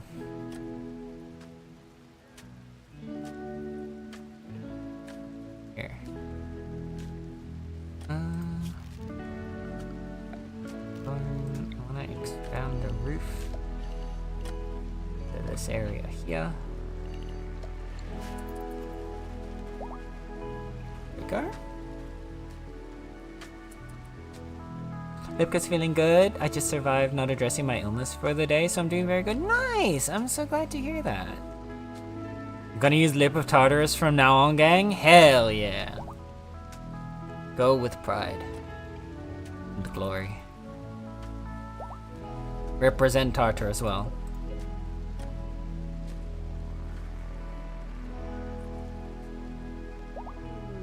I'm glad I could assist in that. What? Dex has broken down and is wandering around confused. This happened because... God damn it! Dex had anesthetic so that he could have his bionic eye implanted, and then because of that, he's now wandering and confused. I mean, to be fair, Tex is often in a confused state, so it does make sense, but... yeah.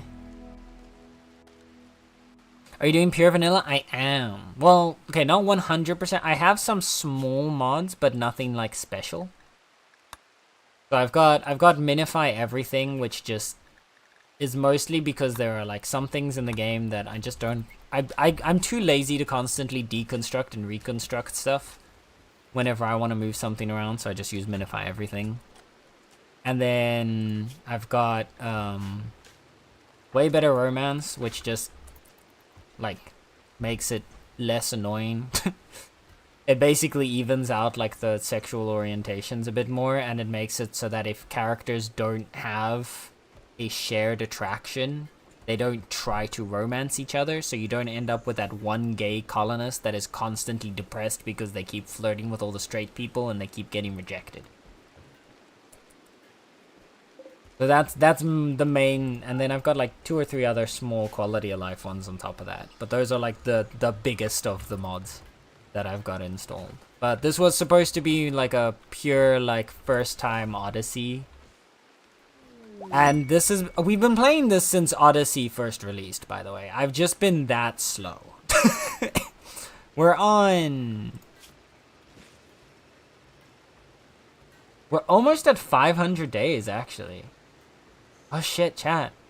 If I go back and I download all the YouTube VODs and I just compile it together, I can put up one of those 500 days compilations. 500 days of Wormworld Odyssey.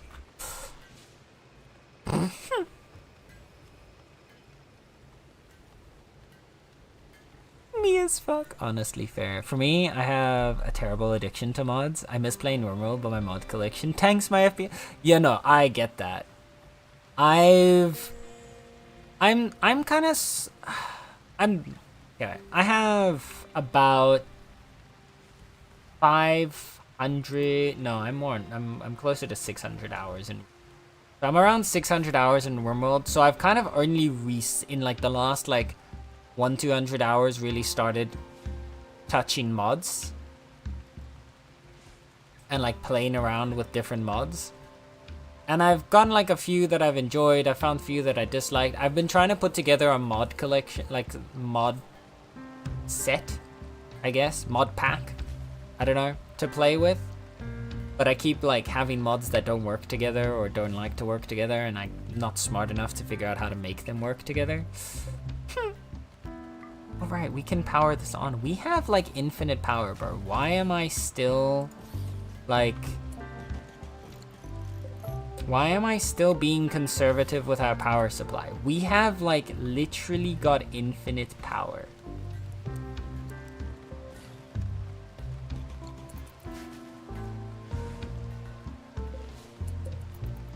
Like we are still in thousands in excess. Our power supply is sorted. Okay, sorry. So like I've been playing with some mods because I wanna, basically what I really wanna do is I wanna have like a really, one of the endings that I've never played is the one that came with Biotech, the Arconexus ending. I really wanna try out the Arconexus ending. But what I wanna do with it is I don't just wanna build 3 colonies and then boom, we're done. But I wanna try like an Ages style playthrough. So like the first colony for the Arconexus map part would be limited to like just like tribal stuff. And then like the second colony would be like you'd move on with 5 colonists from that first colony to the second colony to then continue on your Arconexus journey. And then for the second colony, they'd basically be able to like evolve past the tribal stuff, and then they would do like modern, like sort of modern-ish technology. And then the third colony would do like crazy spacer tech. And then I really wanted, basically what I was trying to do was I was trying to find mods that helped expand each of those areas and also like kind of balance out the weaknesses of trying to stay in that area to make it like a bit fair. So like for example for tribal, we would be relying way more on like psychosts and stuff like that, whereas in like spacer tech you've got all the crazy spacer tech and then there wouldn't be as much psychosting. But like I wanted to have everything active, so also anomaly. I want to have anomaly on like passive anomaly, so that is just ambient horror. That's the one. That's what the setting's called. Oh my goodness. So I want to have like that ambient horror active, but then for that, I've been trying to find mods that also expand on the tribal side of like anomaly, and then also the tribal side of some of the biotech things like kit children and stuff like that. Because you don't unlock like the learning place. Like you don't unlock like a blackboard for kids. Which I mean, in and of itself wouldn't be too big of an issue. So like that one, for example, I don't mind as much if there's not an option, but I did see that there was like a mod for a tribal blackboard. But then you only get 1 instead of the 3, and it doesn't give as much as the normal ones do, so I like that because it kind of balances it out.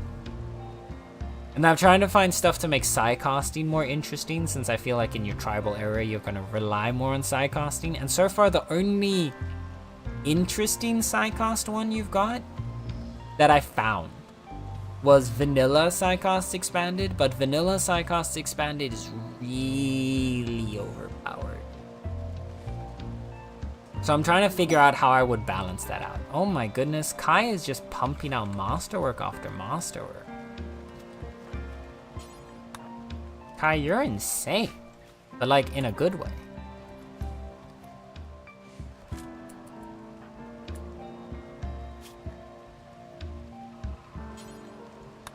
Okay. We got our thingies, right? Okay, let's just harvest this rice. And maybe there's 1 mega sloth. I want to do a little bit of, no, there's 2 mega sloth. So is Tally awake? Tally is not awake. Oh, any gunner awake is biotic. Everyone else is going to sleep, so we'll wait till everyone wakes up and we'll get them. But yeah. I had the same. Wait. There's more stuff. Not gonna lie, would recommend vanilla. Oh no, I do like vanilla expanded stuff. I've played for you a couple of them. One of the ones that I'm 100% using is vanilla tribal expanded. That one's really good. With the eras thing, it fits perfectly with what I want. And there's a couple others in the vanilla expanded that I like. The only thing is I'm trying to find how to balance out Psychosts expanded because they're really strong. So I think what I'd probably do is like limit my colonists at most to a single Psychosting tree. Just so that they don't get too strong. That's what I've done in like my current offline playthrough where I'm just like testing some of the mods. But even then, a full tribal colony gets so powerful because so many sidecasts. Some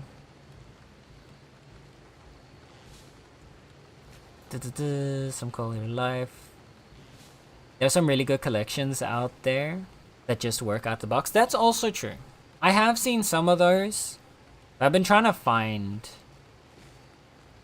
Like, I've got a very specific idea of what I want. And I haven't found a collection that does that. But what I might need to do is play with those collections to find mods that I really vibe with. And then just use those. Toxic Spewer being protected by 13 man-hunting penguin. And in return, we get a fun ton of sentience catalysts or luciferium, some plastium. No. We don't care.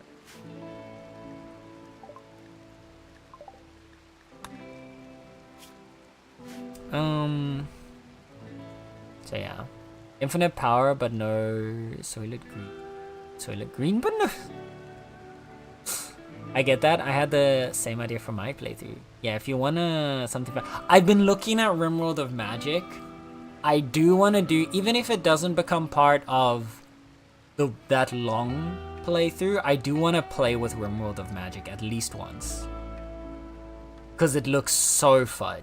I love Magic, bro. Like, that's why I really like Vanilla Psychos, because it basically is Magic.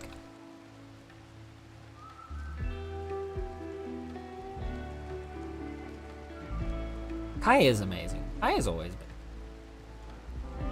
My general rule with Vanilla Psi Expanded is only the elites of the colony get crazy psi power, so like the ideology leaders.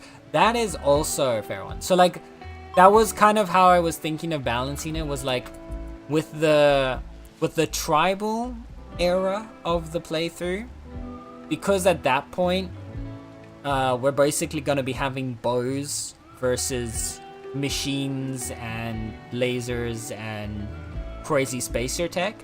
I don't mind multiple people having psychos because that kind of balances the playing field. And then the idea was, as we go through each of like the eras, as like some of that original tribal group then sets up the second colony that would be more modern like style, they would kind of step away from the psi casting and more into modern technology. So there would just be a couple of like elders and stuff.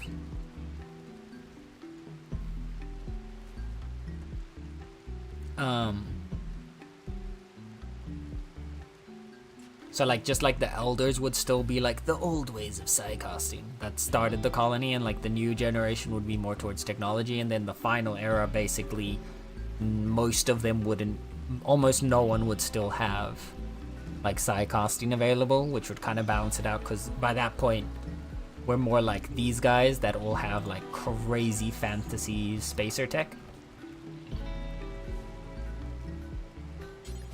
Also, let's I've been meaning to do this for a bit now. I want everyone to be fully decked out in their favorite color.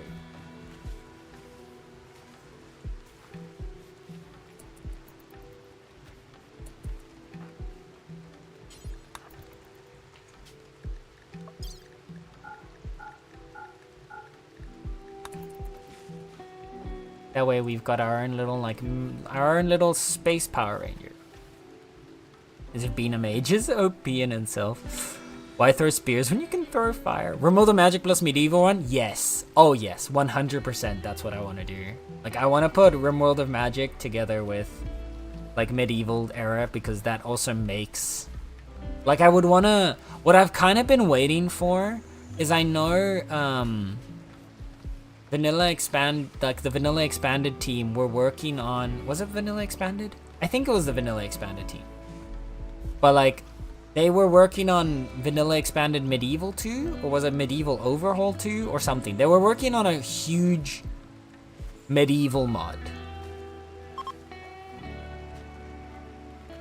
They were working on a huge medieval mod, but, like, off a sequel to the original medieval mod, so I think it was the Vanilla Expanded one. But I've kind of been waiting for that one to come out, because then I want to do that one with RimWorld of Magic. and then get some cool fantasy stuff going, and basically turn this into like Lord of the Rings or Final Fantasy. That kind of stuff. I did see the Final Fantasy nerd in me, the Final Fantasy 14 nerd in me, I should be specific because I haven't actually played any of the other Final Fantasy games. Saw like there's a couple of there's actually quite a few Final Fantasy 14 themed mods for RimWorld as well. Like I saw like a Rim Reborn and stuff. And like there's part of me that also wants to do like put together all of those mods and test that out to see how good it is. And if there's actually something there. Or if it's just like fun idea, but practice is meh.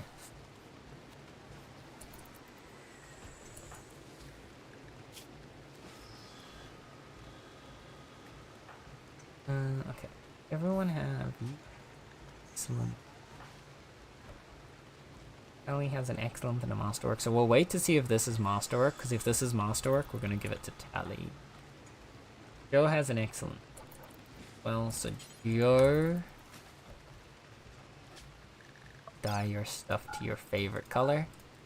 Ooh, Joe's going blue.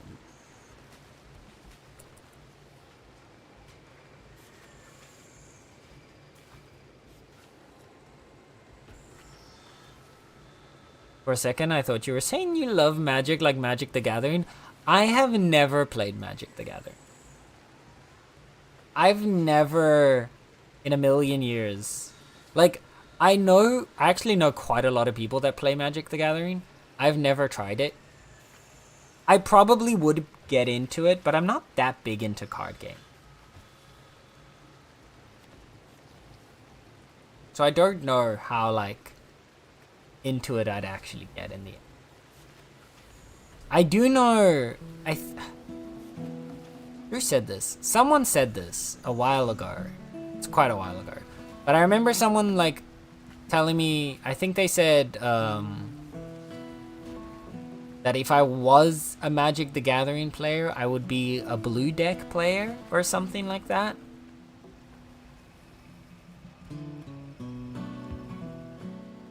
That's the kind of personality I have. I don't know, something like that. So I have no idea. I assume that that was an insult because I remember someone saying like, "Oh, how dare you?" But I don't know. Not sure what I did, but I love you unless it was Kyla, in which case they are, and I love both of you. No, it was you. It's because Rimin Kai is an absolute god that's just carrying our colony with just providing everyone the best of the best gear.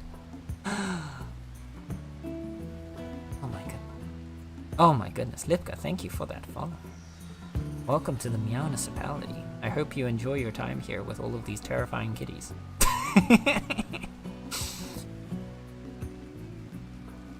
We have been graced with the lip of Tartarus, chat. We have been graced. I remember with Vanilla Expanded you can start as cavemen, which is fun. Yeah, that's the Vanilla Expanded Tribals. That's the one that I've been trying out. That one's 100% gonna be in my my Eras playthrough. Cause that one's, it's so good.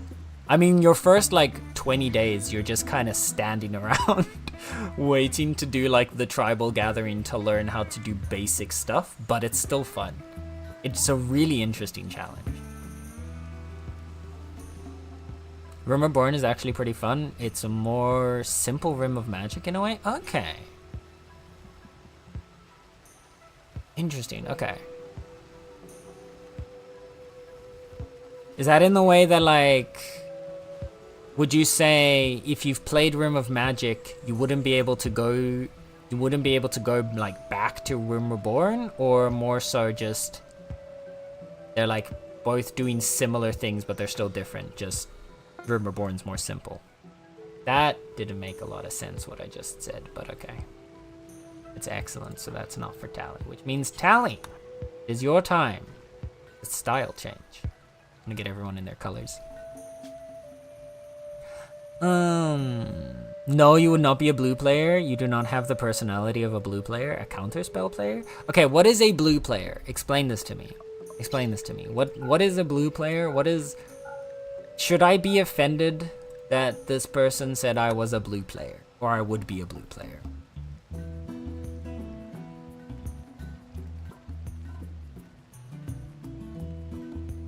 Also this. Pass the vibe check, Mr. Senator. Yes! Chat, I did it. I'm gonna frame that right now. I'm gonna put that on the wall. You will now have the occasional wild Lipka appearances from time to time. Yes! I could not ask for more.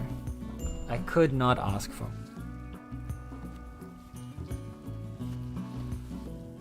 Funny because I recognize Lipka's name and I've been trying to figure out from where for the past 10 minutes. I mean, Lipka is in Sam's stream a lot. At least that's where I met Lipka. Ultra? In Ultra stream? Lipka gets bullied there a lot.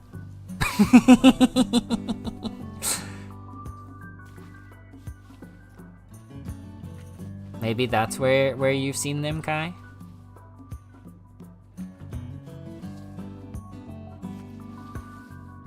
They are both enjoyable. I don't think Ring of Magic would ruin it. Okay, that's good. Blue players are all about refusing to let you play any cards. Blue players are the kind on the kid on the playground who change the rules so that they are the only one who gets to have fun by winning the game. No one else gets to experience that. I see. Yeah, no, I definitely had... Oh wait, Koki, don't do that. Okay, you don't need to have the best marine armor on because you're not gonna fight. Theodore has excellent good. Tex needs excellent.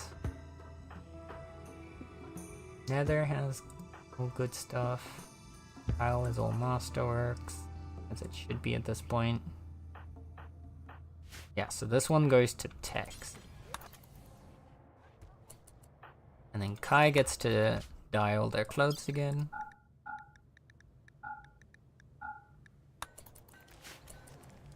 You are red. You're the Red Ranger, Kai. Okay, you go. We got Red Ranger Kyle. A group of pigs has wandered in.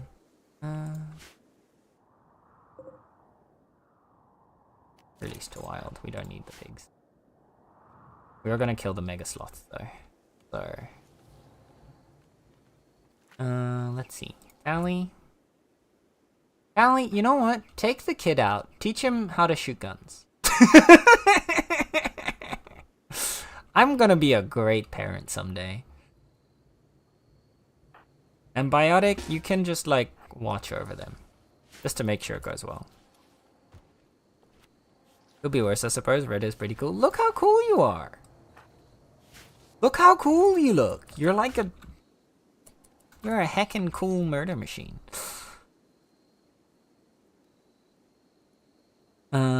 Okay, so like, I feel like there was a time in my life that, based on the description of the blue player, I feel like there was a time in my life that I would have been a blue player. I do kind of like the play style in games that kind of denies other people the right to play.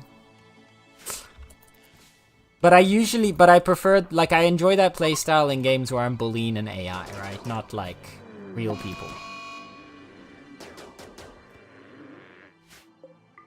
Okay, Biotic, I don't think you need to help them. Tally and the child are doing fine without you.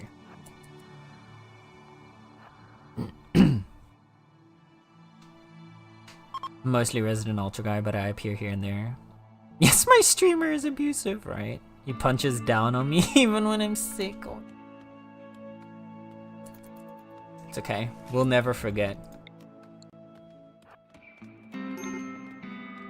Never forget, never forgive. Shoot him.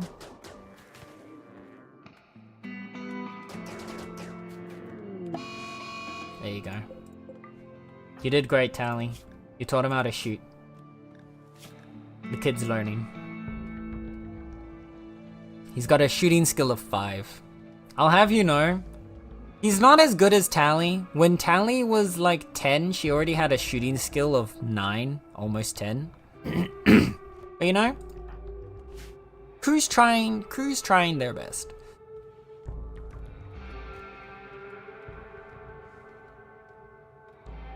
Let me kiss you, Ayo. Very American of Tally, right? I love blue mill decks. Okay, what's a blue mill deck? I'm really not knowledgeable on Magic the Gathering now. For someone who has like a lot of Magic the Gathering players as friends, like I know a lot of people that are like that enjoy Magic the Gathering. I know basically nothing about the game.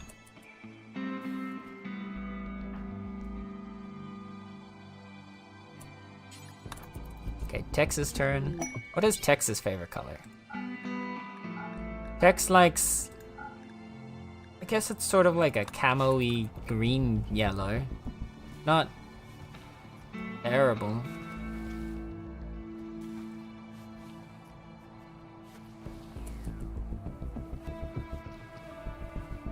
Yeah, making a Google Doc on Ultra's crimes. The Great Book of Grudges, good.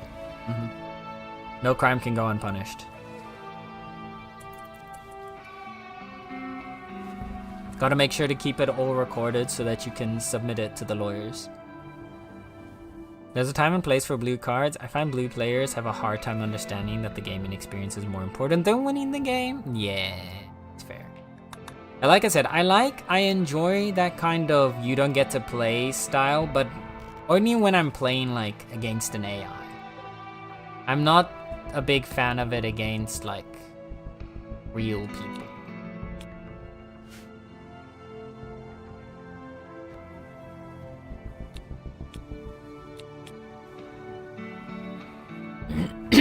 Okay. That's my girl. The stack is the most evil thing Magic created. Wait.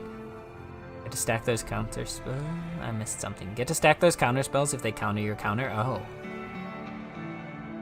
Then Once Human has fusion now. What? They have... Once Human is doing so much, man. I can't keep up with that game. Finland land destruction? Okay, now all the Magic nerds are talking and I don't understand. I love hearing nerds talk about stuff that they... But like, you need to explain it to me. Please. Mill is basically take X amount of cards from the top of your deck and discard them until you lose. Oh. That sounds like it would be really annoying. If I'm understanding this correctly. When I first learned to play, it was white, then I wanted to try blue, and the stacks killed my brain.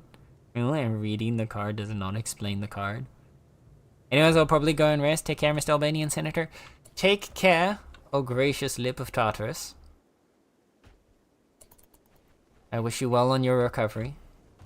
I hope you feel better soon. Thank you for hanging out with us.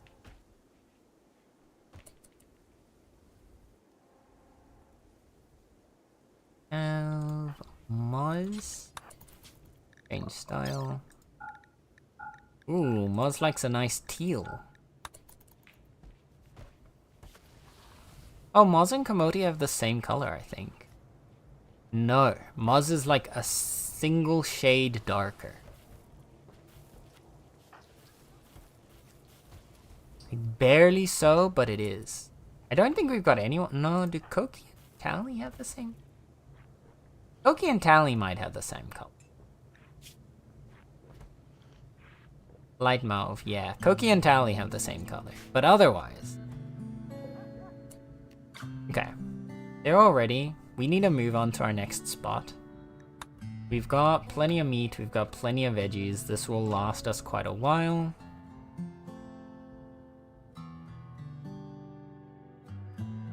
We've done our harvesting. We don't need all this wood. There's plenty more wood here. We can keep producing. Yeah. I'm gonna have us launch into space. Because we have a plasteel asteroid I was not intending for us to go to a Plasteel store.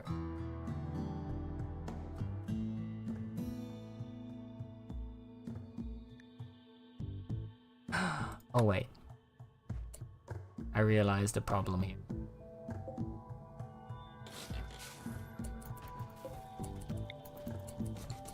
We need to put an airlock over there. Honestly, we'll keep... I don't know which ones do and don't need to be vaxxed, or which ones do and don't need to be ship hull, like the corners, so I'm just gonna be careful and make the hull as well. Just have this little bit of vax stone, because I don't want this to get destroyed.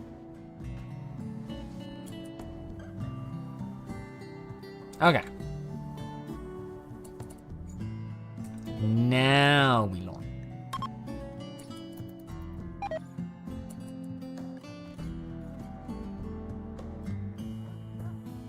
Oh, storage. Okay.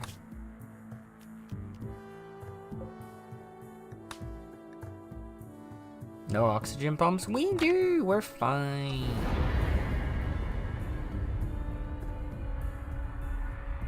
Our ship's gonna be fine.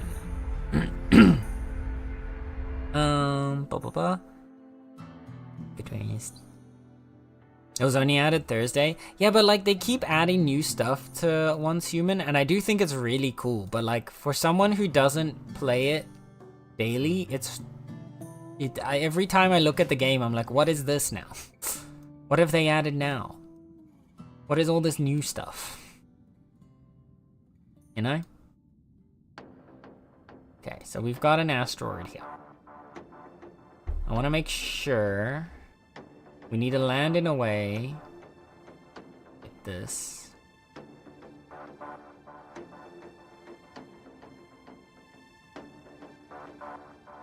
So that if anything decides to attack us, it has to come through our... You know, come towards the guns. What the fuck's my little guy wearing? Marine armor.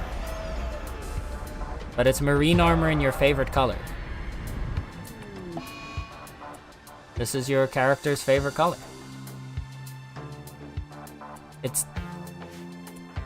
What actually is the color called? Dark olive.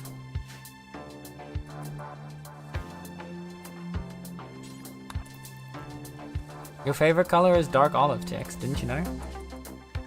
Also, Theodore. Theodore is also into purple. Is it the same color as Tally and Koki? So we've got 3 colonists. Wait, let me double check. Oh no, Theodore's actual purple. Okay. Not light mauve. Okay, so there's compacted plasteel in this thing. I don't want them to backstone anymore. Done. Like I'm done on the backstone. We've got enough. But what we need to do is we need to strip mine.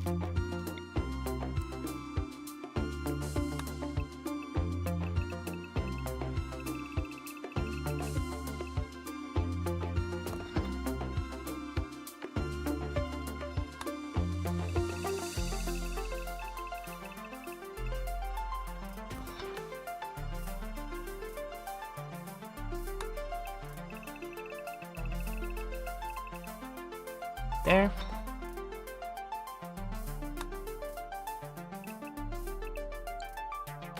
This should be a good start. That should cut us into something good. I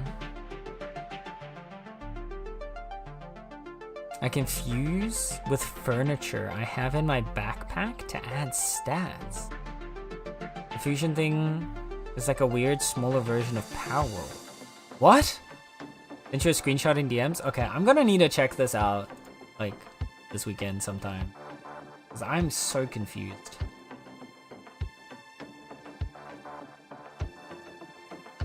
It looks so weird. I don't understand the screenshot star.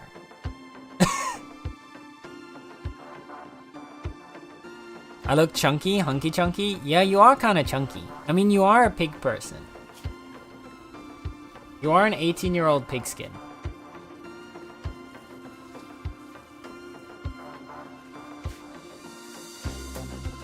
Oh yeah, this does. You can see the difference in the color here. Okay, the miners are out. Tex is still a miner in training, it's fine.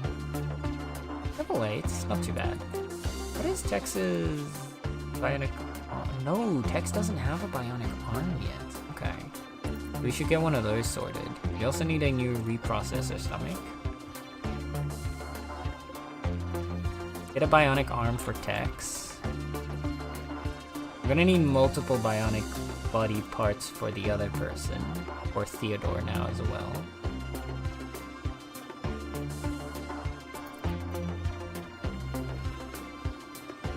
Oh, and we need a bionic spine. We need a bionic spine for Theodore. Add build, bionic spine. There you are. For you, Theodore. You have, yeah, you're basically just an additional medic for the most part, and then a little bit of like cleaning. We do like fishing. Help a little bit with the funds. Hunting. Doctor.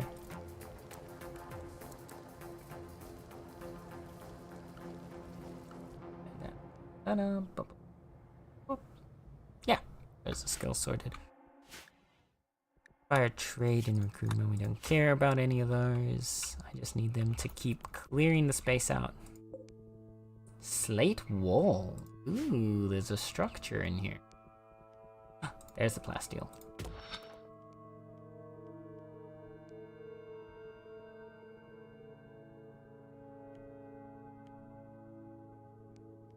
We found some plasteel. Good evening, Yerun. Hello, hello. Come on in. Things are going good. We've gone back up to space. We're doing some more space mining today because we've found a plasteel asteroid. Which is potentially one of the most valuable resources we need right now. As a... Oh, you only had great mining. Yeah, because you were a dirt mole, so you had great mining. You don't have anything that improves mining.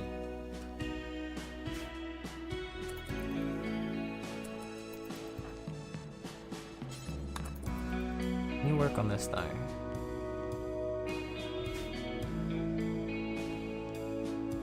We're in space! But how are you doing today, Yuda? How was your Friday treat? Also, thank you for contributing to the community challenge. How far? Okay, this is your second of 20 days, and you're already at 20%, chat. Holy shit. Yeah, I think I can fairly safely say that the community challenge is gonna succeed. At this point,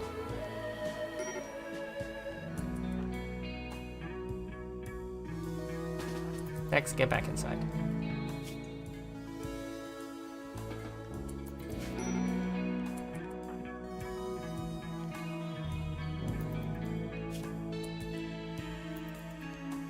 Mars is going back inside. Maybe, who knows, in 10 streams. I mean, at this rate, at least we have some buffer. Yeah. Oh, yeah. Oh, you're solidly balanced out. I think both streams so far, more than the required 5 donations have been done. So, you've built up a good buffer for if we have like a bad stream somewhere along the way, or like people forget, or I have to like, something happens and I can't stream. Though to be fair, if that last one were to be the case, like if there was a situation that like something IRL happens that I can't stream, I can extend the duration of a community challenge. So I could just extend it by like, say if I miss 3 streams, I could extend it by a week to make sure those 3 streams are caught up again. And in that situation, I would most definitely do that. Because I'm not gonna just cheese you all out of that. Okay, reprocessor stomach is ready. Bionic eye is ready. I want to get a few more bionic parts ready, and then we can. This time.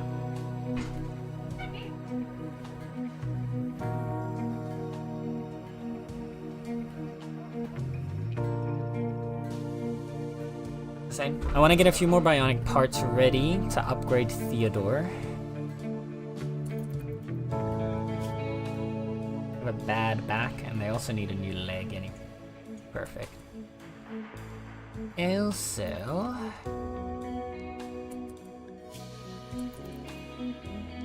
Tex has been making solid progress. I think Tex deserves an architect leg.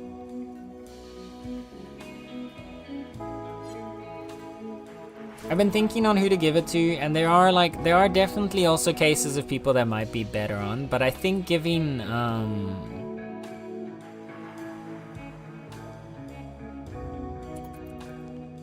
I think getting a few, like especially a colonist that needs to move around a lot, like a miner, having the architect leg on them so that they can walk faster is much nicer.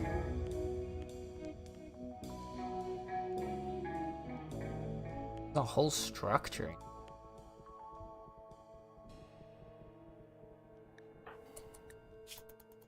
You good? Okay.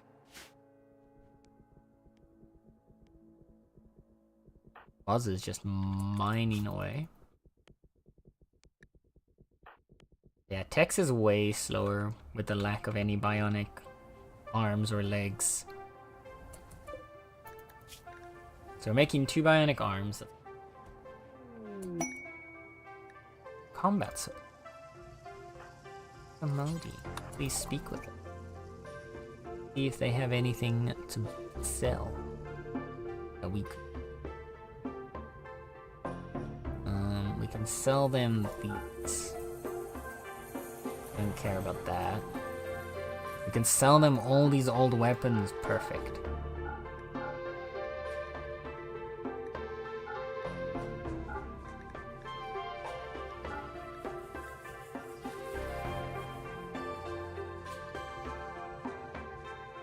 I'm gonna sell the normal marine armors.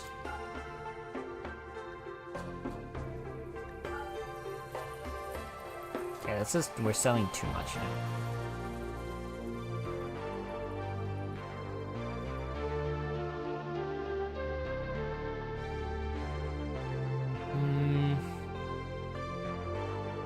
There is a triple rocket launcher. Might be worth having those. No? It's not quite a doomsday rocket launcher, but it is still a really good weapon to have.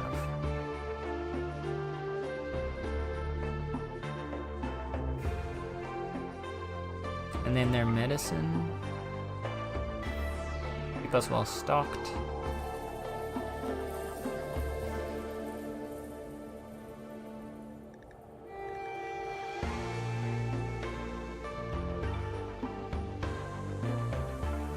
Okay, then we can.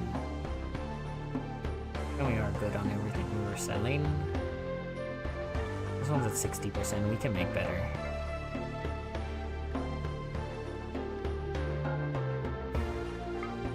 There we go. This is good enough.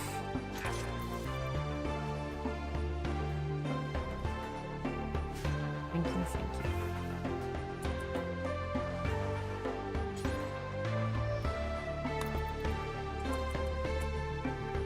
I'm actually gonna...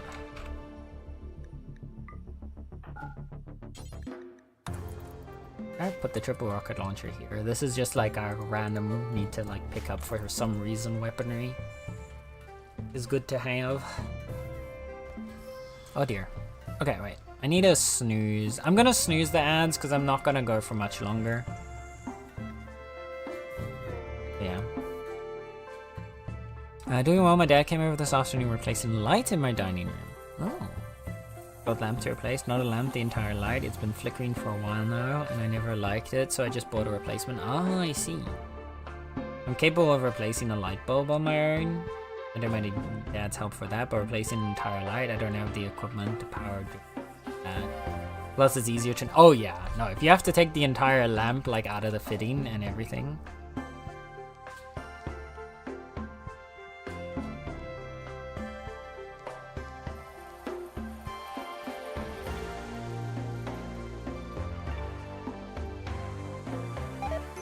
Much easier having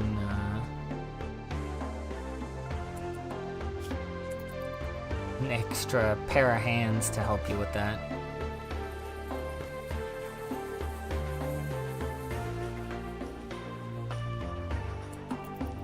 Okay, there's like a miniature, like a mini structure here. Okay, Mars.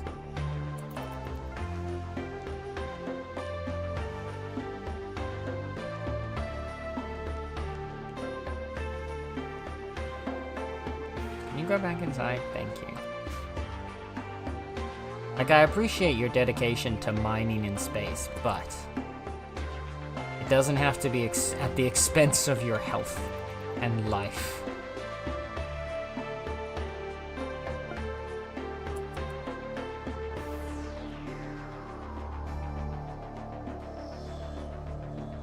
So, text. Oh, a bionic. Architect right leg.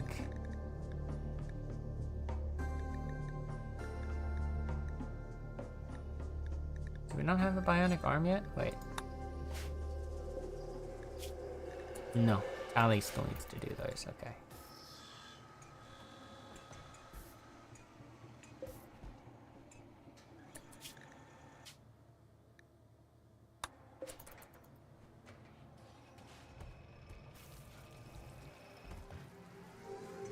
I just want to do the full setup in one go.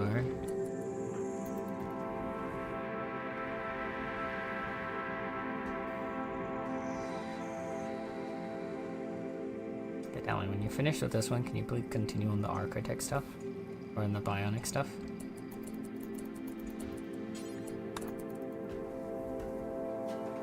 Thank you. So we have a structure in here. I'm gonna have someone open this up.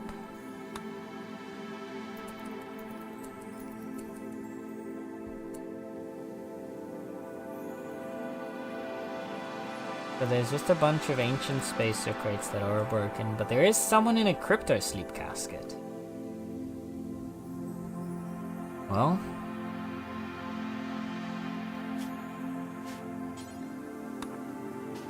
let's find out who we have.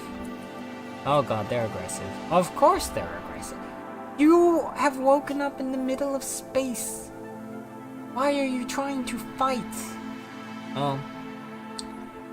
Let's see.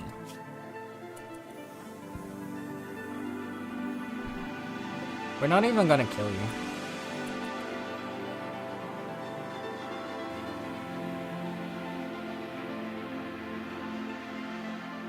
Like, just go down.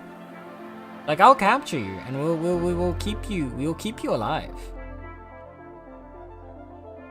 But if you were... No. Oh! Okay, they are still alive.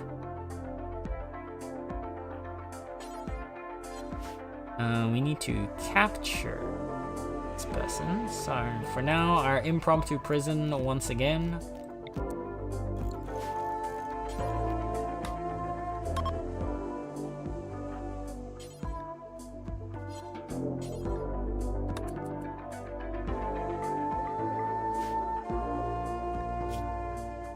They have an artery blockage, but we can just replace the heart. We might need to like replace some of the body parts that get damaged, but they've got a shooting skill. Extra people with extra guns on board are always going to be helpful. And they're nimble. Nervous is alright, it just means we can basically convert them faster for the most part.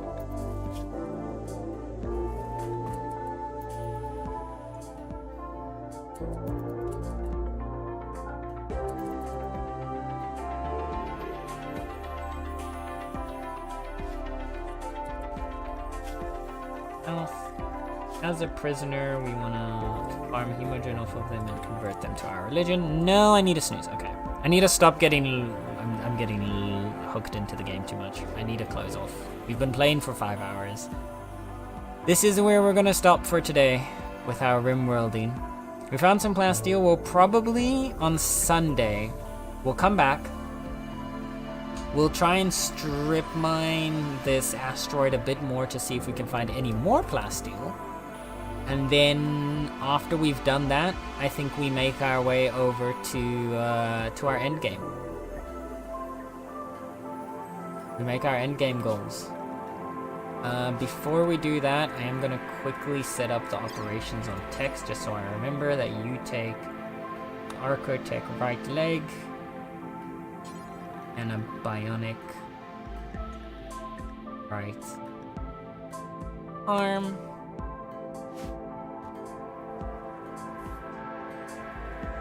And then little Theodore here. Got a bionic right leg, bionic spine, bionic eye,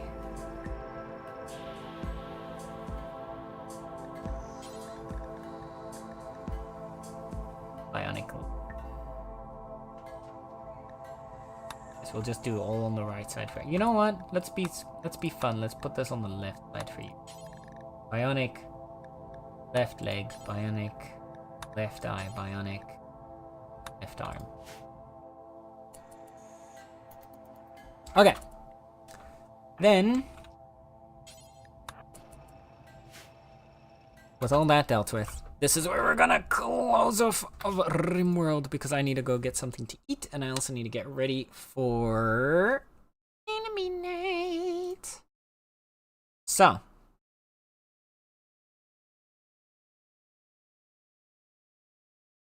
Right. How is Sen doing? I am doing good. I had a lot of fun today. It was a solid 5 hours that we still did, and I do... Despite the muscle ache and all the stretches, I did have a lot of fun. So thank you guys for hanging out with me today. Today was very fun. We got a good bit done. I definitely see us as being ready to finish the game, or to finish this story, to finish Odyssey. So, thank you guys for hanging out with me. Sunday, we will do, hopefully, our final Odyssey stream, where we will basically finish augmenting our newest, soon-to-be recruitee, get everybody set up, attack the mech hive, destroy the mechanoid threat for once and for all, and then we'll be just in time to start spooky games for Spooktober. It's perfect. But yeah. Either way, thank you guys for hanging out with me today, and I want to make sure that you know that whether you're here for a minute, whether you're here for the whole stream, whether you're lurking, chatting, or anything in between, you are appreciated, and you're loved. Because I bet most of us don't get to hear that often enough. So I want to make sure you at least hear it once a day when you're here. Was it nice stream? Thank you. Was fun meeting you and talking shop? Yes, it was lots of fun meeting you, Asher. I hope we get to yap more about forensics and nerdy stuff through in the future. Especially, I have a lot of tendency when it comes to horror games and there's like gore and stuff to like overanalyze the bodies. So it'll be fun to have someone to bounce that off of as well. But yeah, before we have 6 minutes before the ad runs, and I have a tendency to yap too much before the ad runs, and I don't want the ad to run since we're raiding off. So I'm gonna say goodbye to the YouTube homies. Thank you on the YouTube side, those who were popping in, watching, or whatnot. See you next time. And then here on Twitch, we're gonna go find a friend to